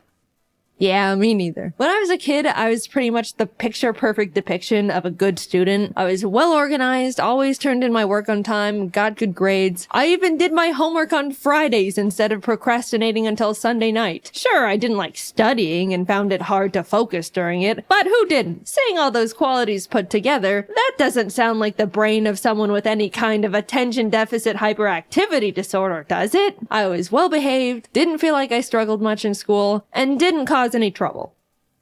That is, up until I moved out of my parents' house for the first time to go to college. Gradually, I started slipping. I began skipping classes a bit when I just didn't feel like going, would wait until the last moment to start classwork, and lost a lot of motivation because I wasn't interested in any of my schoolwork. But overall, even though it was pretty out of character for me, I chalked it all up to the fact I was simply over going to school. At the same time, my YouTube was really kicking off, and all I wanted to do was that. Of course, I wasn't gonna be as good of a student when the silly YouTube videos were doing numbers. I finished a single year of college and convinced my parents to let me take a gap year to see where this YouTube thing can take me. Spoiler alert, the gap year turned into me never going back. I'm a college dropout. So great, I've eliminated the boring school part of my life that weighs me down. Now I can go back to being organized with my new exciting passion job, which entails being my own boss and having to manage and assign myself all of my own responsibilities 24/7. Why are the voices not getting quieter? It's almost like everything was going backwards. I was having a much harder time staying organized and focused. If I didn't want to do a certain type of work, I would have to shackle myself down in basically an isolation chamber to be able to get it done. If I found a new interest, it was all I could think about. And why is it so easy to suddenly be on your roof watching a YouTube video on how to know when you need new shingles? I really didn't get it. Child me had it held together more than current me. What went wrong? I could look back and recognize how everything used to be so perfect and easy. Look at tiny Jaiden and all her ducks in that row. I used to color code every single binder I owned, and now I don't even know where I placed the $20 I literally just had in my hand 3 minutes ago. I haven't even left the room. Genuinely, where could it can go? Despite feeling like I was downward spiraling for multiple years, I never suspected it could be something related to a genetic neurodevelopmental disorder. I just thought I wasn't trying hard enough and being lazy, or applying myself like I used to. Oh, the woes of turning into an adult, I suppose. Maybe the best years of your life truly are in high school. How upsetting. I didn't even enjoy those either. But then one day I got a text from my brother. I got diagnosed with ADHD. It was a pretty big surprise for me because growing up, he never really seemed to show any of the typical symptoms you associate with ADHD. You know, people would always describe ADHD to me as super hyper kids who would run around the room and scream and generally be a lot. That wasn't my brother. He was quiet and well behaved like I was. But when he started explaining his symptoms, the gears started turning. Yeah, I've always struggled a lot with focusing in school and having things hold my attention when it's boring. But like, I could hyperfixate on things I'm interested in and get really passionate about that stuff. Hearing him talk about his personal symptoms of ADHD made a lot of sense, and I felt very freshly educated on the topic. And you'd think that I would immediately start looking into getting a diagnosis for myself, because if you were paying attention, my brother's experiences all sounded very similar to the same struggles I've been having in my own life, but related to work instead of school, because I dropped out. But nope, I was just like, good for you, bro. Happy for you. Or, I'm sorry, I don't know. Anyway, back to struggling to simply open up my drawing program as if 2 blocks of iron were welded to my wrists. Imbalance of brain chemicals? Nah, this just happens from time to time. It's normal. Just the laziness kicking in. I hate Mondays, am I right? Even though I didn't instantly think there was a possibility of me also having ADHD, the mental seed was planted. It's genetic, so I knew subconsciously it ran in the bloodline. It took a few years after my brother was diagnosed for me to really sit down with myself and consider that I, too, could have ADHD. Shocking revelation, I know. Foreshadowing, where did you come from? Things in the focus and productivity department were just getting worse and worse. I had the attention span of a cartoon dog, would completely forget things as soon as they entered my head, would hyperfixate on random stuff like an addict, and there was constant civil war happening inside my head to get one thing done, even though I knew it would only take like 15 minutes. You don't understand. It feels like physical torture to make myself sit down and lip sync a simple scene, like most of the time. You know, the thing I've been doing for 10 years at this point and am definitely used to doing. And yeah, once I've gotten going, then I'm honed in and you have to pry me away from it with a crowbar. I'm aware of that part. But nah, I'm still gonna scrap with myself to plant my ass in that chair because I don't even know why at this point. The biggest thing holding me back from feeling like I had ADHD has always been the simple memory of being in school and having my shit together. I know what it feels like to be on top of things and to be organized. I had it all in the palm of my little child hand. I just needed to summon it again with a bit more effort. But a light switched off in my brain and suddenly I'm just not capable of the things I used to be. And it feels pathetic. Simple tasks are such a mental burden, it feels like I'm out of control but can't do anything about it. So finally, I figured I would try and get myself diagnosed. What did I have to lose? If anything, they just tell me, no, you don't have ADHD, try a little harder and stop complaining. And yes, of course it took me like 8 months after deciding to get diagnosed to schedule the actual appointment. What did you expect? That's like the first checkmark box on the ADHD list. I started seeing a psychologist and he would ask the typical, do you have a hard time focusing? And I'd go, yeah, like this one time yesterday, and then he writes something down as I continue rambling on this hyper-specific example way too long for a neurotypical person. I met with him for a few weeks and then it came down to diagnosis day. The nerves, man. I was so ready for him to say I'm a normal person who needs to suck it up. But instead, he was like, okay, so yeah, you definitely exhibit symptoms of someone with the inattentive type of ADHD.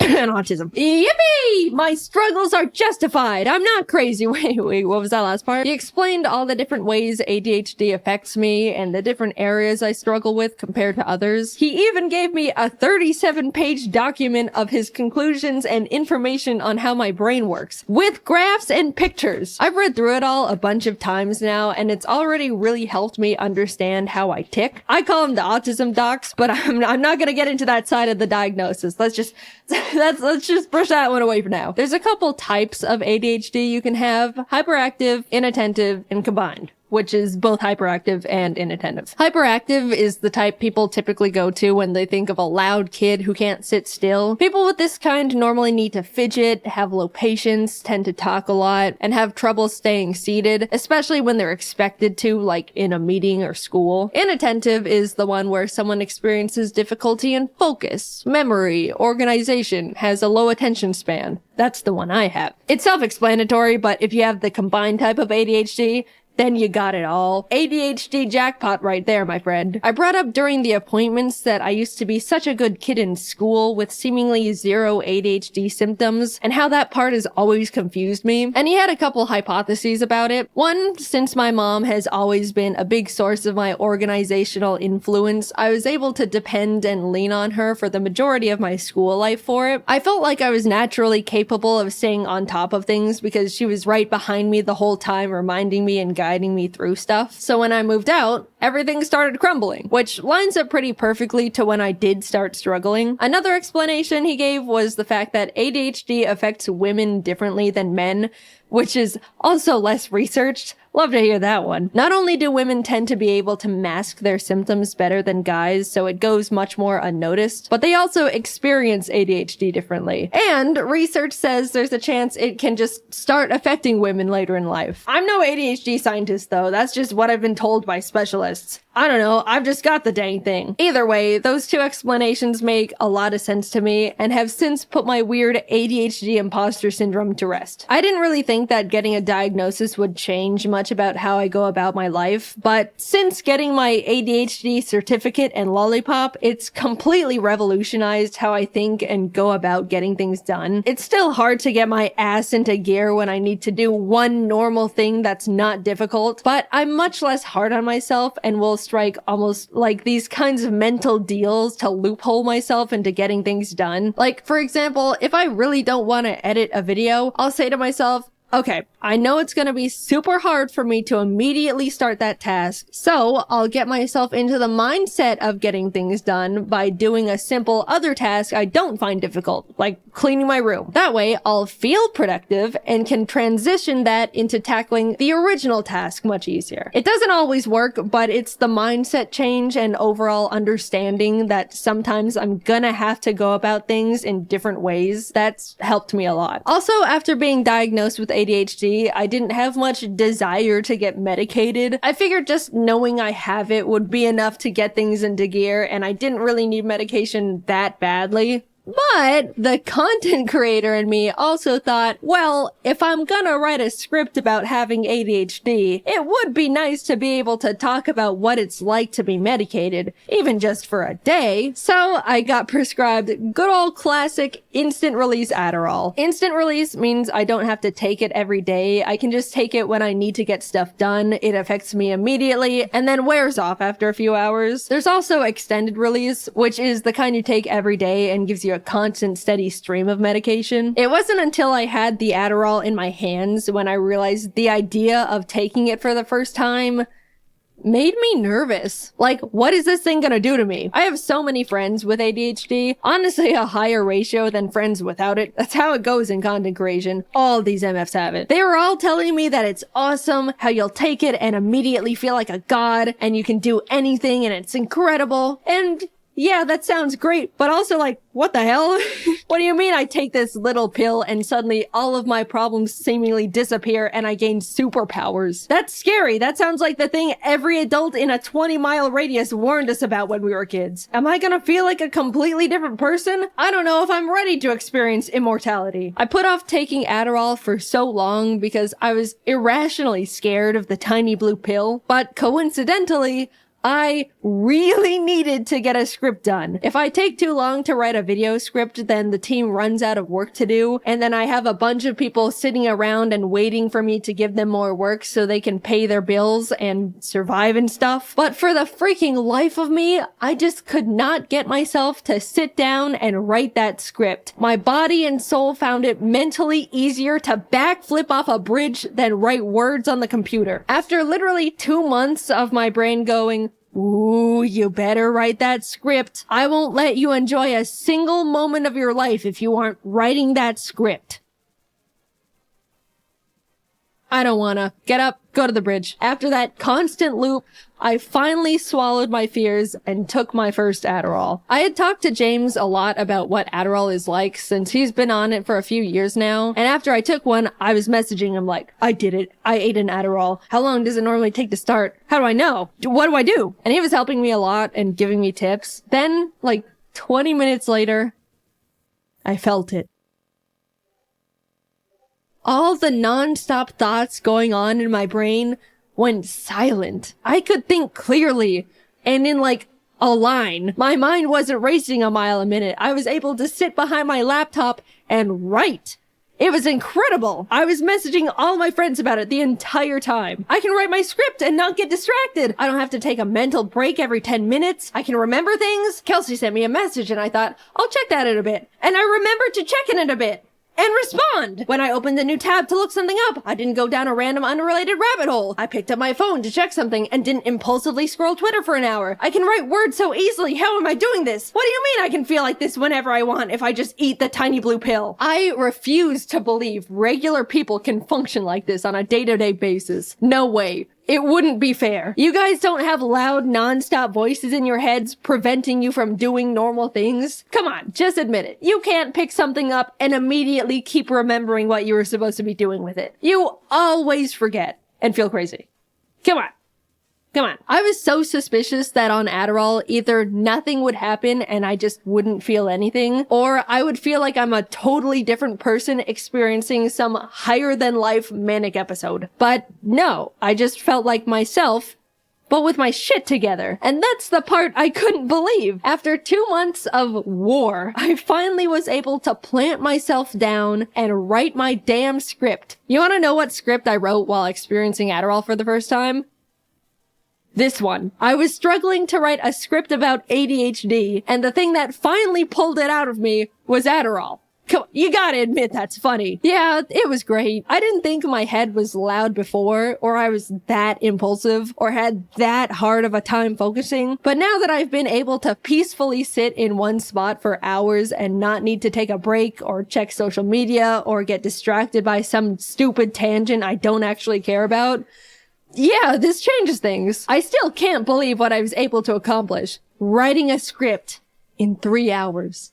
Compared to my typical 12 hours. AKA one mediocre thing with no struggle at all. And you want to know what I did right after I wrote this script?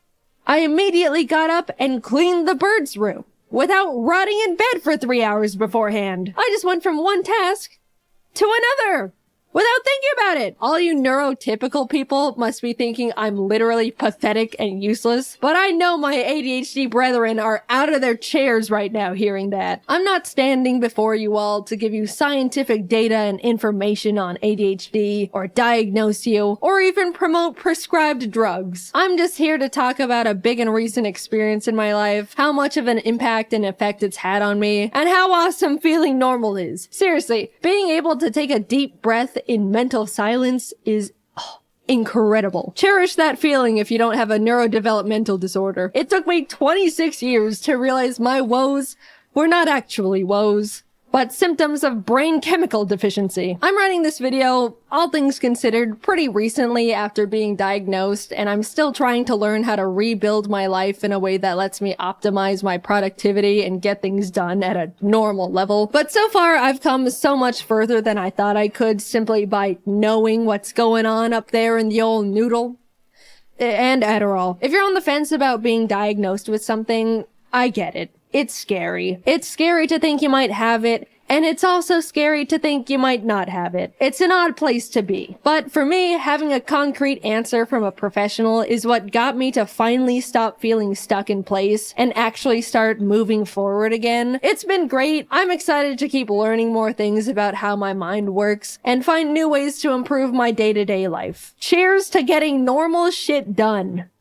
In case you missed it, I have new merch! For a limited time, you can get yourself a new and improved Ari plush and a completely new soft Ari jacket. I love both of these products, and up until June 23rd, they could be all yours! If you miss it, you'll never know how fluffy and pillowy the jacket is. Oh, it's like a cloud. Or how cuddly and friend-shaped the plush is. Plus, it's a great way to support both me and the team while we continue to make animations for you. Check them out at jaidenanimations.com. Thanks for watching the video, and good luck simply existing to all my ADHD brethren out there. I'm right there with you. I believe one day you'll respond to that message in your inbox. Hang in there. Forgive me, Father, for I have sinned. You know how in my last video I said I was an obedient child who never stepped out of line or broke rules growing up? I wasn't lying, but I do have things I've secretly carried on my shoulders for a long time and still feel arguably guilty about to this day. This video isn't just for your entertainment. It's gonna serve as me clearing my conscience and finally being free from these chains of guilt. Also, don't get your hopes up. None of these stories involve murder. Sorry, I didn't kill anyone. Every once in a while growing up, my dad would let us sit in front of the television while we ate dinner. That would be a special treat for my brother and me because Mom wasn't home from work yet and she wouldn't let us watch TV during the week. This is when we were really young, by the way. Don't worry. I'm allowed to eat in front of the TV at least 3 days a week now. We were eating in front of the TV one night, and I wanted to have chips for dessert. Our dinner rules were always eat dinner and then get a little treat or dessert afterwards. And I wanted chips, everyone's favorite dessert. So my dad got the bag of chips, and normally my parents poured us bowls, but there wasn't much left, so he just gave me the whole bag and said, "Don't eat them all." He got 2 cool parent points that day. It was going good so far, eating chips in front of the TV. This is the height of luxury! I looked down, and I ate all the chips.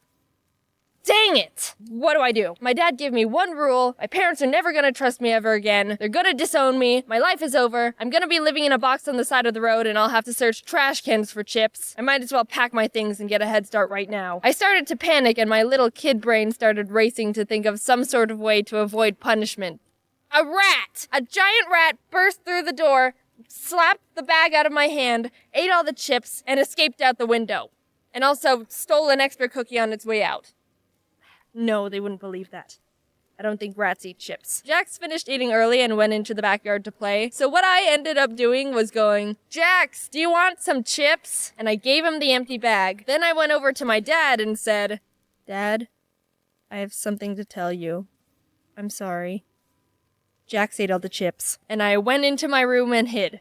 I really don't think my brother got into any trouble because I didn't hear anything else about it, and my dad probably just threw the bag away. But since I never got caught or came clean, I've held this guilt about that whole situation ever since. There's layers to it. Not only did I lie to my dad and falsely accuse my brother, but on top of it all, I gave Jax an empty bag of chips. A perfect little regret cherry on the ice cream sundae of shame. And I really think that when my dad and brother watch this video, they'll be like, "I don't remember this at all." Because I want to say it was like 13 years ago, which makes me feeling guilty even more pointless and stupid because it doesn't even matter and no one cares and I'm the only one suffering from it. This is a pretty effective way to learn a lesson.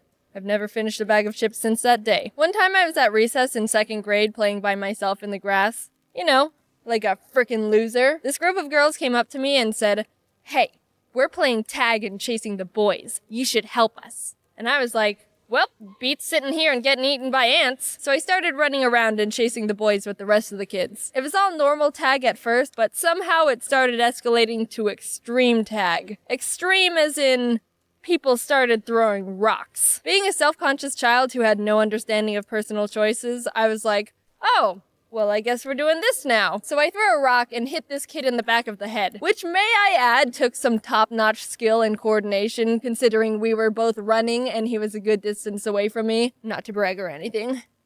Ow! I'm telling. Oh, frick. I watched this kid start running off to tell a teacher, and I knew I had to think of something fast. And don't tell me I should have just stood there and faced the consequences of my actions. You know, as a kid, you wouldn't have done that. This only works if we're all honest with ourselves here. The first thing I could think of was to go hide in the bathroom, because everyone knows teachers can't burst into kids using bathroom stalls. That is definitely illegal and weird. I camped out in the girls' bathroom until I heard the recess whistle and went back to class. Obviously, the teacher was told what happened. I couldn't have run away from that, so I still got in trouble. But the guilt trip doesn't end there. The teacher told me I wasn't allowed to go to recess tomorrow, which is reasonable. I can own up to that punishment. But she also said I needed to write a letter to my parents telling them what I did. I don't know what pushed me to do this because I always did what grown-ups said, but something in my head told me, you're not writing that letter. And so I didn't. Later that day, the teacher came up to me and asked, "Did you write the letter?" Yes. Please don't ask to see it. Please don't ask to see it. Good. And so my parents never found out. Until right now. In this video. Please don't ground me, Mom and Dad. I don't know the statute of limitations on throwing rocks at little boys, but it's been 8 years. I think I'm safe. I'm not really guilty about this next story, but it's resonated within me for a very long time, so I'm gonna add it to this video. One late night, I was on the couch playing my Game Boy, and it was very much past my bedtime. I don't remember exactly what happened, but I was probably pushing it with wanting to stay up a bit longer, and my mom was in my room telling me I needed to go to bed. It got to the point where she pulled the, "I'm gonna count to 3, and you better have the living room cleaned up and be in bed or else. Everyone knows counting to 3 means serious business, so I sprung up and immediately started getting my crap together. The thing was, the ottoman was pushed out, and normally it's supposed to be against the couch, so I had to push it back. But being a scrawny 5-year-old the size of a poodle meant it was probably equivalent to trying to push a semi-truck. I kept pushing and pushing with all my strength as I heard my mom in the background going, 1, 2... Eventually, I just crumbled to the ground in defeat and started crying, and my mom found me on the floor curled up next to the ottoman. I felt guilty I couldn't move the ottoman. But hey, you don't need to feel bad for me. Look at me now.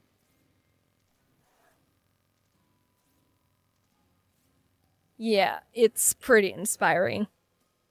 So yeah, those are the types of things my brain flashes back to when I'm wanting to feel guilty. For the record, I've not thrown a rock at anyone else ever since. I've got a pretty good thrown rocks to not thrown rocks ratio going on. Also, thank you to everyone who's been sending me happy birthday messages. That was very nice of you. You can see here I'm trying to squish in as much art as I can because I got so much, it's crazy. Watch this. And with the power of editing, boosh! 2 conveyor belts of art. Whoa! Look at them all, sliding across the screen like they've got somewhere to be. See you later, little buddies. Thank you for drawing me things. It's awesome, and I like it a lot. My birthday is September 27th, so a couple days ago. I'm 20 now. Did I do anything?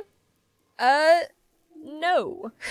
I'm not the biggest person on doing or planning things for my birthday. For some reason, I feel selfish celebrating it. It's... I don't know, my brain's weird. I know that thought process is kind of ridiculous, and I love celebrating other people's birthdays. I just have trouble celebrating me. But some of my friends got me gifts and made me feel special, so that's nice of them. Anyway, thanks for watching the videos. I'm 20 now. I'll talk to you later. I'm hanging up now. Bye. Hey guys, I know it's been a while since I've had a story to tell, but I have a story to tell, and it's because my birds accidentally laid eggs together without my consent. Okay, so let's back up. I'm sure the majority of you know this guy right here, Ari. Classic piece in the Jaiden Animations lore. If you don't know him, you don't know me. I keep Ari in his own room because he destroys literally anything if he has access to it. In a way, you could call it a containment room. But when I'm not around to give him attention, I wanted to make sure he has a friend around and isn't just sitting there all alone and pitiful-like. So back in October 2019, I got Tofu, which, oh my god, I'm just realizing is much longer ago than I thought. Tofu, I thought you were still just a baby. She definitely isn't as well known as Ari, but we're talking about her now. I was so nervous back when Tofu first arrived because I obviously hadn't gotten any other pets before, and it was really important that she and Ari actually got along. Birds can be pretty particular, and some just flat out hate each other for no apparent reason. Some sort of bird drama or something, I don't know. I was worried my birds were gonna mean girls each other, and then suddenly I'd have 2 singular birds, which then doubles my original problem. I went through the typical process you're supposed to do to introduce them, keep them in separate areas for a bit, let them kind of see each other, slowly introduce them in small doses, and suddenly they were best friends. I was so happy. Plan B of having to get 4 birds was now not necessary. So great, everything was going according to plan. I have 2 birds that can keep each other company when I'm not around. Nothing could possibly go wrong when there's a pair of animals that get along very well. It was a peaceful, happy 3 years of 2 birds who were besties until this past spring where everything went wrong. How could this happen? I walked into the birds' room to give them their morning food, and on their dresser, I find 3 tiny little eggs.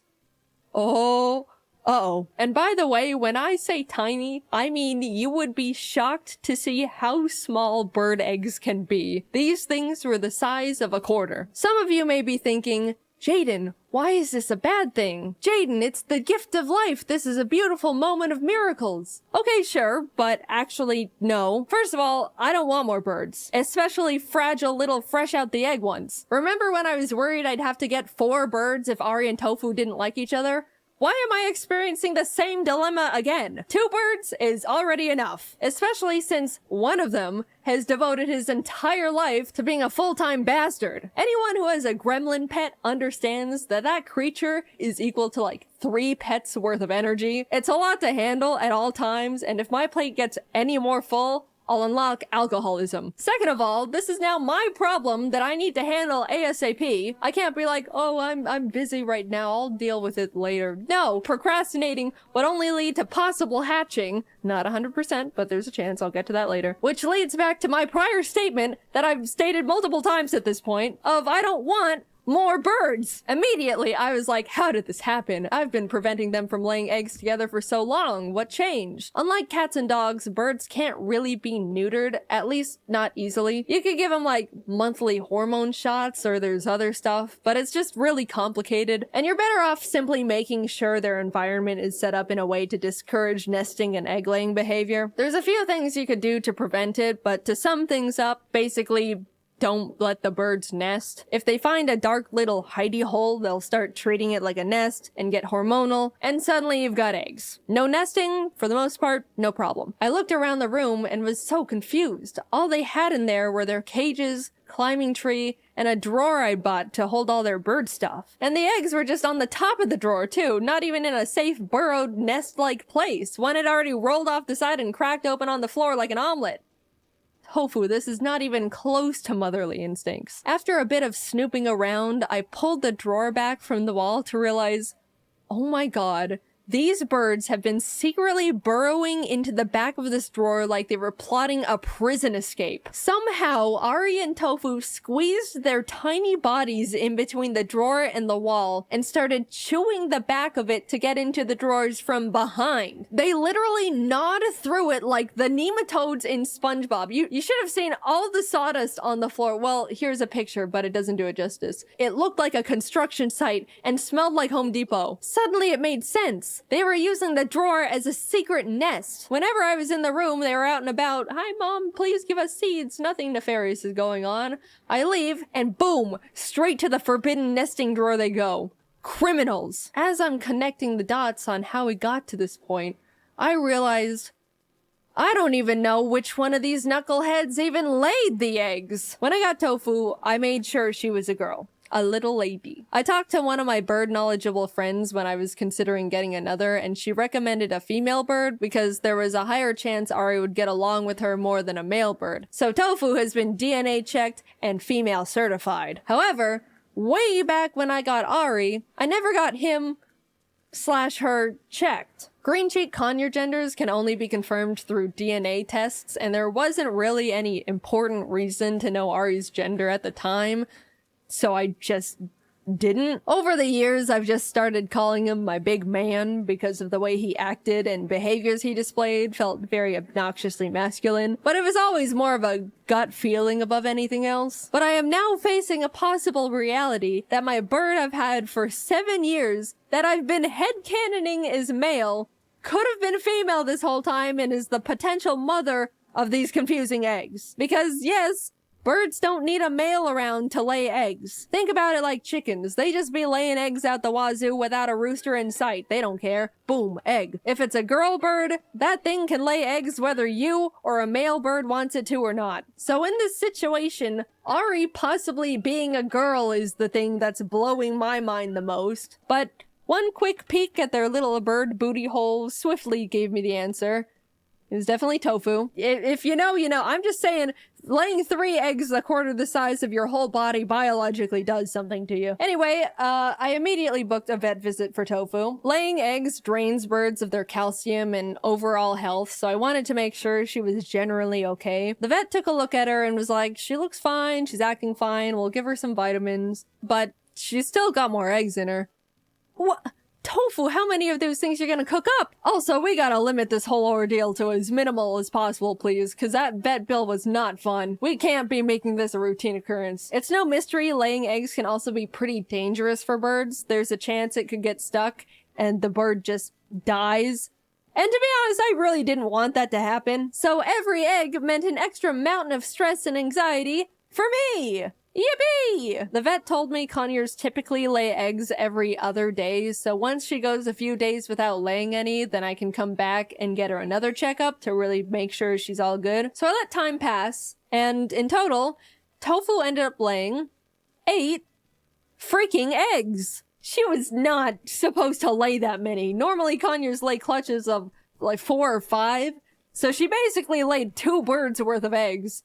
I don't know what to do. But alright, she's finally done. We can now move on to the second step in the what to do when your bird lays eggs without your permission plan. I have to swap out the eggs for fake ones. If I just yoink Tofu's eggs away, she's gonna be like, what the my eggs? Dude, what the hell? I just laid those. And she's biologically programmed to start laying more to replace them. Luckily, my friends Jordan and Kelsey had some fake conure eggs because coincidentally, their bird laid eggs like 6 months prior to Tofu, so they already went through this process and were definitely supplying me with mental support. They lent me their fake eggs, I swapped them out, and perfect. Tofu is now trying to be a mother of 8 balls of plastic. After a few weeks of them not hatching, she'll move on, forget all about them, and everything will return to normal. It was a successful heist, as in I gave them both treats, stole all their eggs right in front of them, and they did not notice. You might be realizing, even though Tofu's eggs won't hatch, I still am in possession of actual real bird eggs that may or may not be fertilized.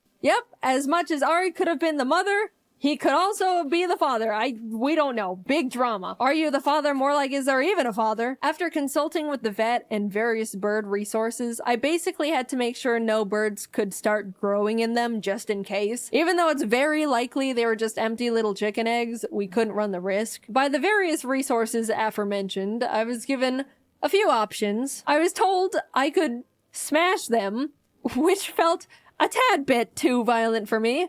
Oh, Tofu, are these your little eggs? The first eggs you've ever laid in your life?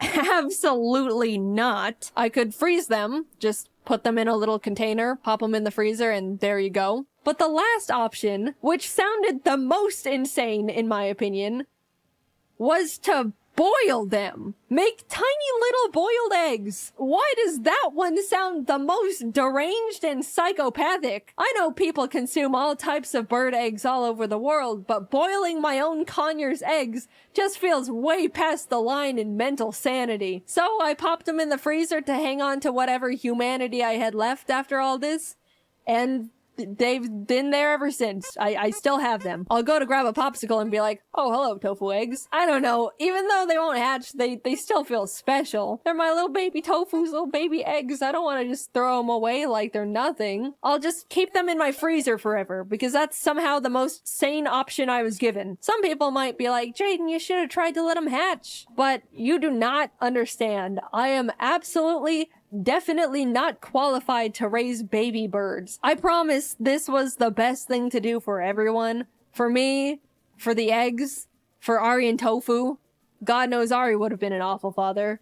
Or mother. So that's what I've been dealing with over the past few months. Tofu's fine now. She's essentially back to normal. I have since removed the secret nest drawer they have claimed. I'm sure they weren't too happy about that one, but hey, you reap what you sow. People will tell me, oh, you're the reason I want a bird. And I always think to myself, man, that's unfortunate. The majority of people are not suited to own a bird. Case 1, they can cut through furniture like chainsaws. Case 2, they could lay eggs and curse you to put them in the freezer like the egg murderer you are.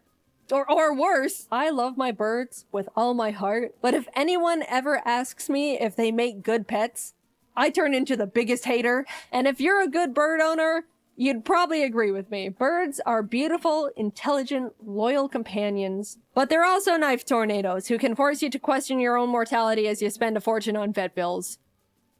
Thanks for watching. Hey, by the way, do you want to see me in person in the flesh? James, Ross, Dom, Aaron, and I are all going back on tour again. Imagine going to a funny improv drawing comedy show, but there's no children. And I swear, live on stage, right in front of you. That's right, if you're 18 plus, you should grab tickets to our Scribble Showdown After Dark show. Check out scribbleshowdown.com to see if we're coming to a town near you. I hope to see you there, and also happy almost 2024. Time is but an illusion, and we're all aging too fast for our souls to truly absorb the meaning of life. I hope you enjoyed the little story about my birds. Bye-bye!